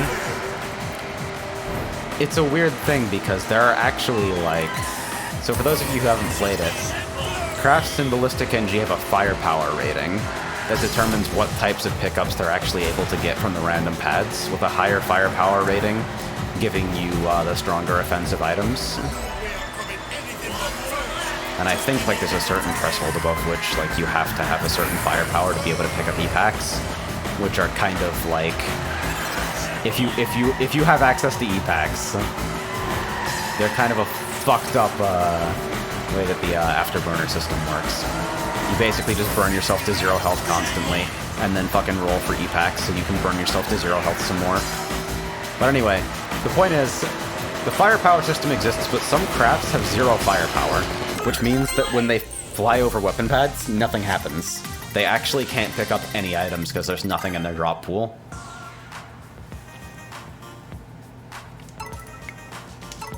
And it's like, okay, so if you're willing to just like outright let players completely opt out of the weapon system in exchange for a faster craft, and it's like objectively faster too, like if you pick like the fucking NX2000 or something, in a game where most combinations of like speed, excel, handling stats are like 6, 8, 3, the fucking NX2000 is like 10, 8, 8 or something.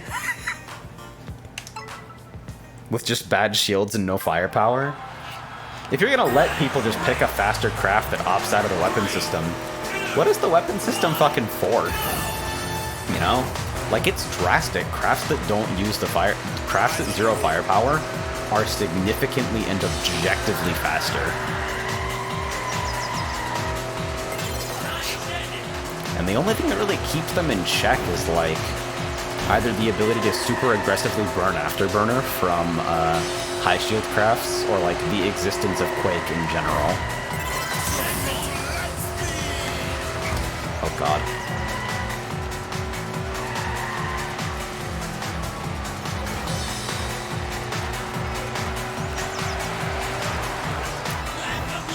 I feel so weirdly about boost systems and like racers in general. Like Redout, going fast in Redout basically being tied entirely to like, how can I strategically kill all my speed at the right time so I can literally just turbo up to max speed again, because turbos are so fucking strong. And turbo wasn't even like a base craft ability, it was a fucking equipable thing. There's like a couple different fucking active and a couple different passive abilities, but you were insane if you didn't run turbo as your active. But it did let you burn your entire boost bar, which typically was like spent over time by holding the boost button. You'd use your active button, it would burn your entire full boost bar in one shot at extra efficiency. In what situation do you not want that?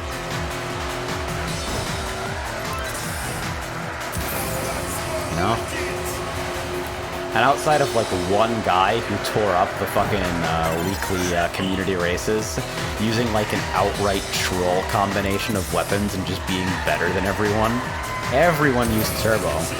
And so the entire fucking game and how you got around was structured around, where can I safely dump an entire bar of boost at once to go to the moon?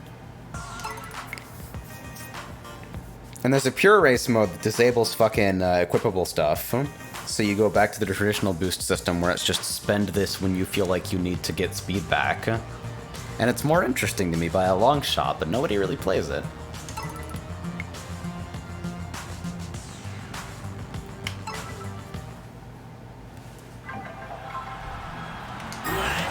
Alright, time to get fucked up in Ocean World again. Night Riders, huh? Street racing / motion. Dude, that fucking... Every time I see that word now, I'm gonna think of fucking... what the track we got on Jartcast. Jartcast, for those of you who don't tune in for that, is a... it's a course critique stream that I run for Sonic Blast 2Kart. We get a whole bunch of experienced map makers and players on call and just fucking do turn-by-turns and breakdowns of community courses in hopes of helping their creators improve them. And we got the most fucking... I think the best way to describe it is a complete disjoint between ambition and available, like, skill level. That's like, no, I think it's actually awesome that you tried to do this. What you tried to do here is amazing. But... oh my god.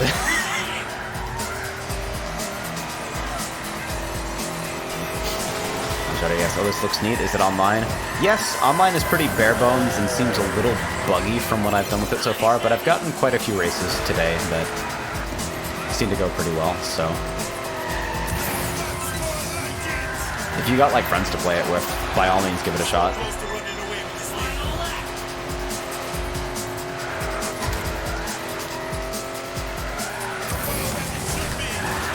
I think the one thing that confuses me most about the package of this game actually is how insubstantial Cops and Robbers feels as a mode.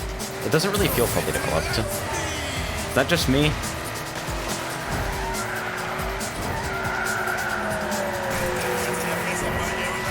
Like, even the stay above a certain speed aspect of Drive or Explode, it's like the health model there doesn't really, like, you don't really explode. Death is not really a thing that happens.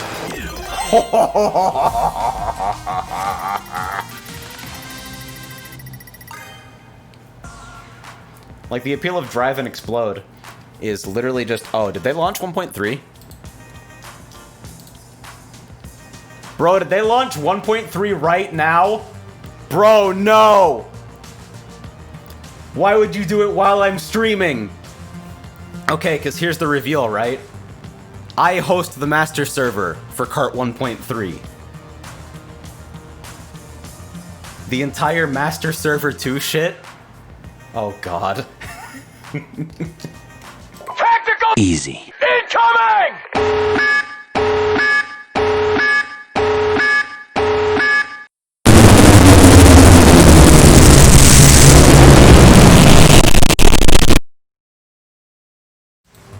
As I was saying, I host the Kart 1.3 master server, which means they launched it when I wasn't available to fucking support it. It's like, that box is wildly overspec'd. I think it'll be fine. But holy... yeah, it's, so now I guess I can talk about this since I think it's now officially in the release. The new master server is, it's HTTP based. It's not based on fucking horrible D-bulletin extensions anymore. It's got like a REST API and shit that James put together. And it's currently being hosted on the same box that hosts World's Best, Gay Robot Club, and Hue.cc. I'm personally responsible for maintaining it with some assistance from Steel Wolfs and James. It no longer runs on the SRB2.org infrastructure anymore. And since the master server being down or broken near constantly was like the big fucking thing for like basically all of 1.2, it's a pretty substantial change, which is why I kind of wanted to be around to make sure nothing lit on fire at the time. I think as soon as I'm done with this cup, I'll try to download the 1.3 client and see if I can maybe hastily update my servers. I'll need to do a new host mod release as well, since a lot of the host mod mitigations are now merged into the base game. I believe my Hudoro and Shrink cooldown fix is in base game now, The Rocket Sneaker H-Next fix that caused Rocket Sneaker dropping to sync fail the game, that's now fixed, I believe, so you no longer need the host mod fluid mitigation.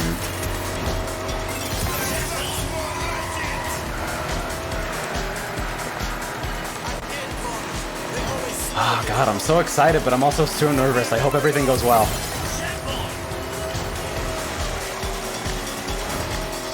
Oh my god, I couldn't see for a second there. My fucking brain just didn't.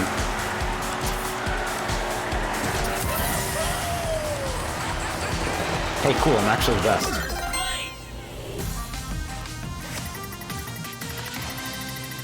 Hold on.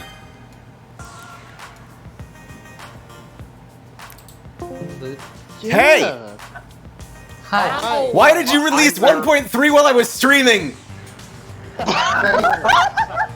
I'm doing this. I'm fucking playing Dave. I'm fucking panicking! Wait, hold on. You still streaming? Yes! Wait, are we on? Why are you recording our voices then? What the fuck? Because I need to yell at people! I'm panicking too, don't worry. I gotta- I wanted to be there to make sure that the Well, new maybe MS yell didn't a light on little fire. quieter. Fuck you guys. I'm fucking opening my console. Hey, don't blame me, Chief. Alright, I'll get out of here, please, as you were. Yeah.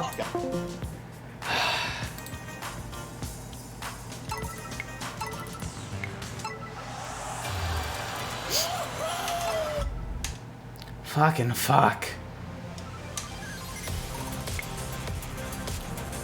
Alright. Let's see.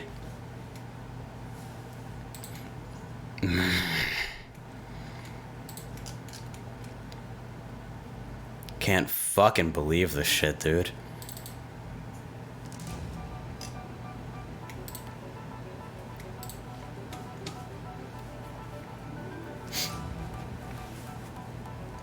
Alright, let's see. Let's change game title really quickly.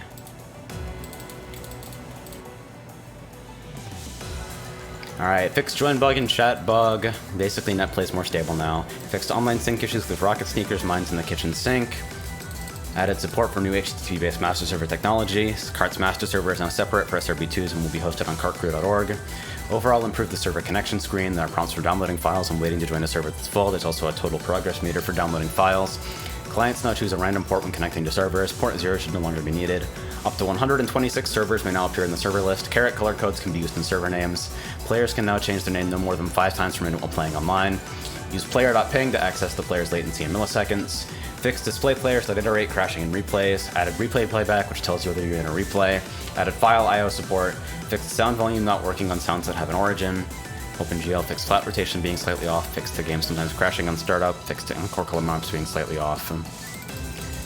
Discord RPC.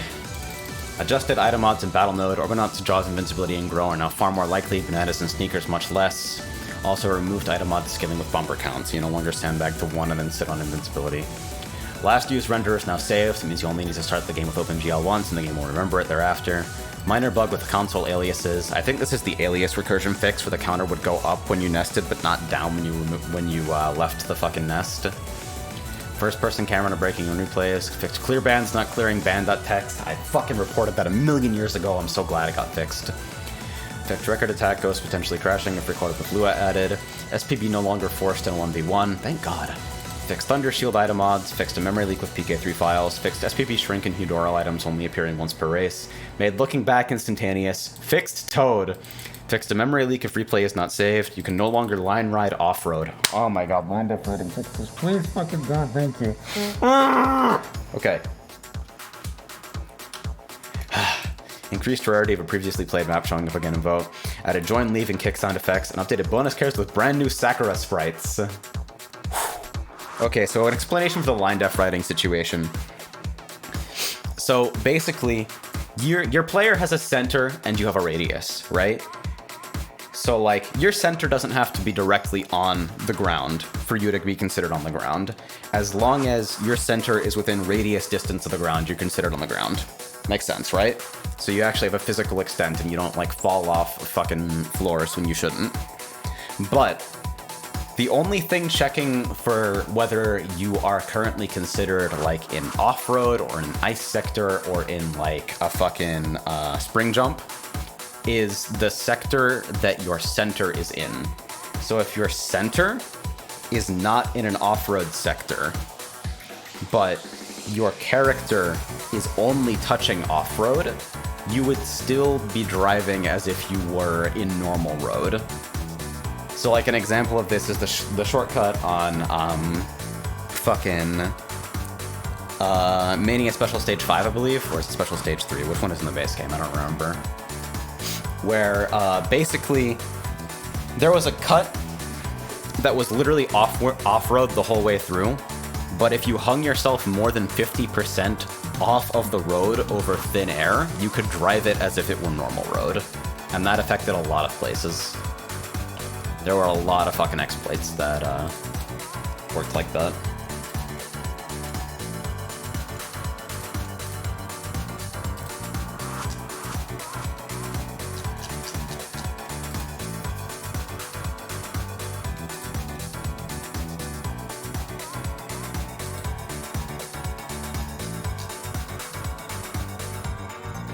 Alright, let's see.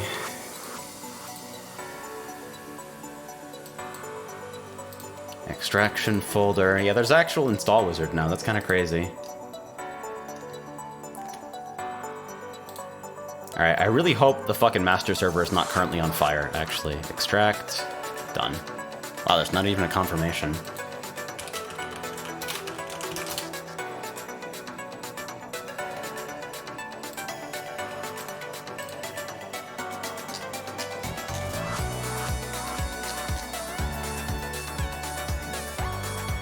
Alright, so is the fucking PPA updated? Can I actually, like, just grab shit from the repo and have it work?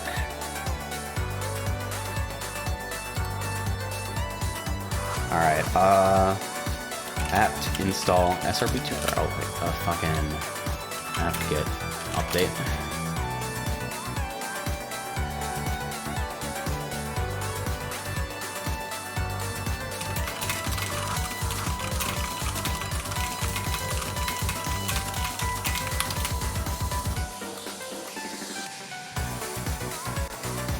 Alright, let's see. ms.kartcrew.org. Alright, the fucking landing page resolves.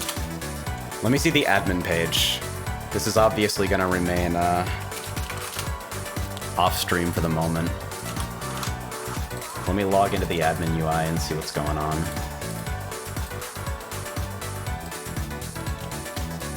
There are no servers. Too bad.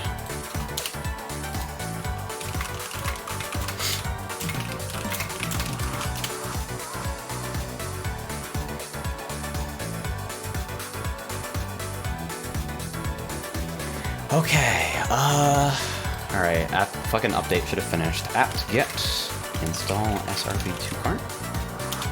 Should update it, right? Yeah, there we go. Following packages will be upgraded, SRB2Kart. Oh yeah, I have to play in 35 FPS until Birdhouse gets updated, so it might be kind of a short session even if I do get one. Alright, which SRB2Kart? User games SRB2Kart, okay.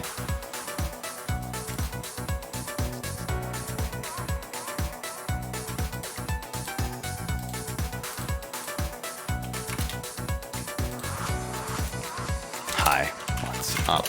Okay, I think I'm about to be troubleshooting in real time.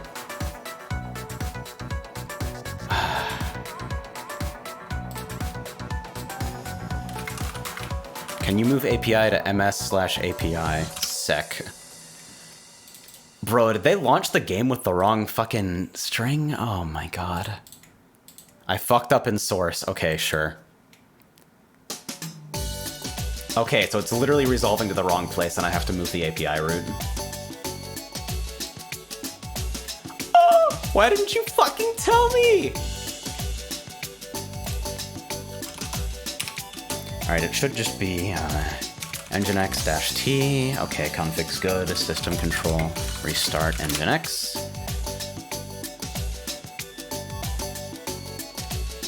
Do I need to move root in config as well?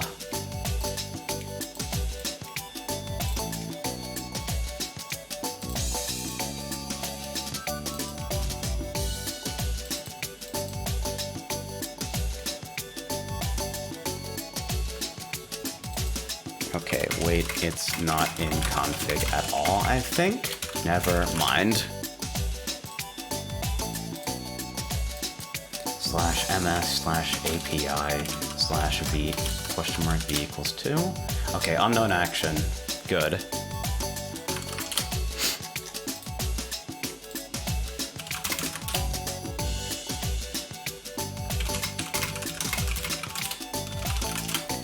Man, they launched it with the wrong fucking API route. I'm freaking out, man.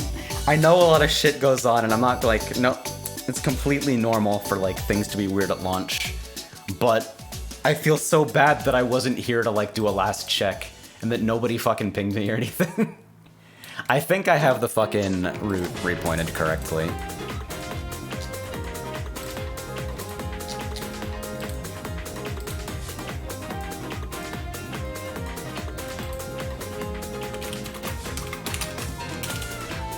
I don't want to claim public responsibility for this yet in fucking Kart Crew.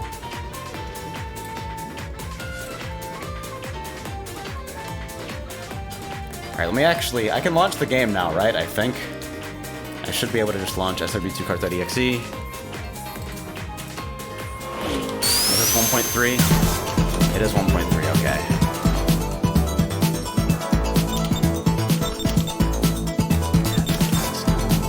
Problem connecting the master server to the console for details. Oh my god, what did you do, dude? It's not ms/API, it's just ms.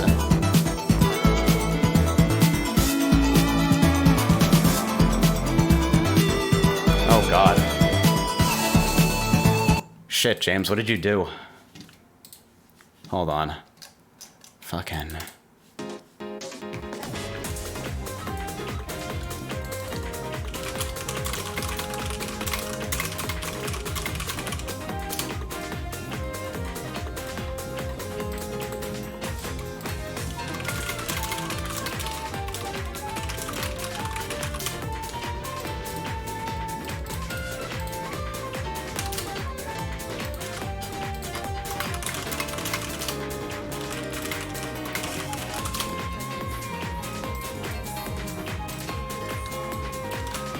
Okay, the location block is still busted.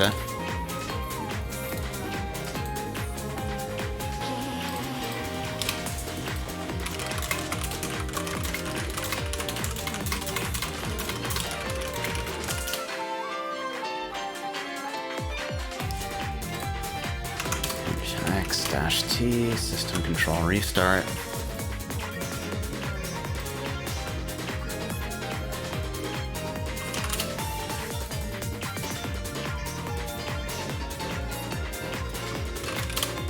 Let's see.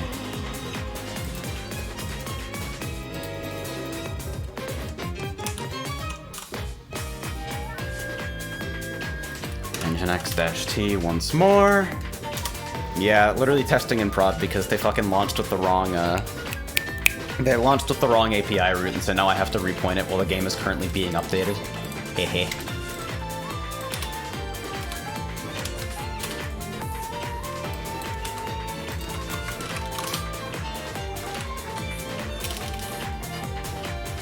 Directory structure hasn't changed at all.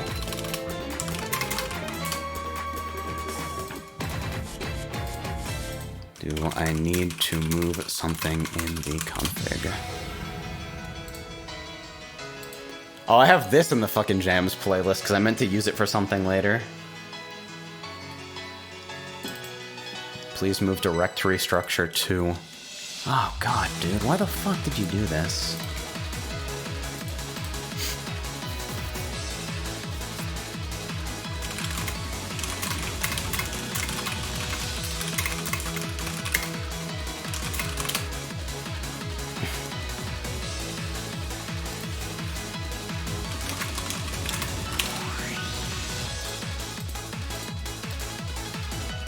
Alright, new directory.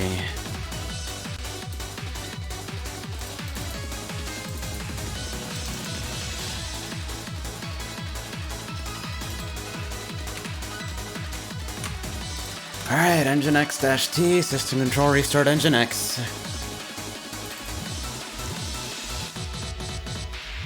Oh god What was James gonna fucking do if I wasn't around to fix this?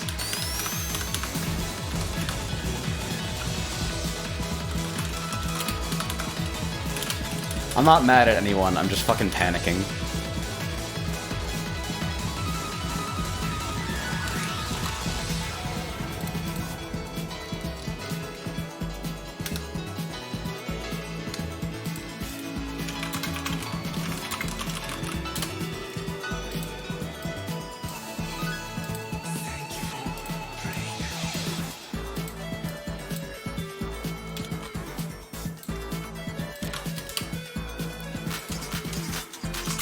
Let's see.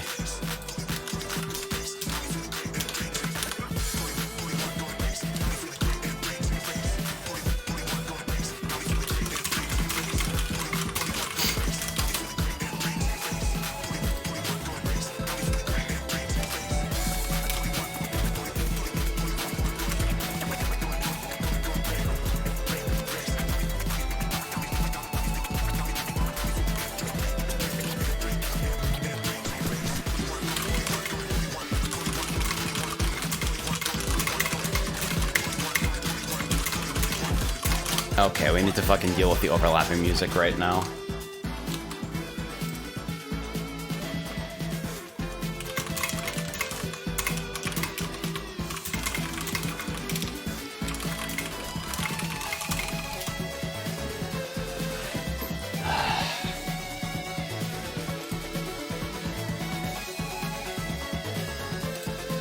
Let's see.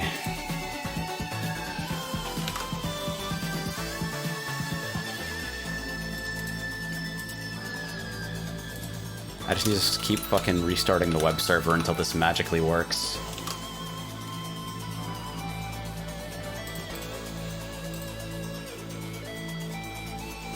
Ah, why, dude?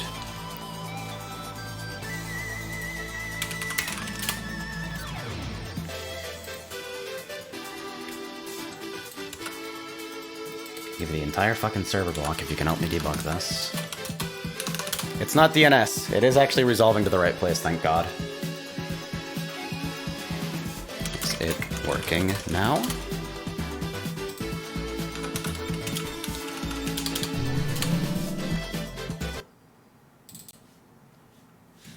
Okay, hold on. Let me actually switch this fucking thing over to OpenGL renderer before I have a stroke.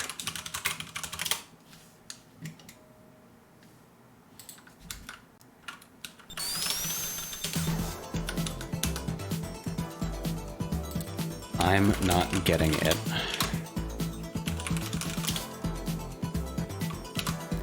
Oh, because I had the correct API route.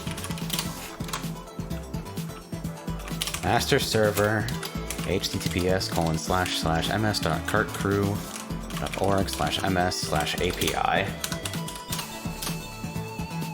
Oh my god, it actually works.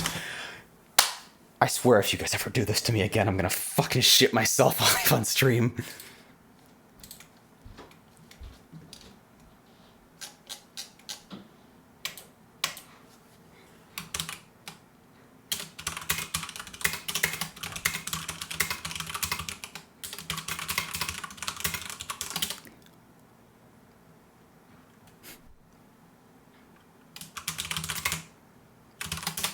Should be working now.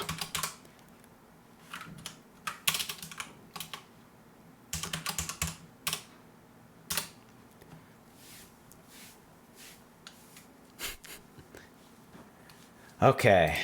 So now that I think that particular fucking bit of chaos is over, let's put on something nice and calm. Very nice and calm. Nice and calm. Calm.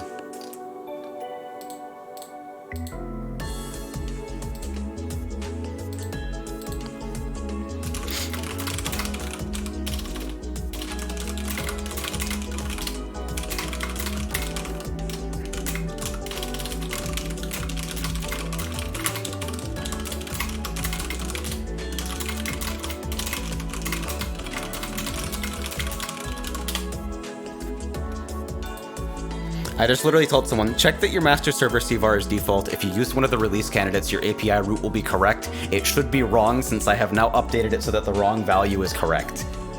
Oh! Fucking fuck. 28 people are watching this happen. Thank you. I'm gonna die. Alright, now we get to do the slow part, I think. The slow part is me just going to all of my servers. Well, we'll do Sliptide first, since it's really only important that I have one server up right now. And we repoint the fucking custom build to user games SRB2Kart. Let's see, which SRB2Kart? Alright.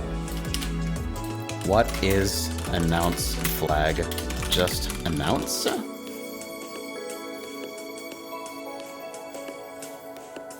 Because you no longer select a room to host on the MS because rooms were removed. We worked that out and decided that it was fucking useless.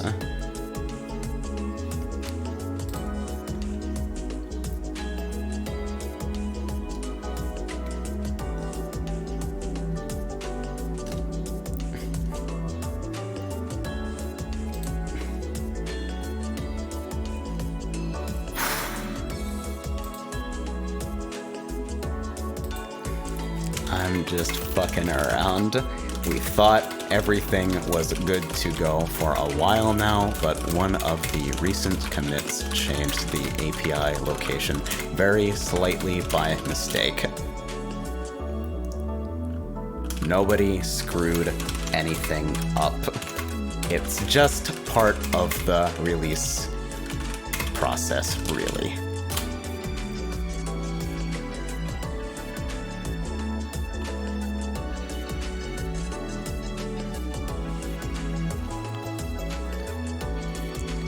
Alright, so if I restart, alright, system control, daemon dash reload, daemon dash reload, very good. System control, restart, Sliptide.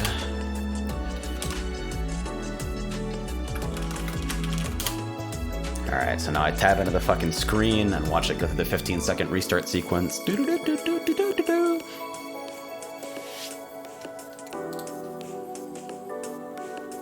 That's plus advertise 1. It's a CVAR, can be toggled at runtime and the server will delist/relist. Okay.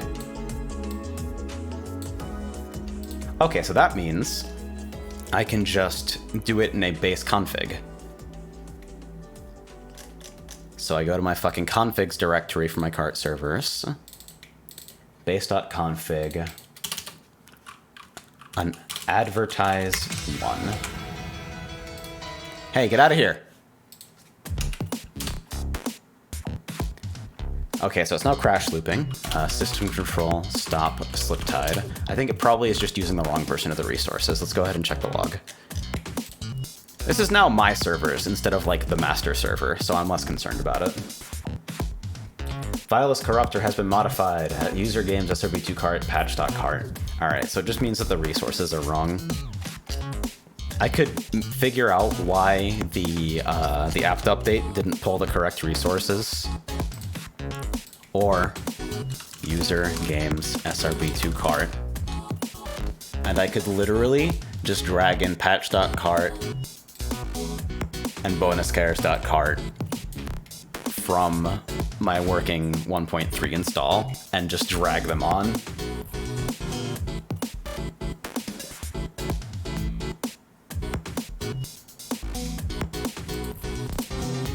Nobody should be confused if they didn't use an RC.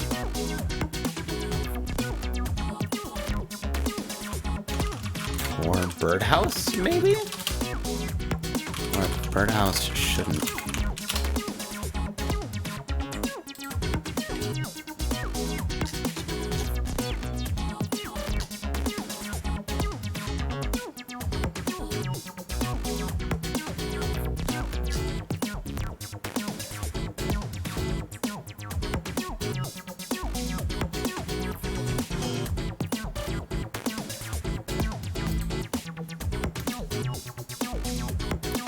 let's see.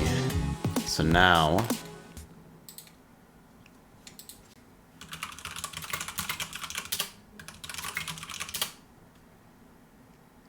Okay, it looks like Sliptide actually made it, but, master server. Alright, but it's using the old master server address from, the HTTP master server betas, it looks like. Back when it was hooked up to the main MS before we moved to the Kart Crew MS. Oh yeah, I can use server contact now, so let me fucking add that to my base config as well.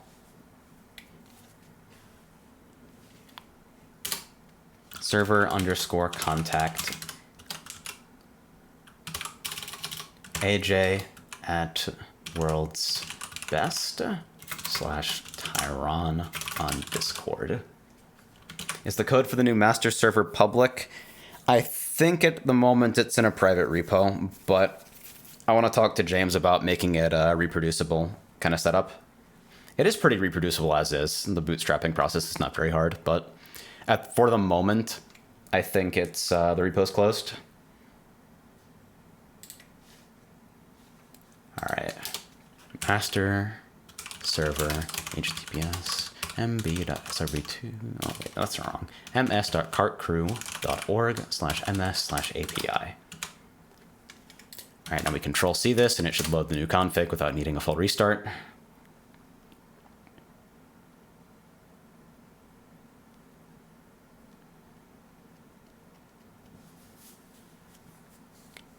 Error 400 unknown action. Do I have the right?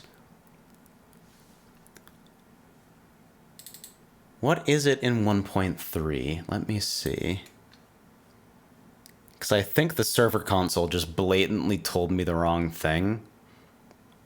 Or maybe the build that's up for Ubuntu right now was built slightly before the actual release, and so it has a different default.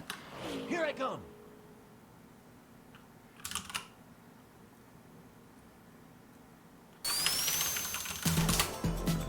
Yeah, /ms/API.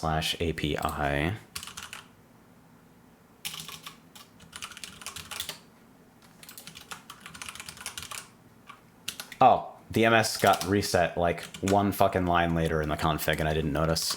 Nice, I'm a fucking genius.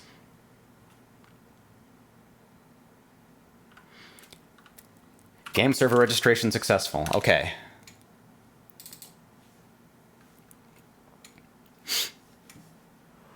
Yeah.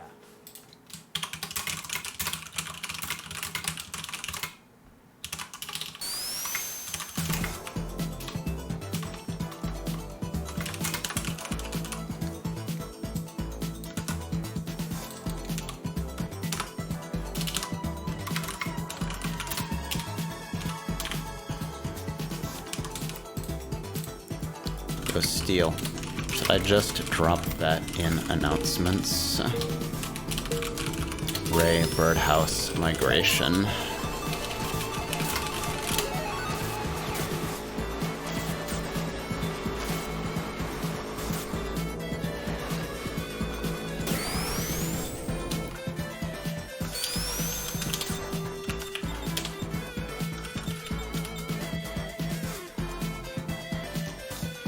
Okay, so I'm listed at least. My first fucking server is listed. Ooh-wee. Alright.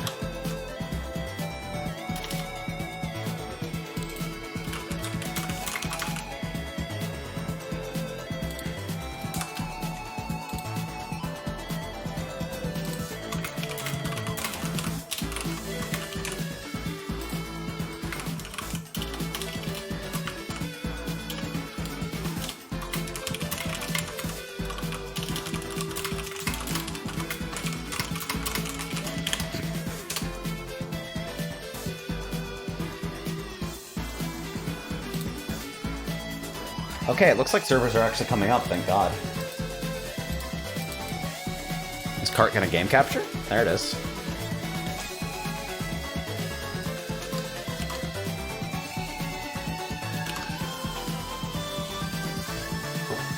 Oh yeah, shit. Now I can, Okay, well I think that clobbered the encoding in my base config, sadly. But It's probably not that big of an issue. Besides, I can finally use caret encoding instead of fucking horrible non-printing characters for color codes.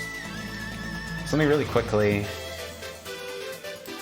Safe rockets, safe mines, cooldown fix indirect, and cooldown fix Eudoro can all go off. Restarting real quick to change config after 1.3 bug fixes. Back literally instantly. See you in a sec.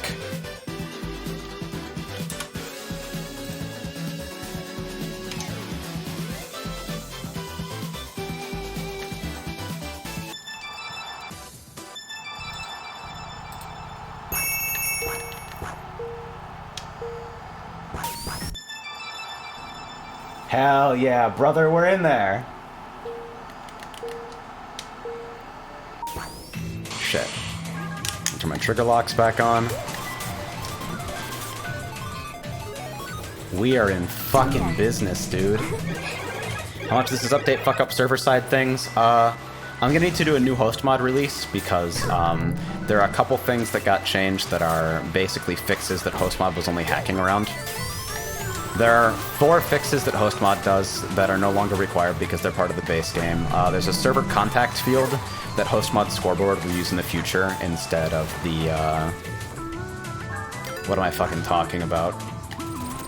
Instead of the scoreboard contact field, there's a base game server contact field that's exposed to the API now.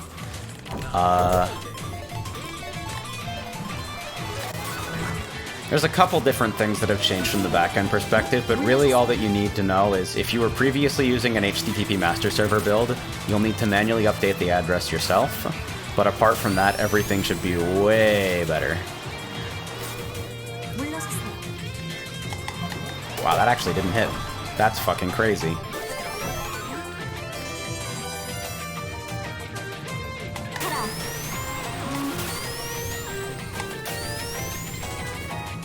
Oh shit, that was a really bad exit. Oh yeah, I should play new Sakura too, since nobody's seen the new sprites yet. Man, 35 FPS kind of fucking sucks, but I'm glad I could get things working.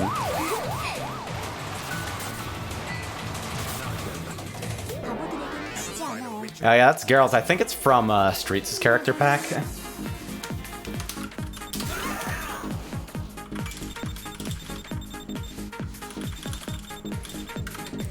Ah, the new Sakura sprites are so fucking good. Shenji, how did you do it? She's fucking beautiful.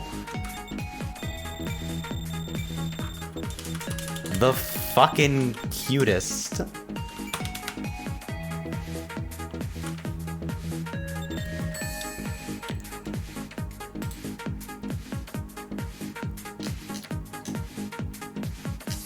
Alright, so time to tab in and out and see what the fuck is going on.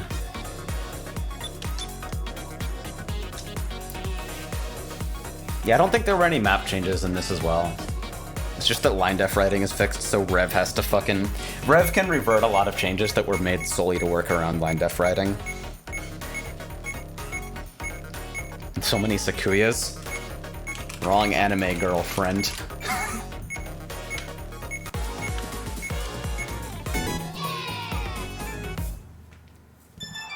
Wrong anime girl, yes!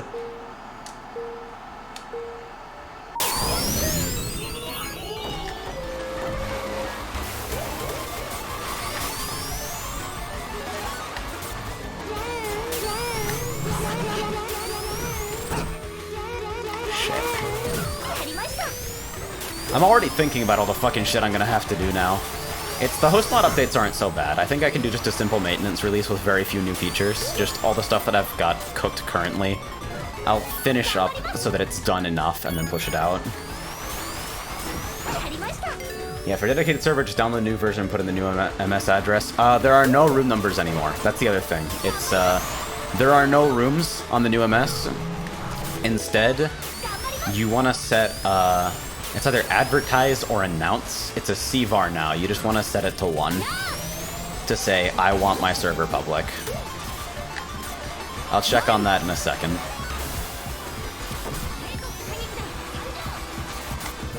I really hope the new MS works better for hosts. James and I fucking spent a while trying to get things working. Yeah, you shouldn't need to use the room perimeter anymore. There are no rooms anymore. Everything's in one list. We felt pretty strongly about that. The room system doesn't really make sense for Kart. I really don't feel like there was any way for me to fucking get out of there fast.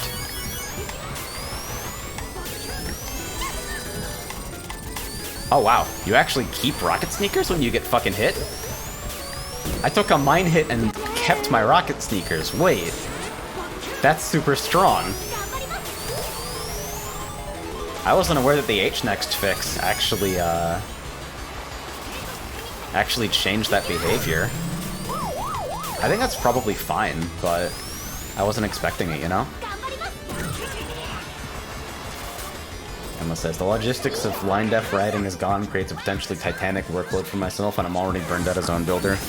Honestly, I don't think a lot of people would look twice if Rev stayed the way it was for a hot minute. I think the only thing that people feel like strongly about in terms of cuts that were changed to avoid a line def ride situation is like fucking SS3. Everything else is kind of whatever. And people can fucking wait, honestly.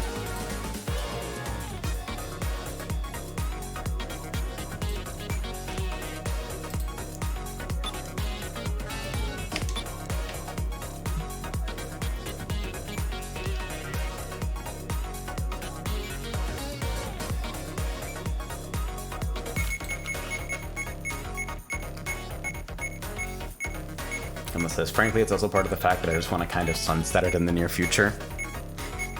Just to release Rev 2 as an MTPK3. Oh, they changed make files as well? Okay, so no more fucking CMake shittery. Apparently. What is this song you got playing in the game? The vote music on Sliptide Dimension is Underground Funk by Yamajet.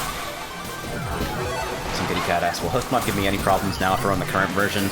No, but if you previously used HM Safe Rockets, HM Safe Mines, HM Cooldown Fix Indirect, or HM Cooldown Fix Tudoro, you should unset those because they're no longer required. All the base game bugs that those work around are now fixed.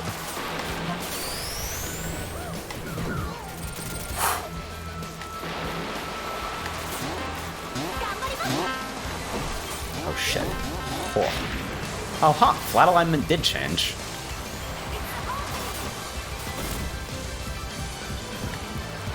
Maybe it's because I'm hopped up on stress right now, but honestly, I'm not feeling the 35 FPS too badly at the moment.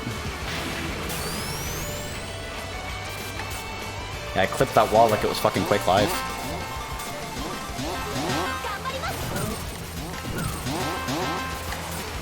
Maybe I should actually tab out and get my other servers up, since 1.3 just launched and everybody's going to be looking for a place to play.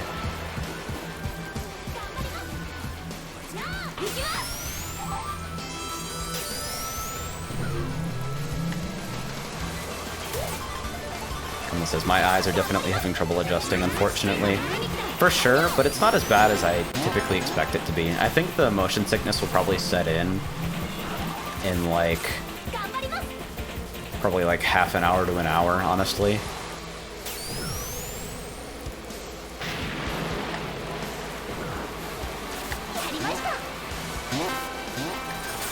The changes in 1.3 were pretty localized. I imagine that Birdhouse will be in relatively, like, merging the 1.3 changes into Birdhouse should be fairly simple.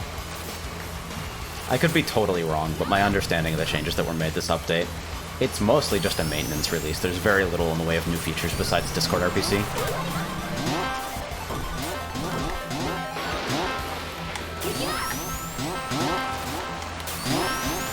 Get me out of here! Yeah, SRB2 is a modified version of the Doom source port Doom Legacy, which was one of the first Doom source ports ever. And SRB2Kart is a heavily modified version of SRB2. So this isn't a Doom mod. It's not like a WAD that you plug into Xandronum or anything. But it totally is, like, branched from the Doom engine in concept.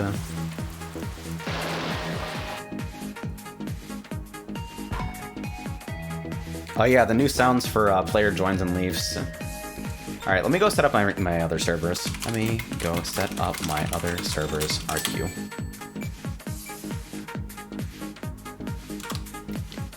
Because I can do this pretty quickly now that I did the process for Sliptide. Just go to my systemd services, we'll pop up light dash, nonstop, B-, and I host another server. Hold on, wait for it. Jart! Light dash, nonstop, B-, and jart.service. And all of these can just be changed to use the same, we just repoint the fucking exe location.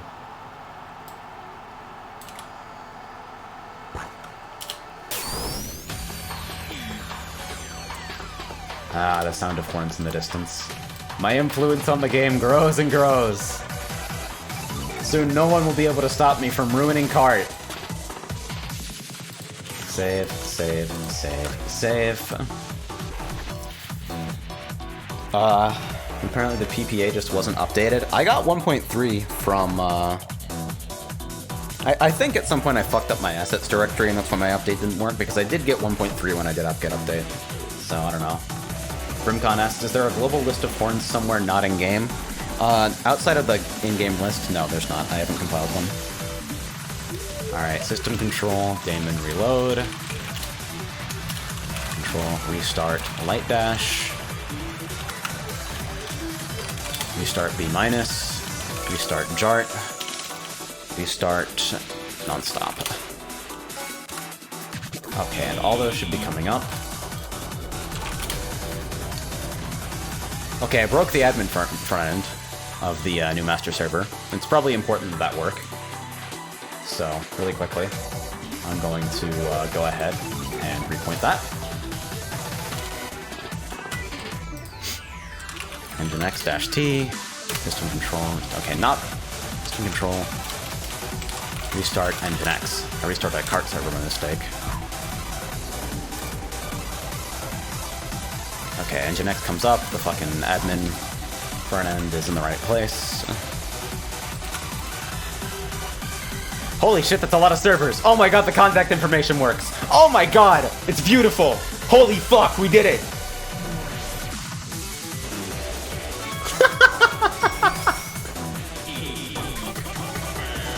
I can't show you guys. Well, I don't know, maybe I can show you part of it, but I'd rather err on the side of caution. I don't know how we want, how secretive people want to be about the infrastructure right now.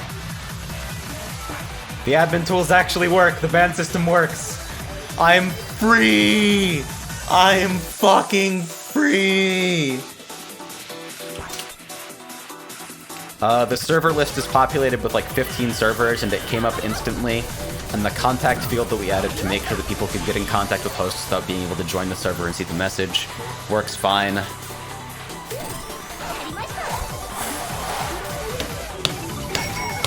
We fucking made it! We fucking made it!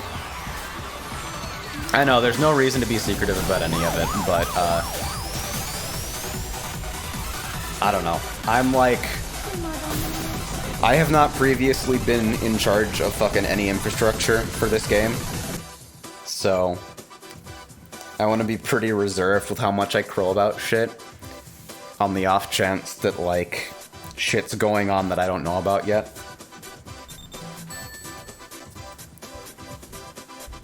It's really pretty straightforward. It's literally just an admin dashboard with a list of servers, and then all of them have a button next to them that says delist, and another button next to them in italic font that says gun.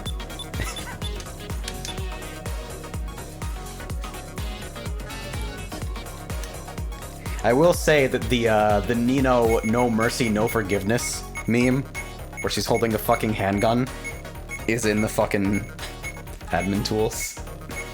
So that's pretty good.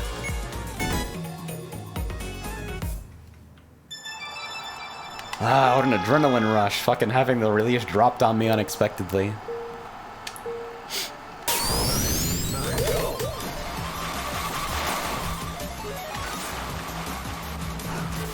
Huh, that was a first place sneaker roll. Interesting. Is the speed capture worth taking the yellow spring path? I wonder.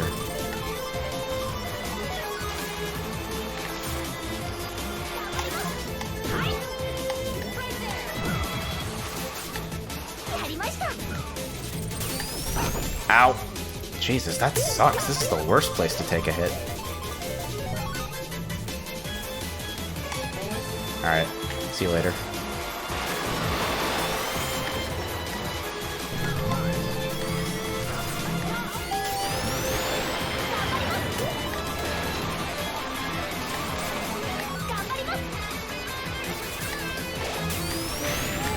Oh shit, I forgot about that fucking pedal offside there. Very slow.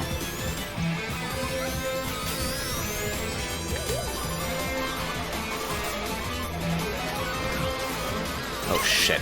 That's the worst time for that to go off.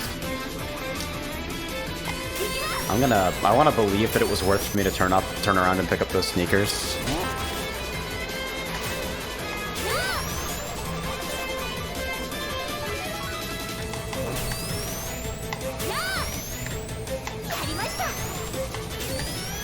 Oh god. People don't have to look at my jank Lua rocket sneaker recreation anymore. Thank god. I wasn't really satisfied with that shit. The visual was far from one-to-one. It was close enough that I think most people didn't give it a second look, but it was missing a couple polish touches that made the official visual look like way nicer, IMO. Because I became very aware of those visual flourishes while trying to recreate them, and eventually deciding that I had to release it sometime or I'd fucking go insane.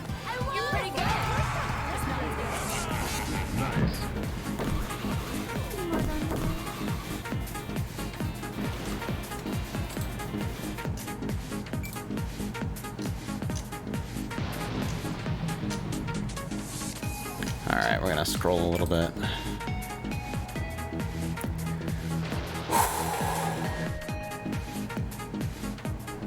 I'm so fucking pleased that things are not on fire. I can't believe it.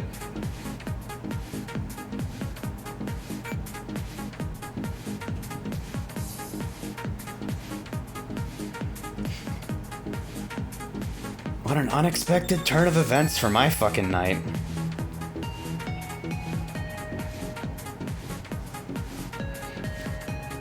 I thought 1.3 was still a ways away.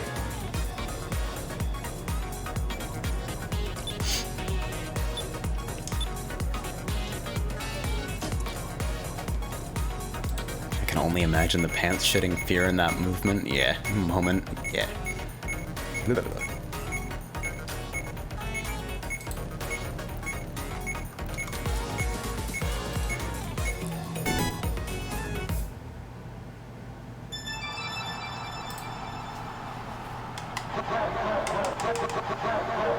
I think nobody told me, or like nobody cleared with me first, because we all thought that nothing had changed from the internal changes. Like, the change that got made that broke the API route was a mistake. Like, okay, let me be clear. I was super stressed when I realized that things weren't working immediately after the release, and I got really panicky. I don't think anybody deserves, like, blame for grossly mishandling the process or anything. We had tested well in advance and found things to be working. So the change that resulted in the MS API being in the wrong place was just like an oversight, because we'd been through like 4 different versions of the fucking spec. Ultimately, it got resolved really quickly, and it was a really simple fix. And I don't want anybody accusing fucking Kart Crew or any of, like, the MS administrators of, like, fucking it up in an unreasonable way. These things happen. Everybody fucking worked hard on this shit, you know?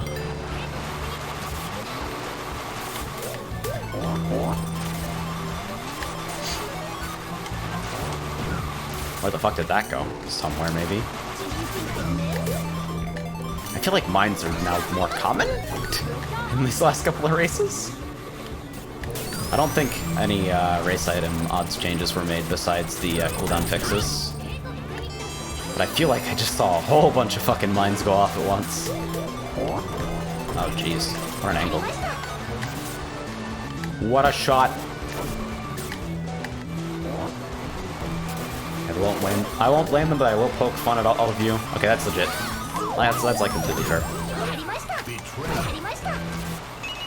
The path of fucking carnage! Let's go. Man, Sakura stats are so fun to play, too. Sometimes I wonder if Shadow stats was the wrong choice for Eve.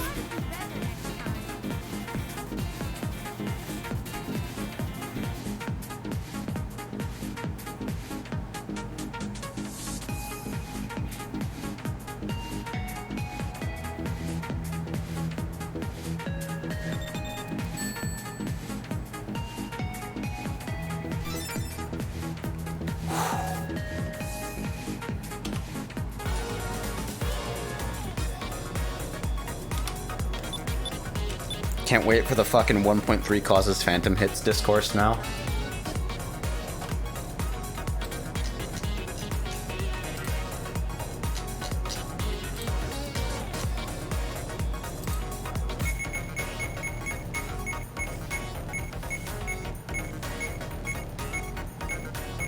Man, I'm actually... This is dumb, but I'm kind of proud of myself that I managed to get my servers turned around in such a fucking short time, even while stressed. Like, I remember 1.04 to 1.1, it took me ages to actually get my servers onto the new build because I had no idea what was going on. So it's somewhat gratifying that I didn't fuck it up completely this time around. Ow, jeez. I'm like, alright, now I'm gonna make an exciting lightning shield play. Oh, I'm dead, and it's like I had no item at all.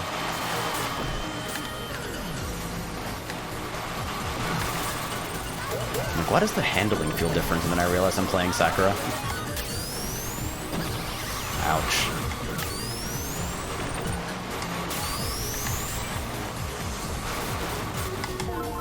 Slick.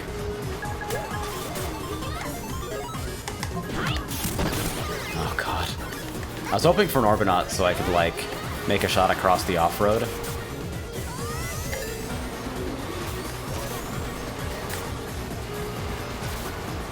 Sometimes you want to go for those ambitious fucking swings. Maybe playing Hotshot is maybe more aggressive.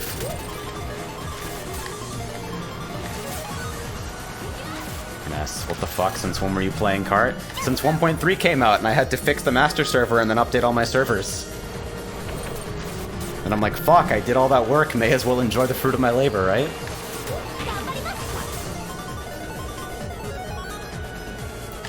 I wonder if I can hold this for long enough to actually stack. I'm still pretty desperately far behind, but linear distance might screw me. Nah, the pack's kinda straightening out. One Jaws. Feels fucking bad.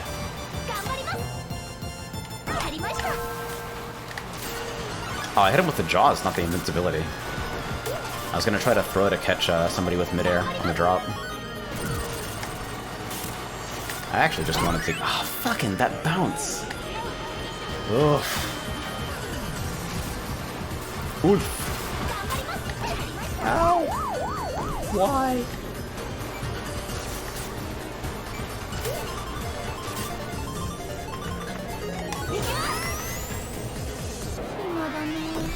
Okay, that reminds me. I'm probably gonna change the Jart file list to use Chenji's individual Eve instead of Chenji Care Pack, so I can pack more OCs into the server. Did I say OCs? I meant community characters, but 95% of the fucking repo is OCs.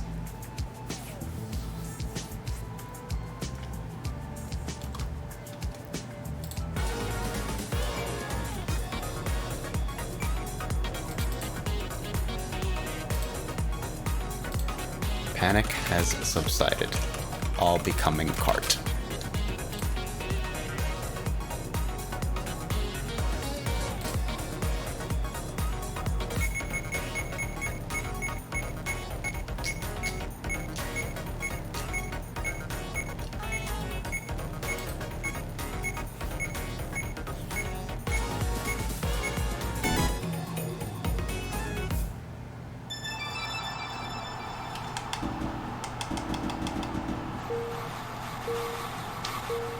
Says, AJ, who did you say was the artist for the vote screen? That's a stage background from Garomark the Wolves. I believe it's girl, right? Ooh. It's an SNK fighting game.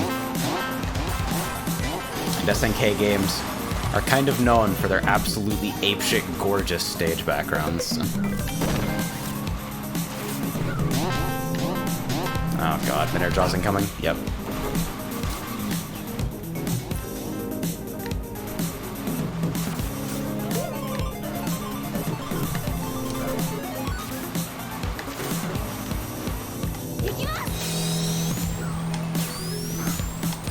Ow.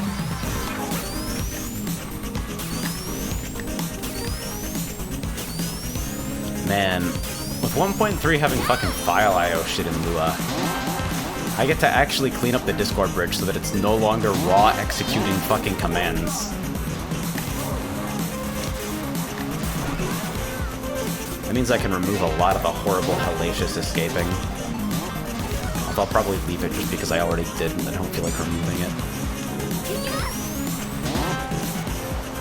I think I said, you ever played Sakura Tyson? I have not. Get fucked! I'm deploying a Jaws inside your body. Defend against this.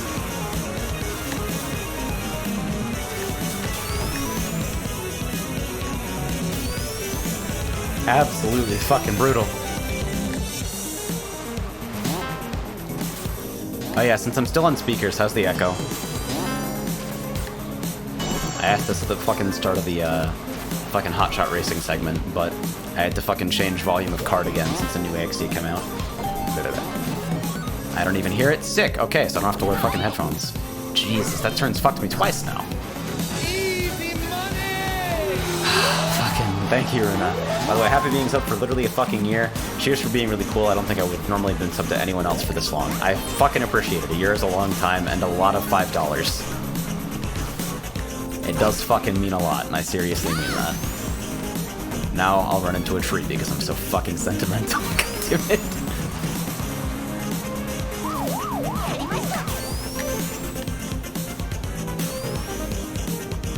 Isaac says, I spawn sharks inside my victims on demand. Yo, Dungeon Master. So the description of this level 1 spell, create water.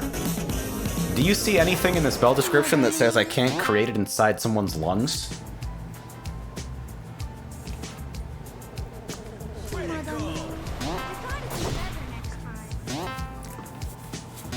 Munchkin groups, best groups.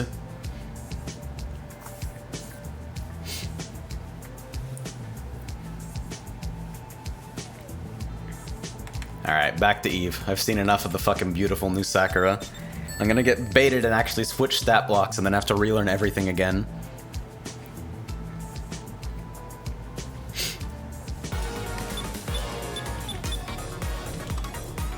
Let me fucking refresh the admin view.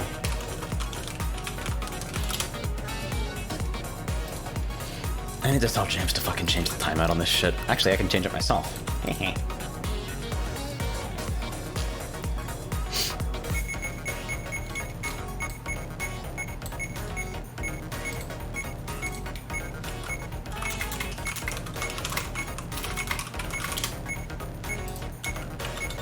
Options.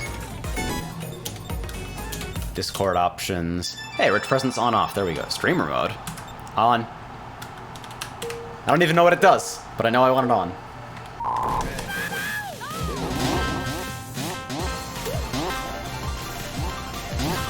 Wow, I actually thought I was gonna make contact just before that. Probably just doesn't let people join your game. Well, the way the rich presence integration works. Holy shit, that's mad fast. Did you guys see that? That's crazy fast. Fucking anyway. The way the Discord rich presence stuff works is that people can only send requests. You have to manually approve a request. There's actually a menu in-game for responding to requests as well. You don't have to like tab out.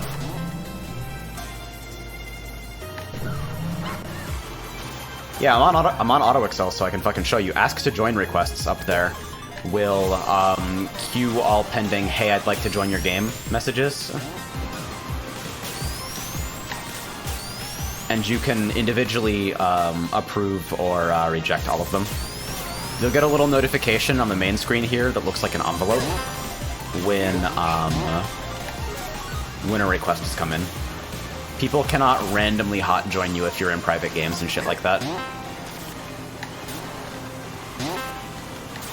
And if your game isn't publicly listed on the master server, the Rich Presence integration will also not reveal any details about the game that you're in. So it won't reveal like the map name or the IP or anything. At least that's how I remember it working.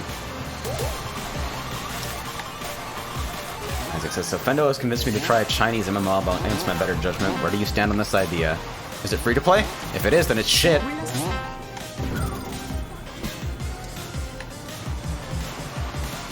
Where did the fucking Orbinaut even go?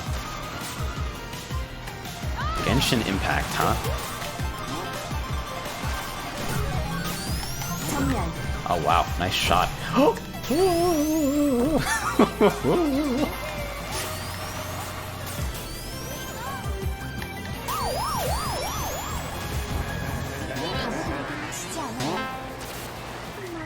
I'm the best.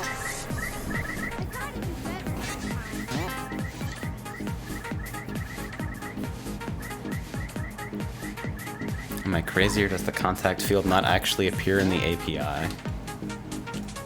I see it on the admin dialog, but not. Check one of mine.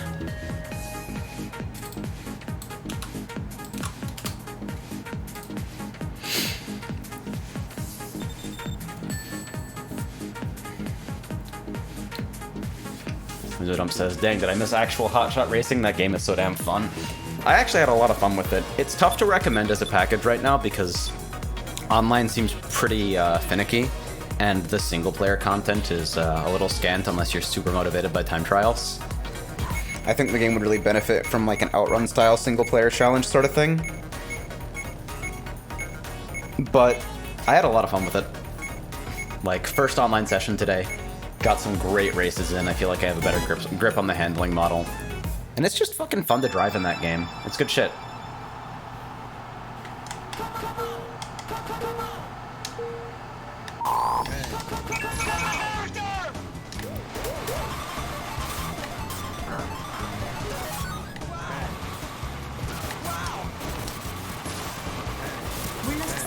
Alright, that shortcut's not there anymore. It just got completely patched out. It's such an obvious shortcut to take that, like, I see a lot of people fucking parking there even now. Because it was removed some time ago. People have fucking hella muscle memory for certain community courses. I'll get in broadcast in a bit. Thank you for the reminder. I left broadcast to yell at you all because I was stressed as shit.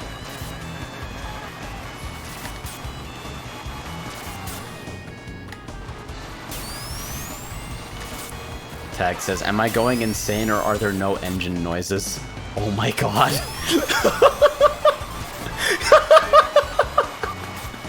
If that's the bug that defines 1.3.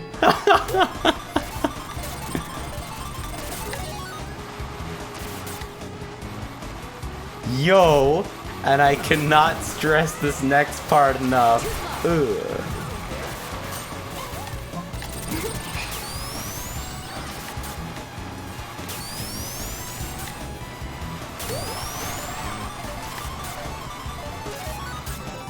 Oh man, was it because of the fucking sound volume change? Oh no.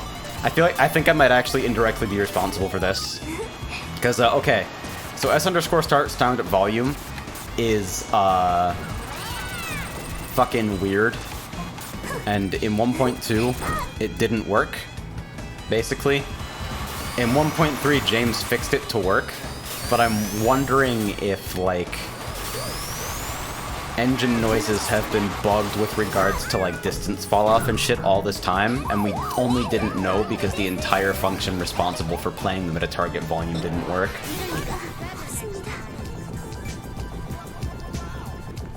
update it whenever a game doesn't actually use it. Alright, let me fucking... This'll never go wrong. CD...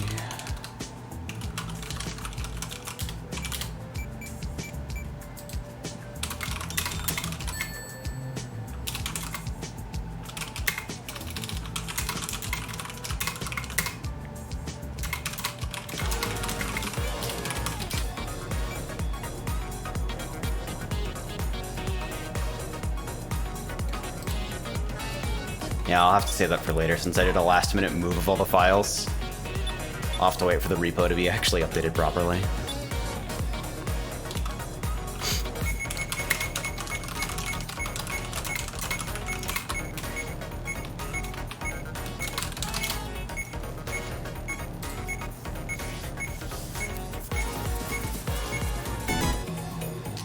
Tabbing in and out, figuring out what the fuck is going on.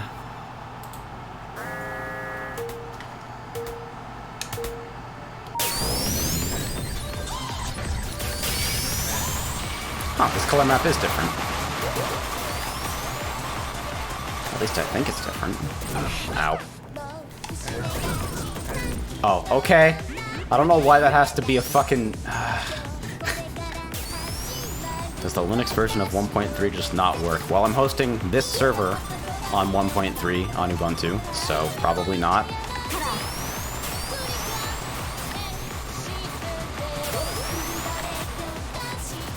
Where's the entry? Oh god, no!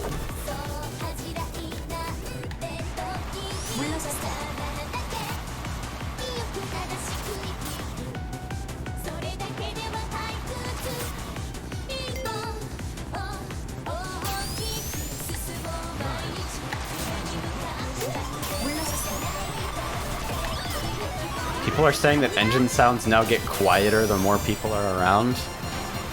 That sounds like the sort of thing that would be intentional, but everyone seems very surprised by it, so I get the feeling that something is weird. Alright, can I take the cup this time? Thank you for graciously allowing me to use my fucking sneaker. Yeah, you just need the new assets. Just drag the new fucking bonus cares and patch.cart in from like the fucking installer zip or something. Man, am I gonna have to backport engine sounds in host mod? Oh, okay.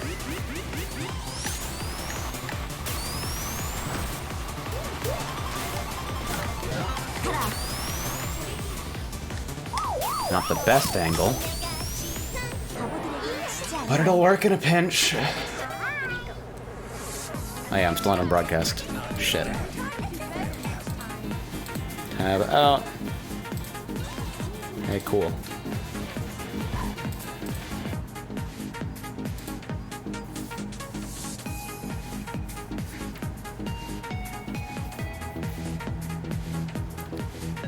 Man, it's exciting knowing that if the master server isn't working, I can actually just fucking fix it instead of acknowledging that things will probably never be better because it's written as a fucking forum extension. I am playing an OpenGL, at least I think I am. If it was software perspective, I'd be fucking mind-fucked, right? Let me turn on fucking models really quickly to make sure that I'm not insane. Wait, hold on, I can check that really easily. OpenGL options, there you go. I like the look of the sprites and I like models, honestly. It bothers me that I have to choose.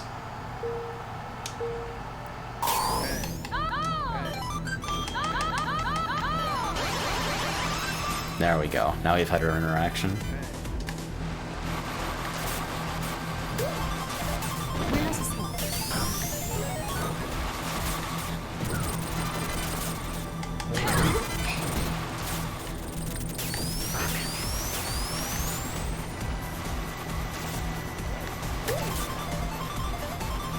I'm already planning out the release notes for the new host mod version. I should probably put L-Dog's fucking run command on map load script in there. I looked at that earlier, and his coding style is like way different from mine, but the code looks solid. So it's probably a feature that can go in. Name filter has been bugged since V12 because I didn't pay attention when looking over Ashnell's rewrite of it. And it only looks for exact matches instead of partial matches. Whoops. Whoa. Gonna need you to get out of my fucking space, actually. Ow.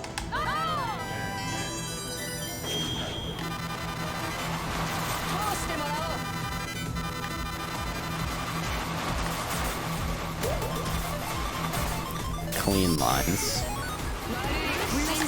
Okay, we're gonna try to boost away from that.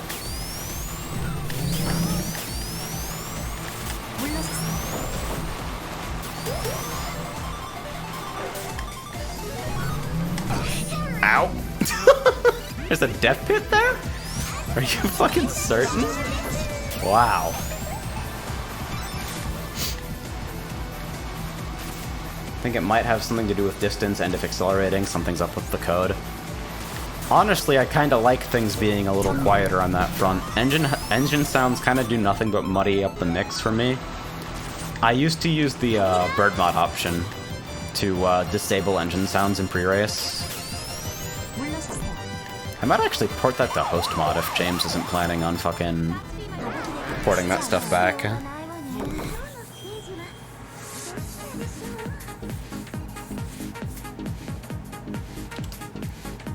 Yeah, the CVAR for making your fucking server public, by the way.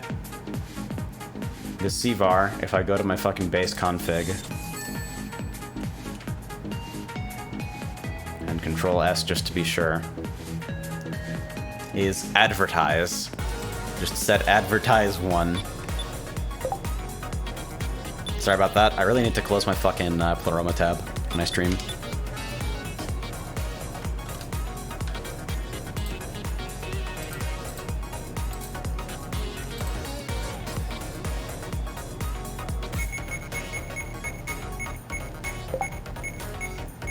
Oh god, it's fucking dinging at me. Oh no! Oh no, it's dinging at me! I have to kill it. I'm sorry.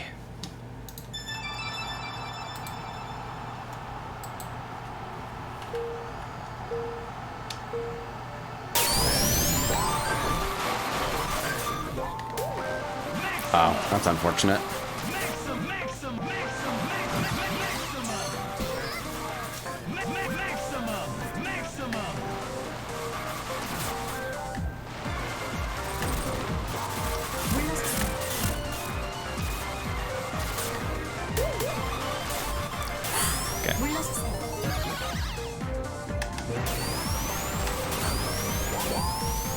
Whee!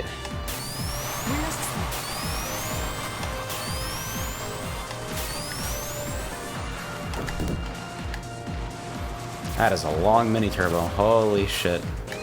Probably should have saved at least one charge to take that cut, though. I think I'd be in front of a couple people right now if I had.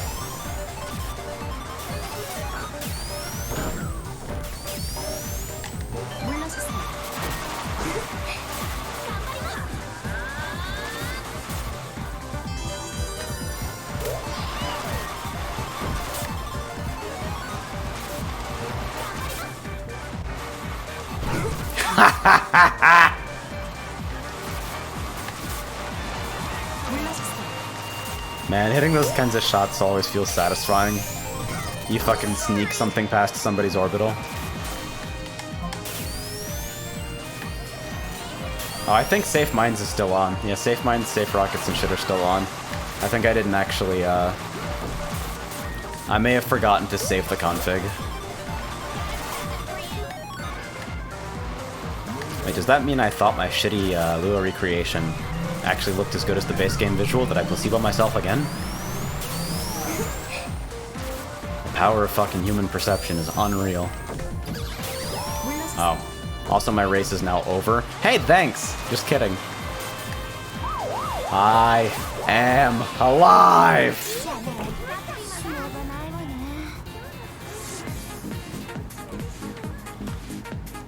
Let's see. Let me tab out really quickly to my server monitor.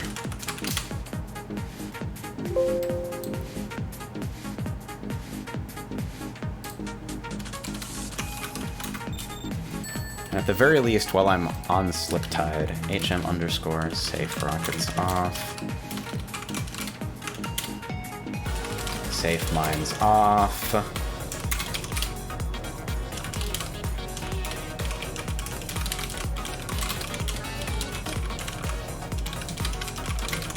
There we go. Those are the safety switches that I no longer need.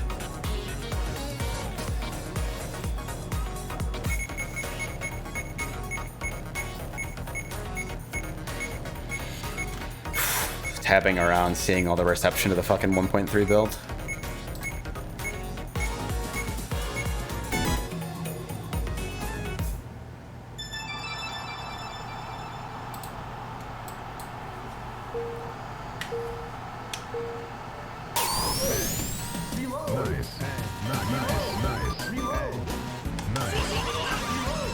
Yes!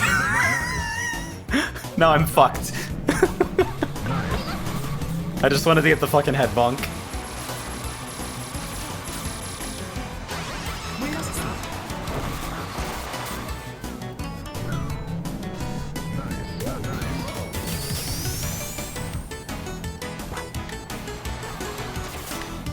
I should probably check on the performance of my box, actually.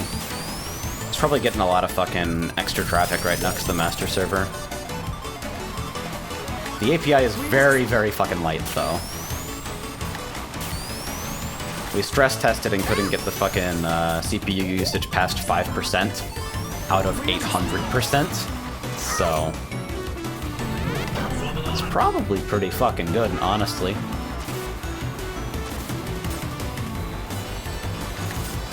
Oh god, please fucking get me out of here. This front fucking section of turns is so rough if you got the pack encroaching on you, because it doesn't really feel like you can dodge shit. Just not enough friction.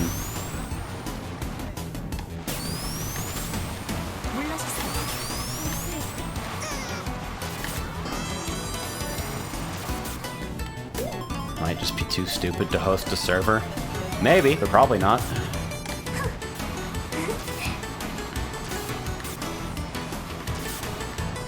What problem are you having? I got mine set up pretty quickly, so hopefully I can point you in the right direction. There's no web view at the moment. Since the in-game list actually fucking works, it wasn't deemed a priority. I might work on one in the future. I know James also wants to update SRB2Kart at some point. I have no idea how to get the new cart.patch and asset files. Literally just, like, extract one of the fucking other releases. Like, if you can't actually figure out how to get app to, like, update them, or whatever package manager you're using to actually update them, literally just grab them from your 1.3 install, like on your home PC.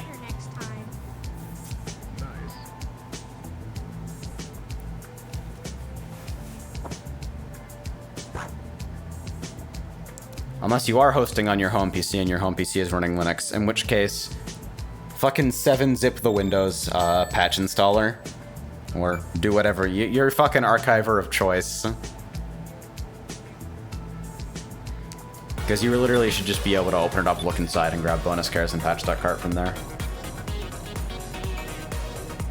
7-zip, fucking moron.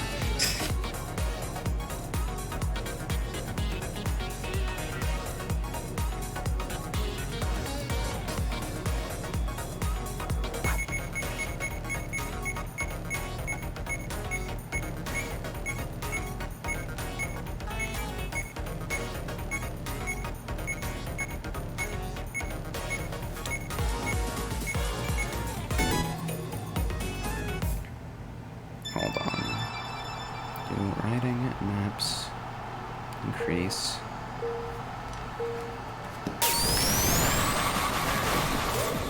Yeah, it's an actual installer wizard now, Phoenix, but you can still totally throw in an archiver at it and it'll fucking give you the files.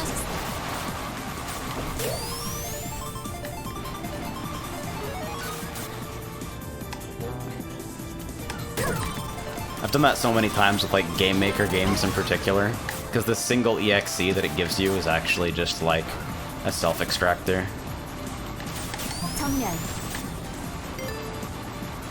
And now I will slurp all of your sound assets.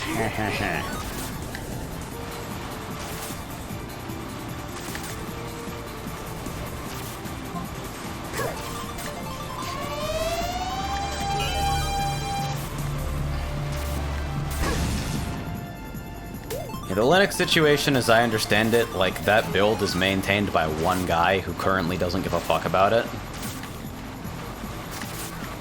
That's at least, like, the general impression that I've got. Building it should be pretty easy now, fortunately. But, like, literally, like, the assets required... The assets used to be hosted on the guy's fucking personal web server. Like, a little bit of a fucking, it's an operation and a half.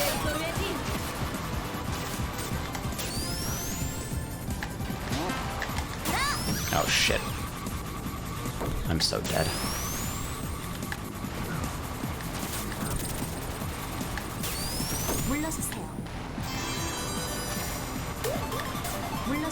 Yeah, the motion sensitivity is starting to set in just a little bit. Going from fucking 151 FPS to 35. So, you know, game is just literally 4 times less smooth.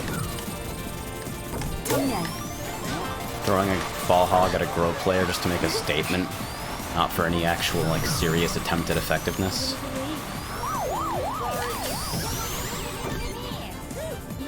Ow.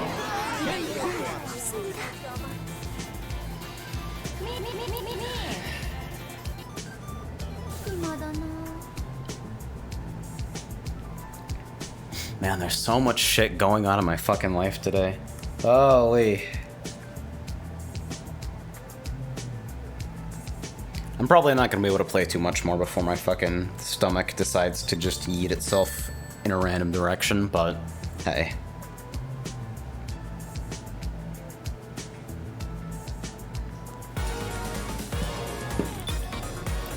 Pretty glad this got out.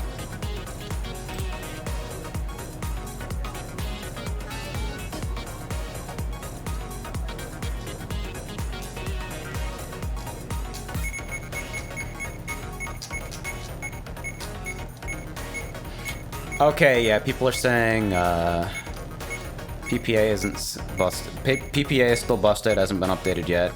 Works if you build your own and get the assets from the release, but not the PPA. Yeah, okay. Man, everybody running through Docker is fucking super sad right now. Everybody who just, like, got the PPA and is running it in Docker.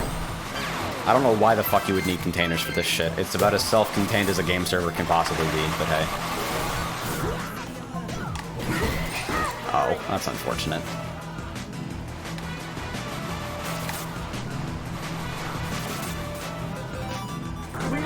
I know what I should do.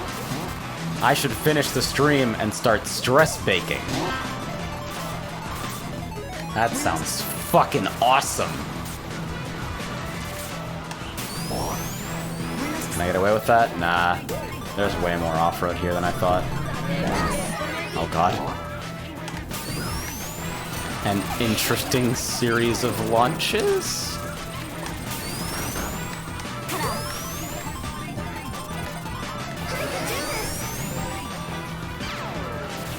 And Dennis says, I run my server via my Synology NAS with not enough... Oh, fuck off, come on. Not enough RAM for a Linux install, so I'm in guess I'll just die mode. Unlucky. And says, you know what, Harness surprised isn't in there? Shazbot from Tribes Ascend. That's exactly the kind of thing that I totally would include. Tribes is absolutely my territory for something like that. But the bass horns, I tried to stay away from voices whenever possible. Except in like, dude, Eudoro is fucking me tonight. That is insane. And yeah, I tried to stay away from voices because they tend to be a lot more distracting. If horns are kept to like little sound flourishes, then you can be reasonably guaranteed that voice lines are related to actual in-game events, characters announcing shots and power-ups and shit. Plus, it's a little bit less chaotic. You can't really stop yourself from like trying to interpret speech. So horns that use like any significant voice component kind of automatically grab your attention more than they're intended to.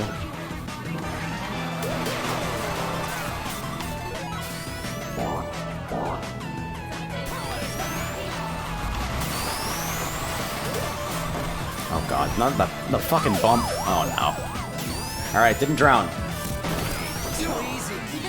Didn't drown. Bottom half, but didn't drown.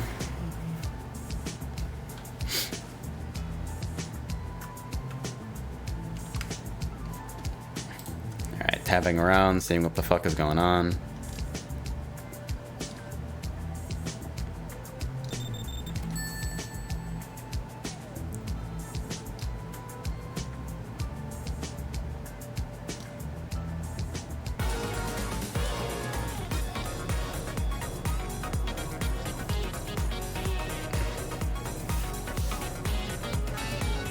Alright, so people are complaining that the new version lags because they joined a server that lags. People are complaining about bonus cares updates not happening even though the new character was added to bonus, or even though a character got updated in bonus cares. People are complaining about new bird mod, or no bird mod, excuse me.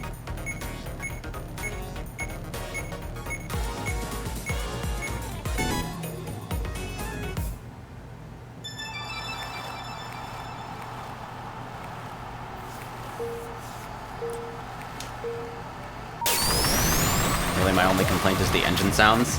See, I like the engine sounds being changed, I think, but I do agree that, like, if it was gonna be an intentional change, probably should have been an option. It's probably something related to, like, the way S_start sound at volume was changed. Because I think it's one of those cases of, like, 99 bugs on the wall, take one down, pass it around, 147 bugs on the wall. Where, like, oh, I'll make this isolated change to, like, this singular thing to fix a very fucking insignificant and isolated problem. There's no way this will cause issues. And it causes issues because programming is awful.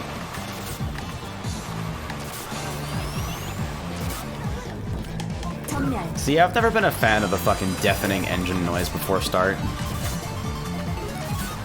I prefer things a little more relaxed.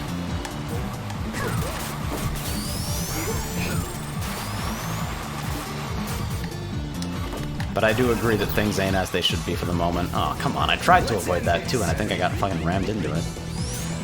Let's just take the water skip route, and even if it's a little slower.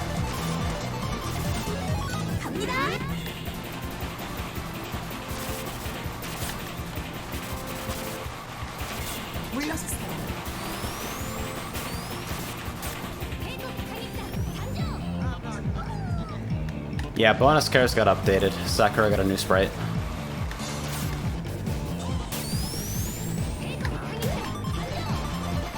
Patch.card as well, but also bonus cares. Those are the only two files that I needed to add. Oh, god. Oh, holy gosh. Didn't drown.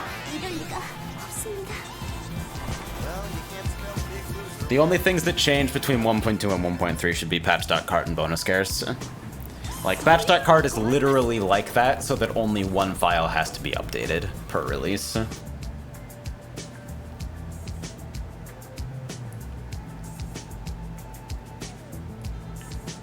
Yeah, like, the base, I believe, graphics.cart, maps.cart, fucking all those others.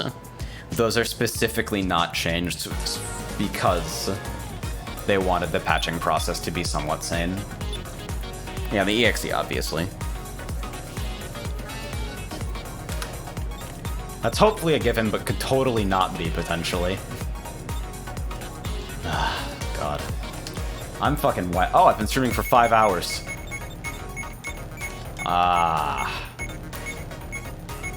Yes, here we go.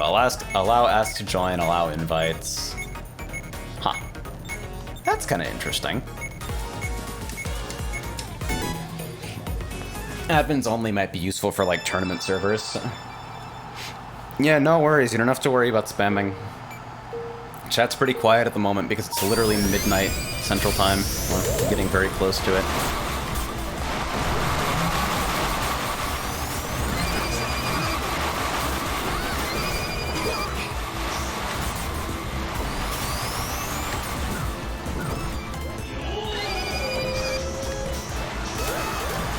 I got so many fucking kart projects to work on even now, though. Oh yeah, this got changed so mowing it sucks now. It used to be that you could mow it trivially, and I keep forgetting that it got changed so that you can actually only take it as a shortcut now and still gain time. That's moving so slow, everyone will know I'm gay. Surprise! Oh, that's a wall. Yep.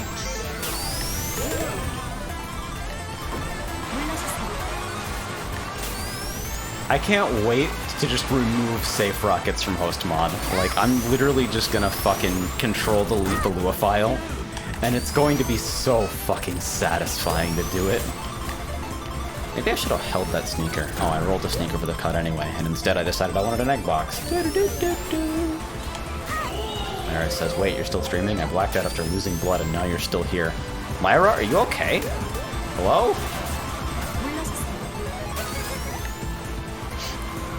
What the fuck?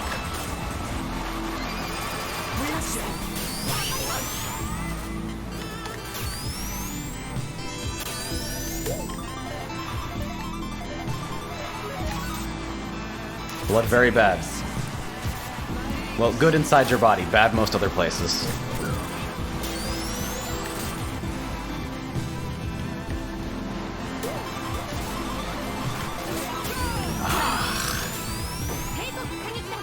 Take care of yourself, please. Fucking fuck.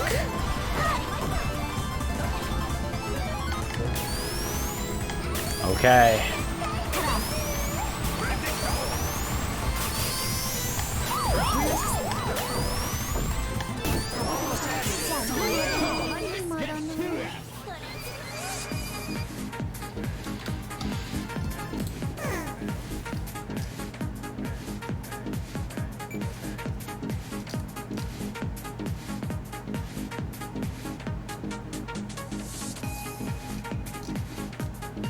Scrolling through.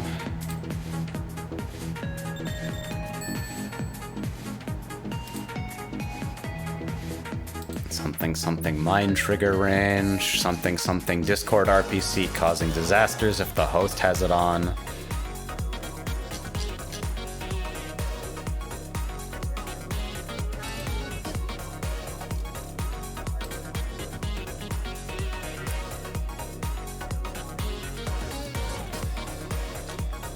Calmore's grid roster work in progress.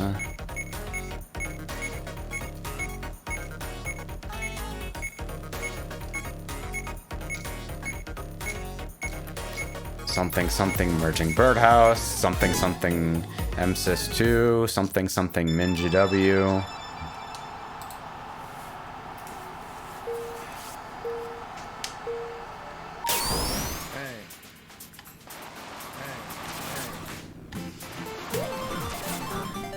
Yeah, engine noises being lower is actually fucking heroic.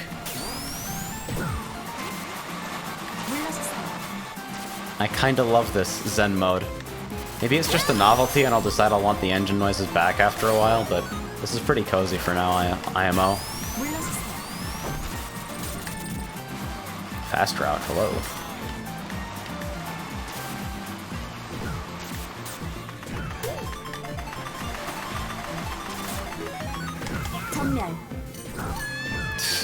Somebody's gonna be fucking sad.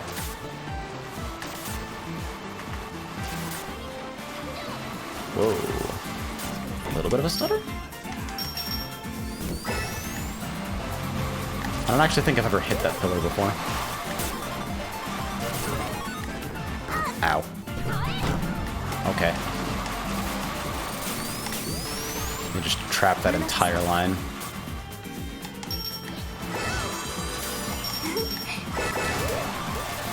Good talk.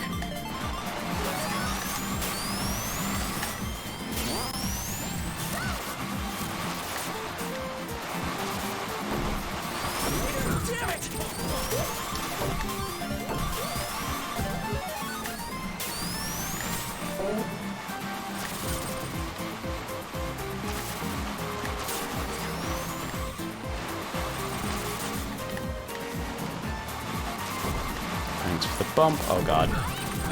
Huh, that actually turned out to be, like, acceptably quick. Alright. Yeah, he better fucking run. Oh god.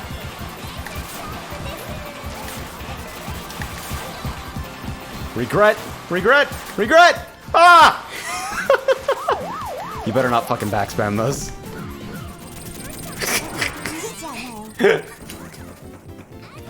Terror. Seriously?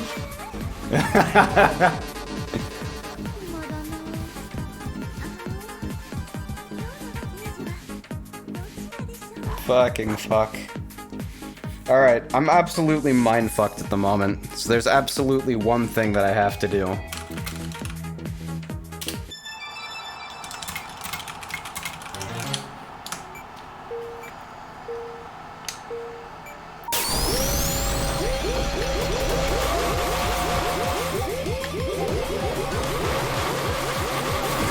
This is my favorite tradition.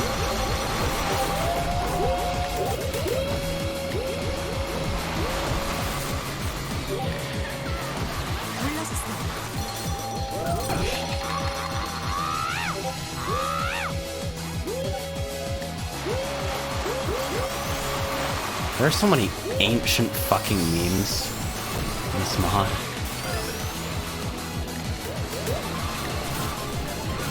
Are horn warnings disabled here? Yeah. I've had spam protection turned off for a while.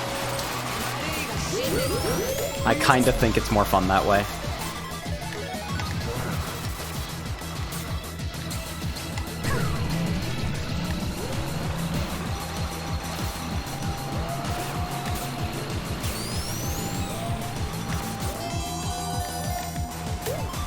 I think it's optimal to land on the fucking slope there.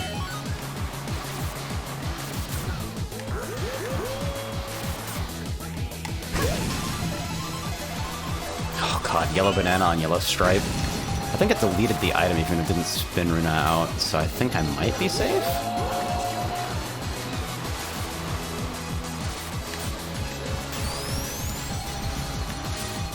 I never lose on gay energy. That's because I have the most gay energy. Seriously? Good night!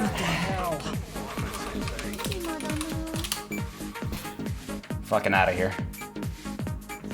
Race car takes flight and jumps a fence.